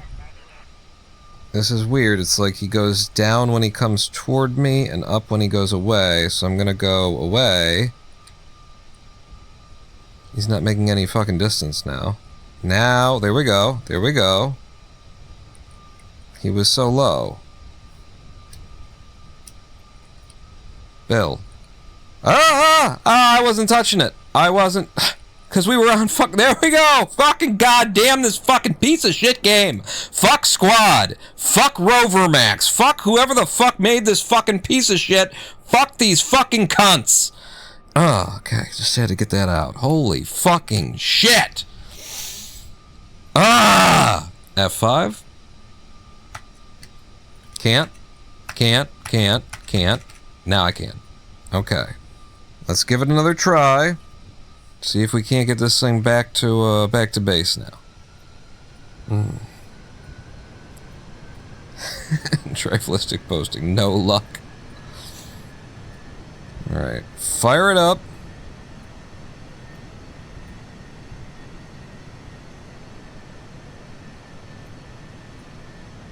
We are at full throttle. The ship is actually potentially blocking the craft's ability to create thrust.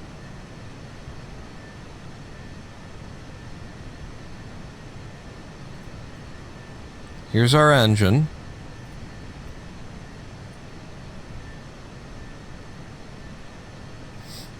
Requirements met are 71%. It just needs a little bit of forward momentum is all that needs to happen. But it needs like 1.6 meters per second, not 0.3.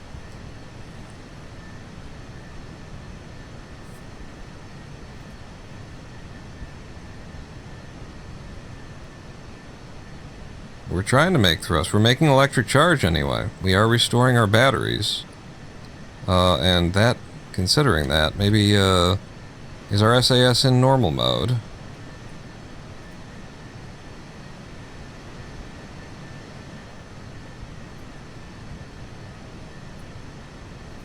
You note that there's no hashtag here on the Weasley, even though there's a number thing here, but there is one over here.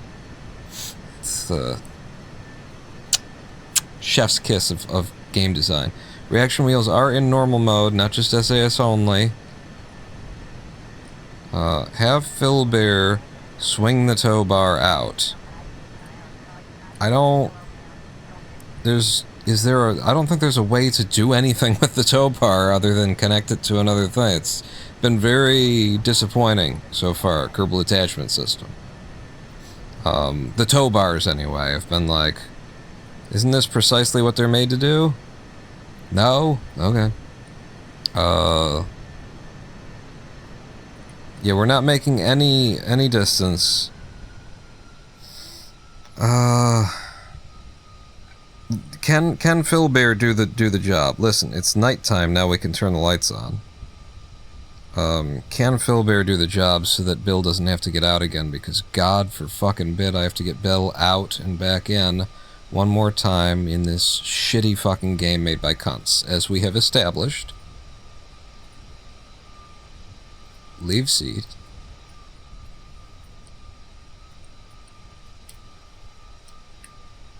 No, that's not open. That's not closed, rather. Can you, or does it take an engineer? Looks like you can do things. So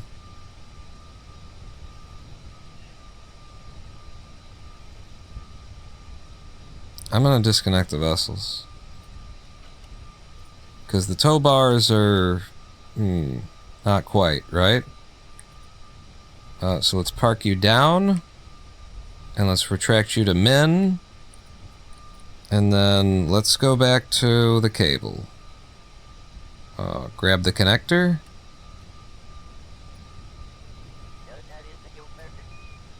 And then we just gotta attach it to the joint socket.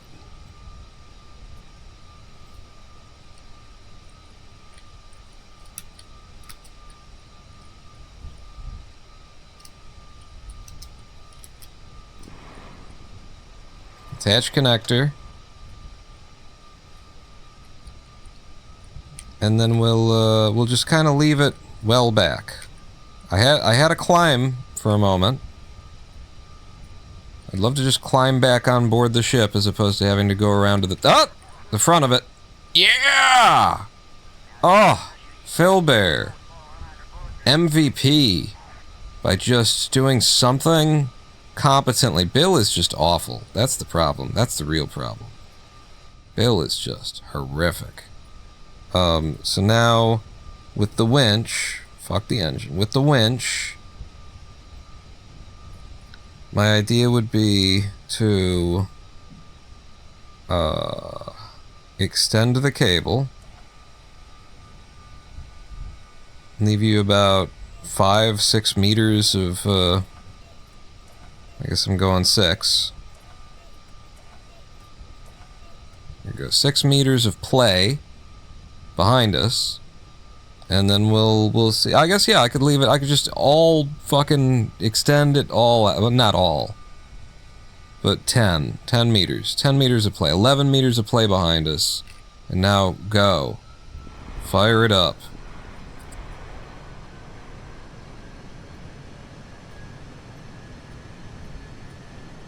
Yeah. Just a soft... A loose thing is so much better. Clearly so much better than a rigid tow bar. I guess rigid tow bars maybe for space? What are the situations that I should be considering? Actually, I'm gonna stop the engine. I'm gonna stop the boat. And I'm gonna F5. Okay, and now we're gonna go, because it seems like we've got things working. We've got a solution that could function in the long run now. Now I just need to figure out where the shore is. Ah! There it is. Get up some speed. We break past 1.6, the Weasley will kick in. Weasley is the most efficient engine we had available for this kind of thing, by the way, at, you know, at sea level. To do this sort of a deal, this was it. This was as good as it gets. And now, just watch back there.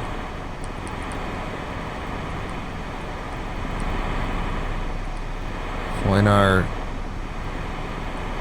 our mast at the shoreline and go. I don't know.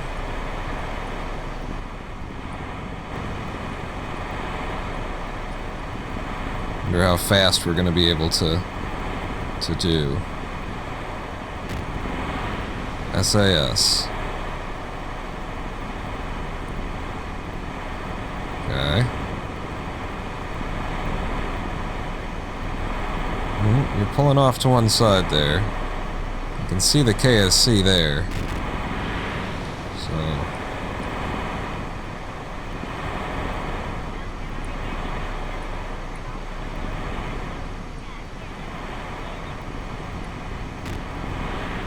should be it. And then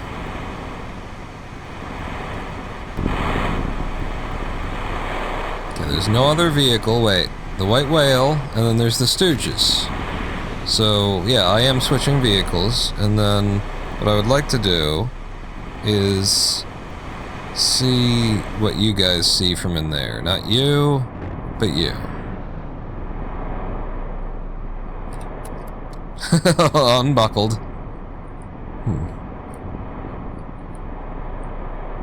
There you go.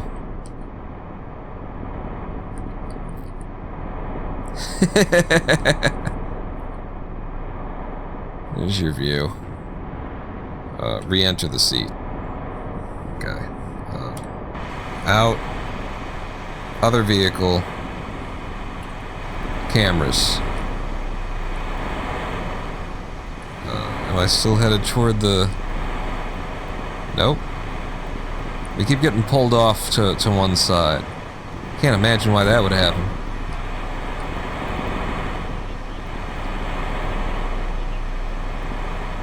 We're just dragging something behind us awkwardly. So it's a slow tow back to shore, but you know, it'll get us there eventually, maybe. What about like Kerbal's eyes? Yeah, there you go.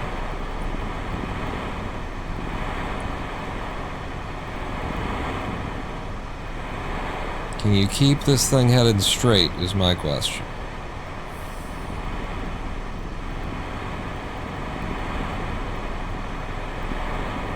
Oh, yeah, and we got one in each seat. And then we've got, you know, good old whatever the fuck this is mode. Nope, we need to continue heading toward the shore without banking off to the...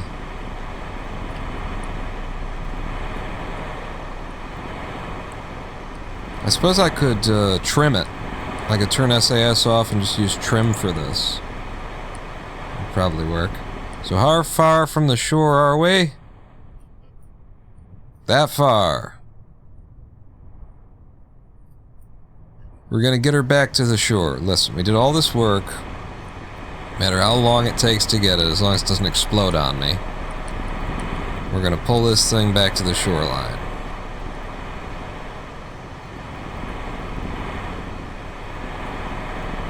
That's why I created this craft, and she's doing the job. Oh, well, this is why we're going so slow. Somebody left the mouth open. No, that is not why we're going so slow. Increase our aerodynamicism here in the water.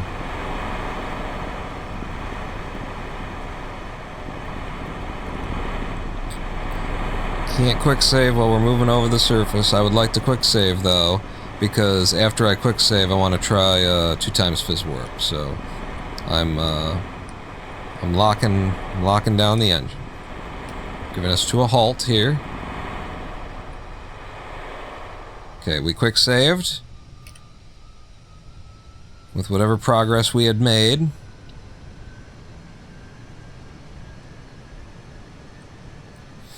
So, as inconvenient as a, you know, lifting arm, a tow arm would have been for us to be able to, like, grab onto the vessel, pick it up, lift it, and put it onto the back of the ship. If we did that and then attached it to, like, a tow bar to make it, like, a docked just part of us where it doesn't move at all, that would have been more convenient, certainly. And we would be able to go faster in the water too. Although we're hitting 11 meters per second. This is not bad. Up to 12 while we're towing the damn thing. This is okay. But we did this so that I could try fizz warp.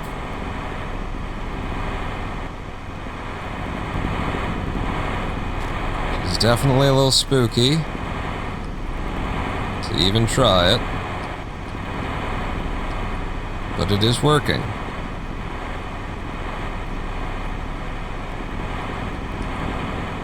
I'm mainly afraid now that the shoreline's gonna creep right up on us, you know? I'm also not entirely sure where the KSC is anymore. Just headed to the shoreline.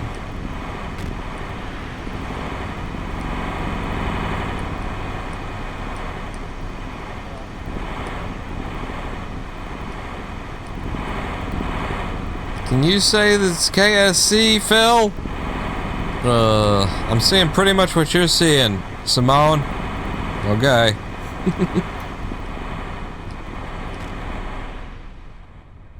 It looks like we're headed straight at it. There's something shimmering up there. It's probably the KSC. Just keep heading toward that hard mountain ridge line in the sky. Should be that white circle. Oh, that's right. Like where we dock, where we spawn in the water is marked as well.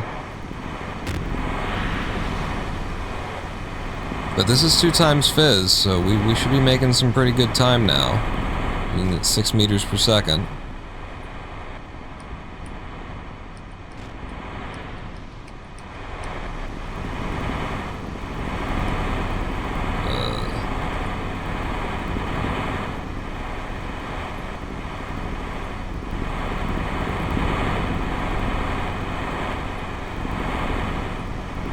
Don't need the joint socket anymore, huh?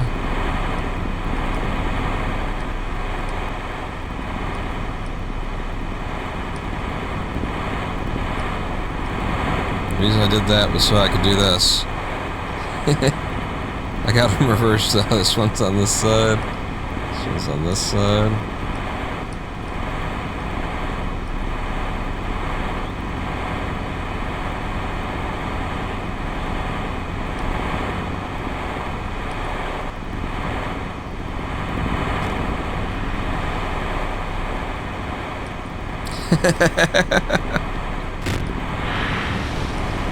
What do you think of my space program, huh?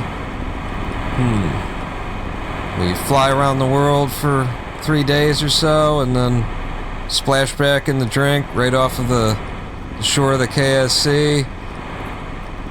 Pick it up with a boat. Haul everybody back in. This is a space program. Shore is getting pretty close at this point. It's how it feels to me, anyway. I think we're supposed to be parked up over there, if anything. Let's go ahead and come out of Fist Warp, because I think the shore is pretty damn imminent. Should I beach the craft?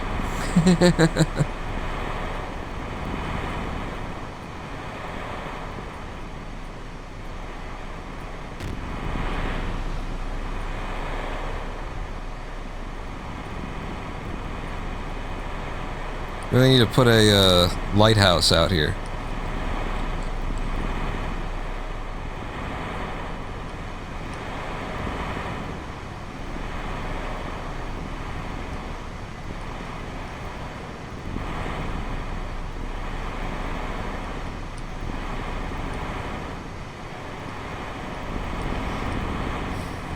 Need to modify the craft with extra seats, definitely that. This boat needs some extra seats to it. I'm pretty sure this is the shore. Yeah, that's the shoreline. So, I'm killing the engine. And then we're gonna F5. As soon as it lets us. There we go, we've F5'd. And now, let's try and pull right up on shore.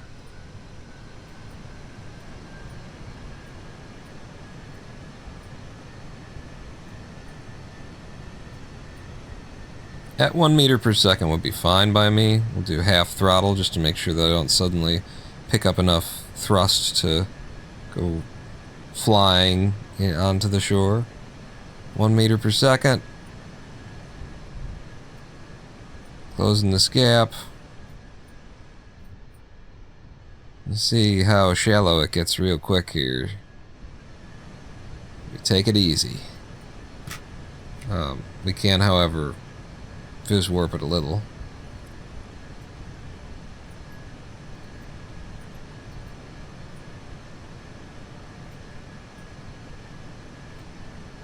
Really need a dock, you know? Could use a dock. Harbor. Build a truck to carry it back to the VAP would be next. Let's transfer. Transfer the vessel.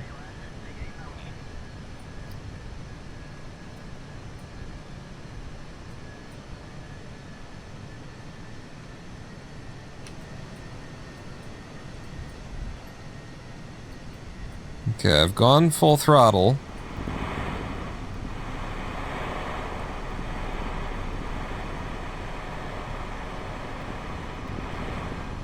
So that I can do this.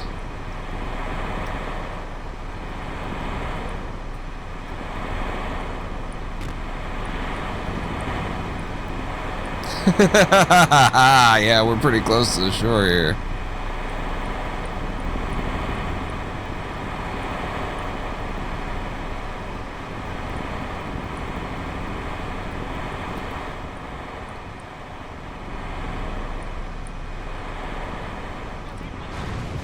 There you go. We found the shoreline. Uh-oh. No. Before I do anything, maybe F5? Do I F5 from here? This is pretty messed up. I can recover, so I think I'll just go ahead and F5. And then I'm going to try and uncapsize this here.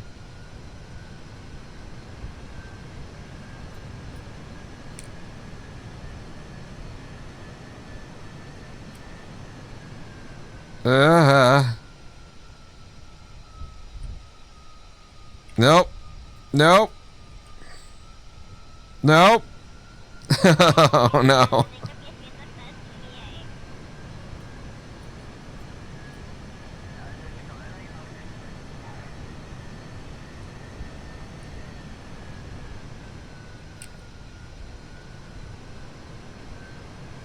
I don't think we're going to be able to flip that over.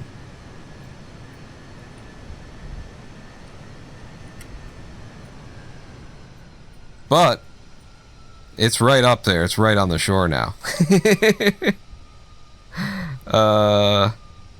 I'm gonna F9. I'm afraid to F9, honestly.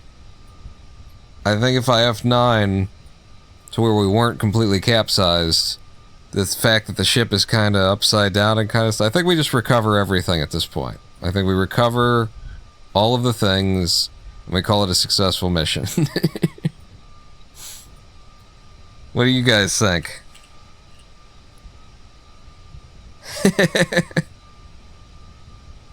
This is their view from underwater looking forward.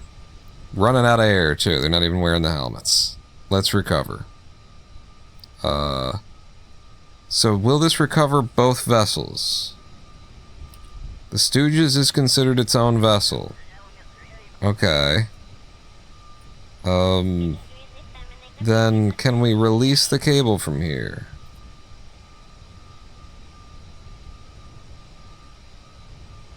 I mean, detach the connector. And then retract the cable.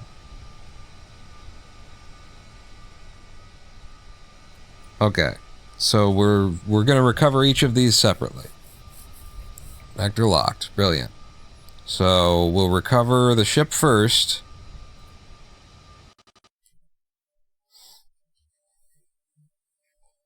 Successful mission is what we'll call that.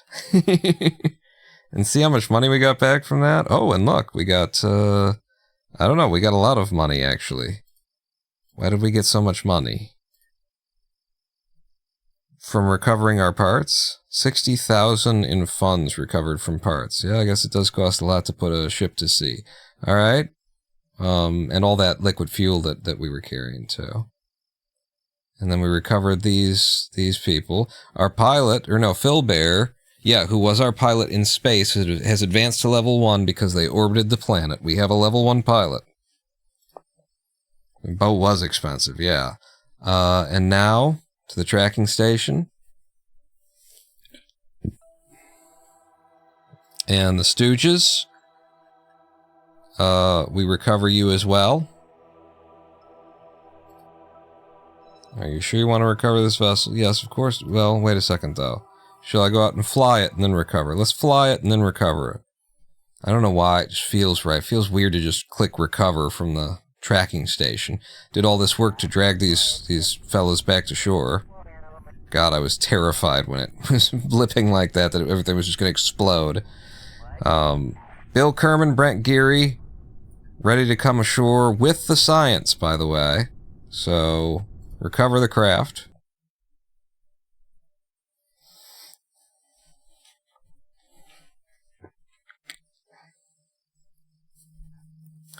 And now this will have brought quite a bit of science in for us. 158.5 science was earned. The parts we've recovered are worth $15,000. That rocket only cost us like $26,000 to put up. So by recovering this close to the pad, I presume, does it tell us like 100% value? Parts resource recovered, landed at KSC docks, 100% value. Awesome. I didn't realize that it would count being at the docks, and both of them for orbiting the planet have gone up to level 1. Brilliant. Okay. So a lot of money comes back in, but now we get to actually pay ourselves for the mission. That was day 62. Our mission ended on day 62. We're not allowed to go off-world again until 1476. Day 76 is when we'll need that. But we get to pay ourselves now. So, this is the calculator for this kind of thing. It was a science mission. We could call it exploration, but it was science. We went up there to get the science. Good night, peace out, everyone. Thanks for sticking with us, Triflistic. Science mission, physical science return. Yeah, we brought everything back that we took except for... Did we do a... Yeah, except for the... I'm going to call this a physical science return, absolutely. Crewmen required... The mission required all 3 crewmen. It was our first 3 crew to space. So, 3 of those. Spheres of influence or biomes? None. Because we only went to LKO. I mean, we could say we went to the ocean. I think that's unfair. No exacting or exotic orbits. Extra crafts in the group. For the sake of recovery, we did build a boat. So I'm going to say yes. I'm going to give myself credit for having built a boat. The entire last live stream was just experimenting with boats. And was it a milestone mission? It absolutely was, because it was our first Kerbal sent to space. So, the base payout for it is $50,000. We get a 100% bonus, bring it up to $100,000, and then we get an extra $30,000 because it was a physical science return, and that's the bonus for that. No? I don't know what the stat. We get $20,000 for that, and then an extra $10,000 because it was a science mission. So $130,000 is what this mission pays us, and I think that's fair. It's a big milestone mission to send your first Kerbals to space, and we brought back all that science physically, returned it. Yeah, it's reasonable to pay ourselves $130,000 for that. So we get into Alt F12, and we head over to the cheats. And we say 100,000, and then 30,000 I should end on 59,000. That's what I should end on. 259,610. Thank you. 259,610. Back up to 250,000 in this program. And just to remind anybody that's just looking, we don't get contracts from Gene Kerman. Gene doesn't have contracts for us. I have disabled contracts from Gene Kerman. We make the missions, we pay ourselves, we have a system for paying ourselves, and that's the only place the money comes from. That, and the game does give you some money for your milestones and stuff like that.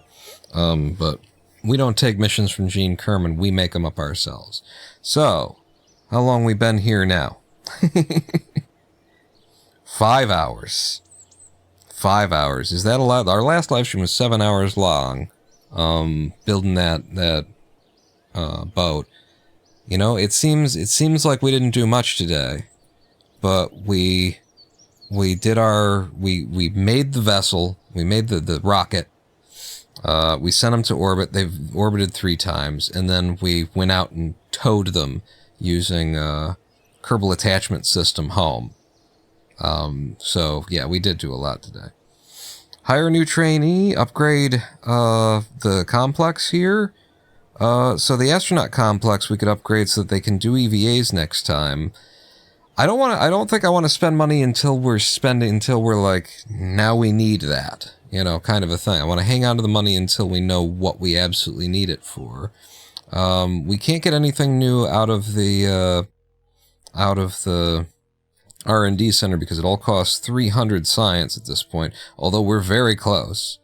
A little bit more science, another scientific mission should do it. And the next scientific mission I would have in mind would be, one of them is to just do a flyby of the moon and send something solar, you know?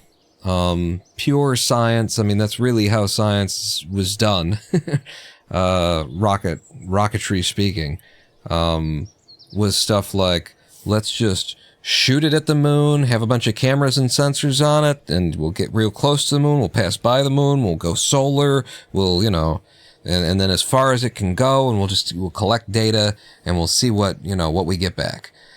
So that's one of my ideas. The other idea is to do an impact test.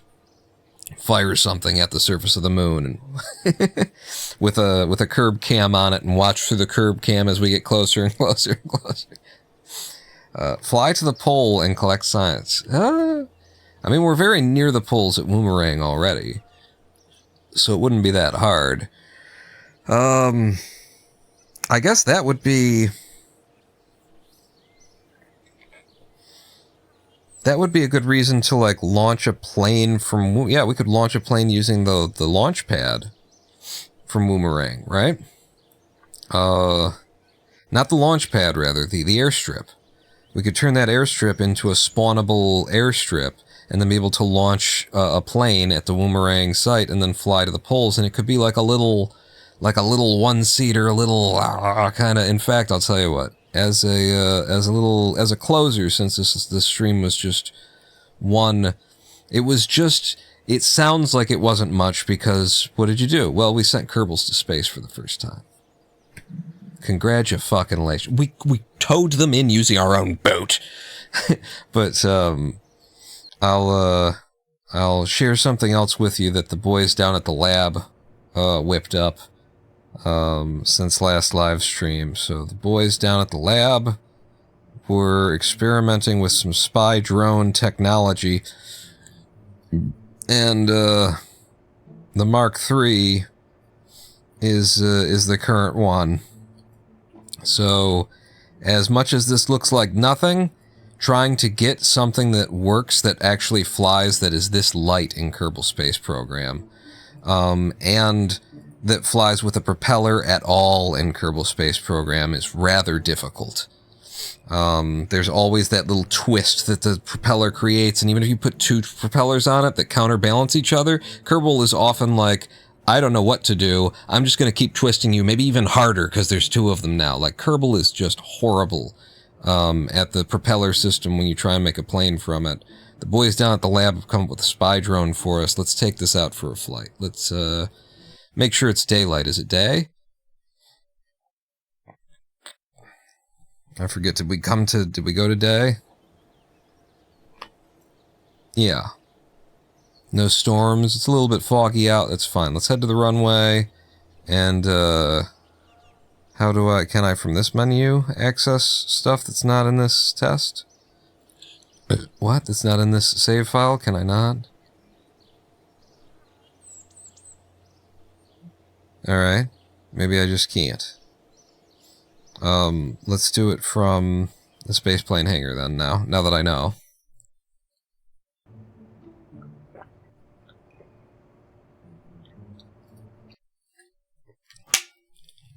Put this sucker out on the runway. And I was trying to make a hang glider. A Kerbal hang glider where there's no, like, official cockpit. And, I got various things that I could fly them, but they weren't elegant in any way. And elegance is necessary for me. I'm not gonna be like, yeah, technically you can kind of make this fly. But so I should be able to, if I remember how this works, I can, if we got brakes on, we do torque limit all the way up, and then SAS on, And then for takeoff and landing, you use SAS. And then release.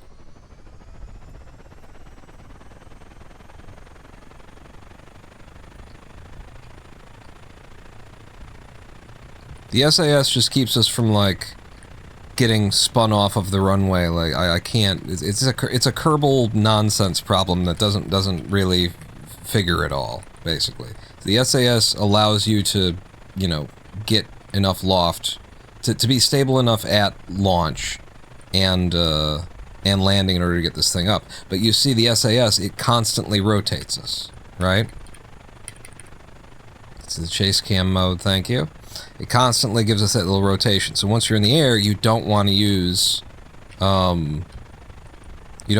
SAS anymore. You want to trim. So, and a little bit of trim. You can see, you can barely tell that I've put any trim on it at all.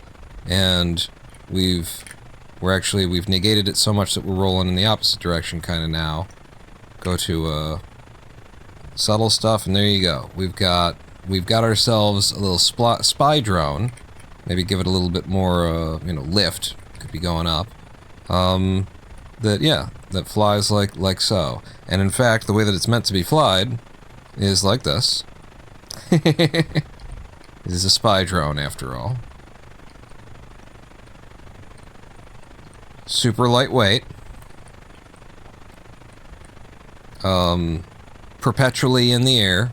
You know, the electric charge is not going down, if you'll note up here. So long as the daylight is out, kind of a thing. But the other reason that it's, that we consider it a spy drone, if I can get it to kind of stop banking to the one side there. The other reason is that there's one more camera, and it looks straight down, and it's a night vision camera.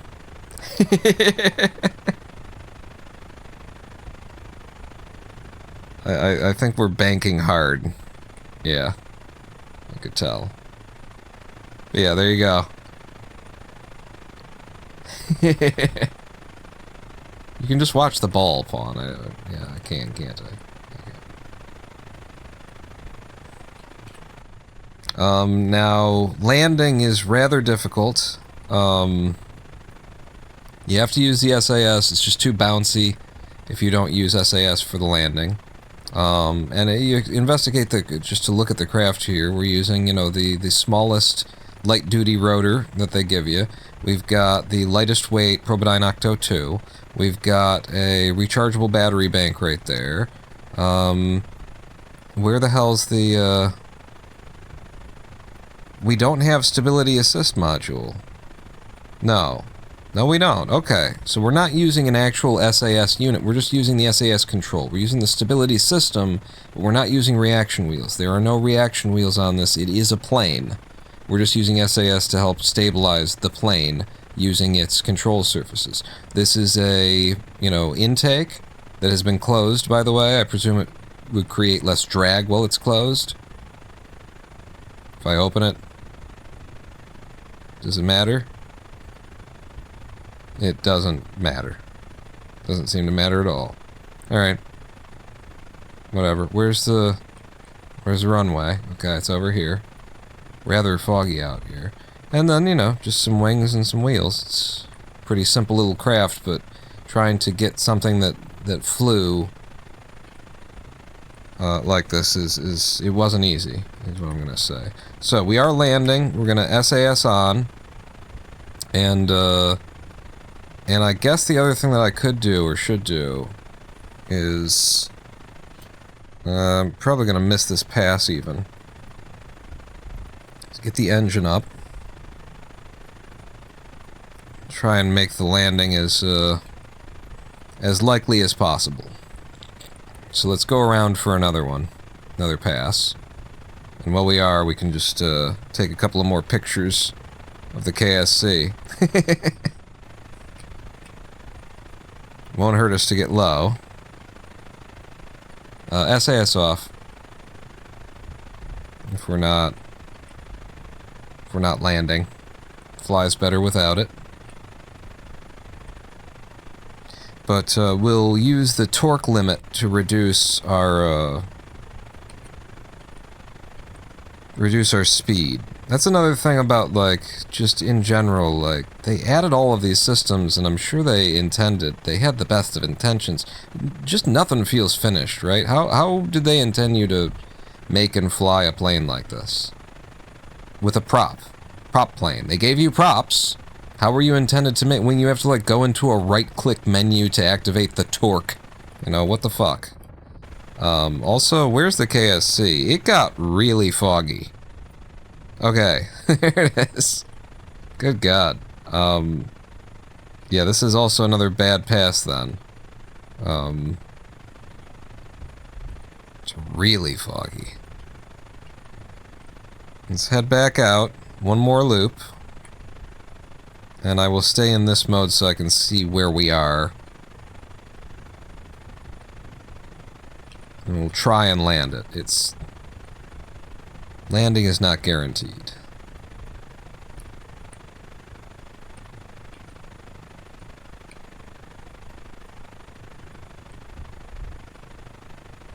Go.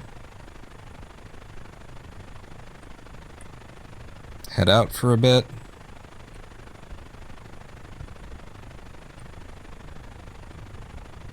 Let's not hit the trees, even if they're fake trees. If they don't have physics.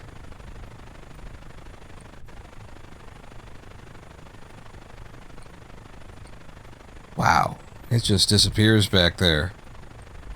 Hell of a circumstance to have to land in. By the way, didn't I have fucking chase mode on? Didn't we already do this? Why am I having to do this again? Uh-oh. Okay. Okay. Let's reduce the torque. I can see the VAB, right?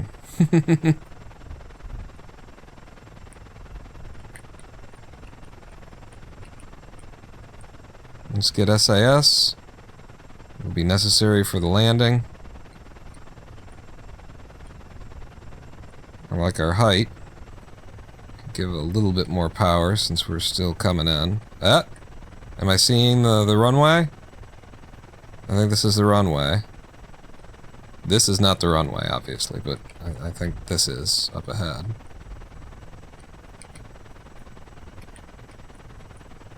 Alright.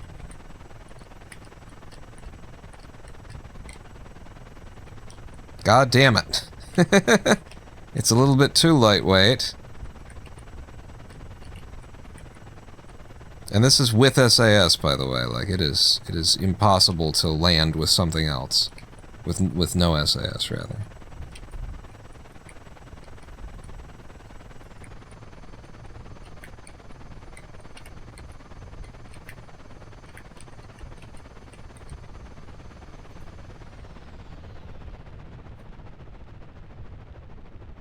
Holy God. It's probably the, most successful landing I've ever had with that little craft, honestly.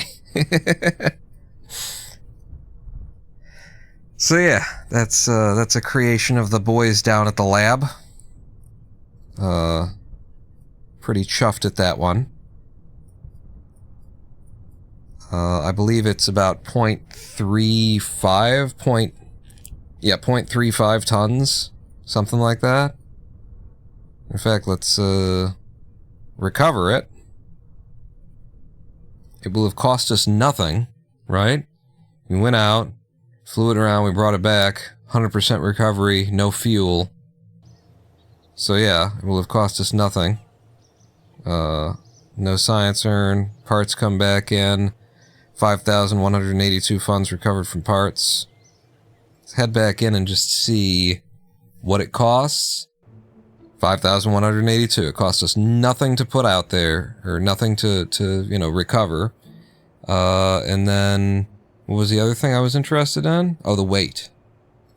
The weight? Yeah, 0.35 tons. Wow, I didn't think it was exactly 0.35 tons. It is exactly 0.35 tons. That's super lightweight. And like I say, I was trying to make something that was like this that a Kerbal could fly in.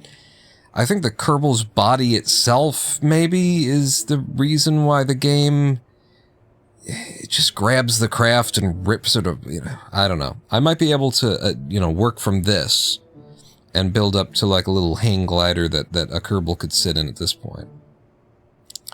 Are Kerbals real or pretend, says Evan Allen.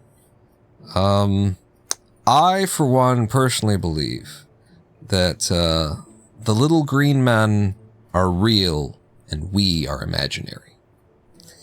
But I'm Buddhist, so I'm a Zen guy, so, what else could I possibly believe? I think that's a successful live stream there.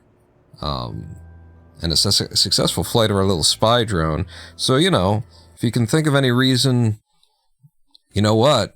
We might need to, everything's got to be like a little story, right? We unlocked Woomerang by flying to Woomerang, and now we can, Jesus Christ, look at the fog. And now we can launch things from Woomerang. We built our own station out at Woomerang. I've heard tell that there might be a competitor space agency somewhere out in the desert. Maybe we need to go out and take some pictures.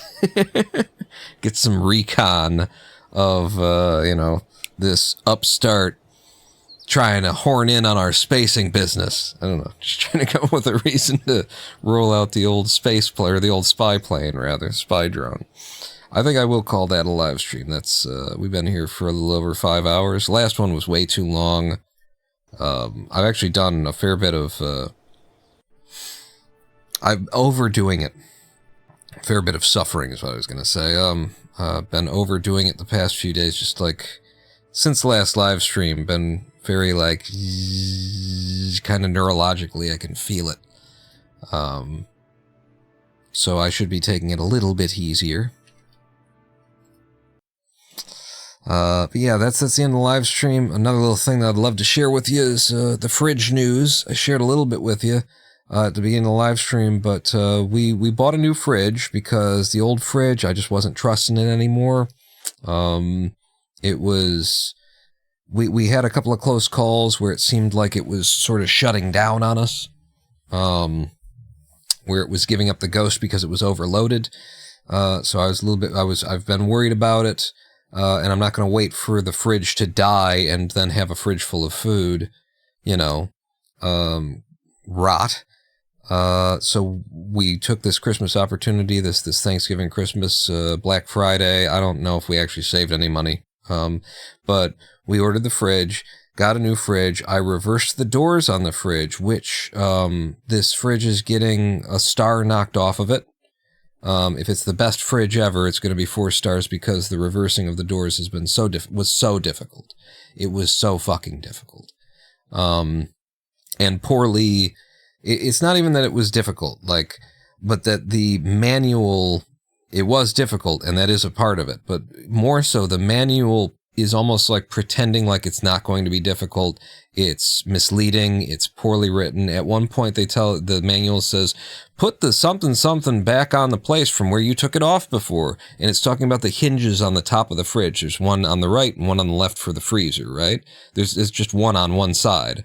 But if you switch sides, then, you go over there kind of thing. So they say, put the cover back on the other side from where you took it off before. And it's like, but there are 2 covers now. There's the one that I took off, and there's the other one that came with the unit. There's 3 covers now, and what they're relying on there is the language hinge cover instead of, or no, one of them is just a something cover, and the other ones they're calling a hinge cover. But it's just the worst fucking documentation. It's way too hard. They're lying about the idea that you could possibly do this with just a Phillips screwdriver. You need a wrench or a bit with a driver kind of a thing. You need a socket. So yeah, that was way too difficult.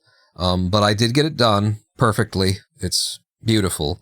And I plugged the new fridge in. What I did was I rolled the new fridge in out to where it's sitting right in front of the old fridge. Old fridge, new fridge, they're facing each other. You can open one door and open the other door, and they're both open at the same time, and then move things across from one to the other.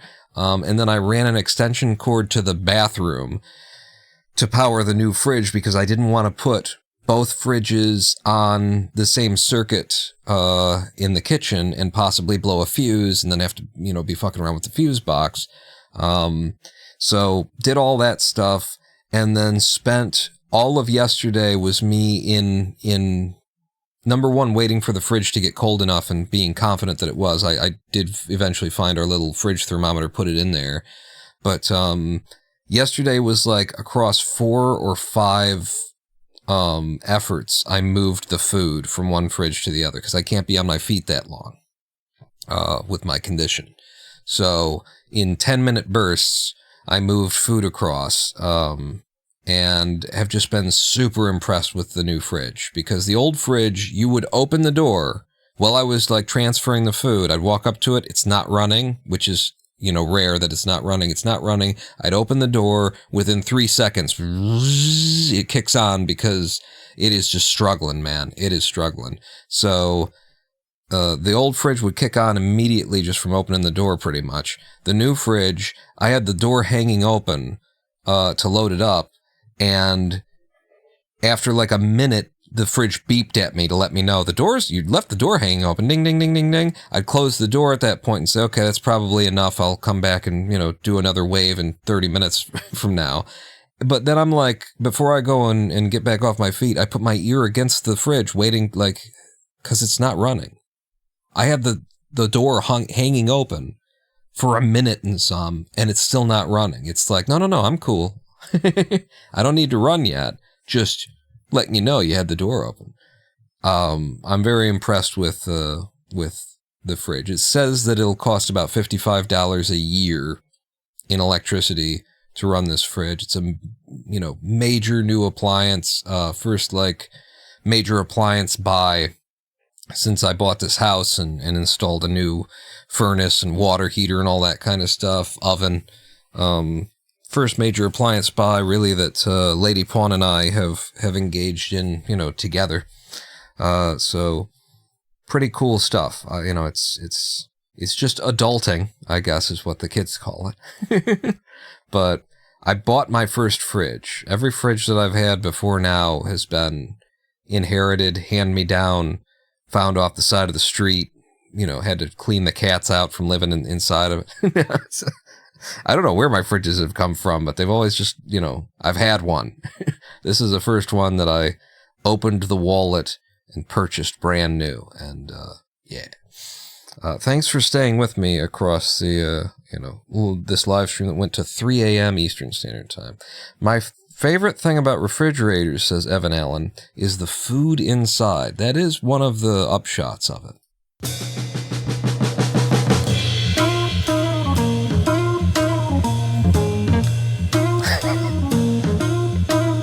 I am the Ronin Pawn, and we will be back to do more of this Sunday. As you can see from the fact that we started this live stream up at 9:30 p.m., my sleep schedule is gone.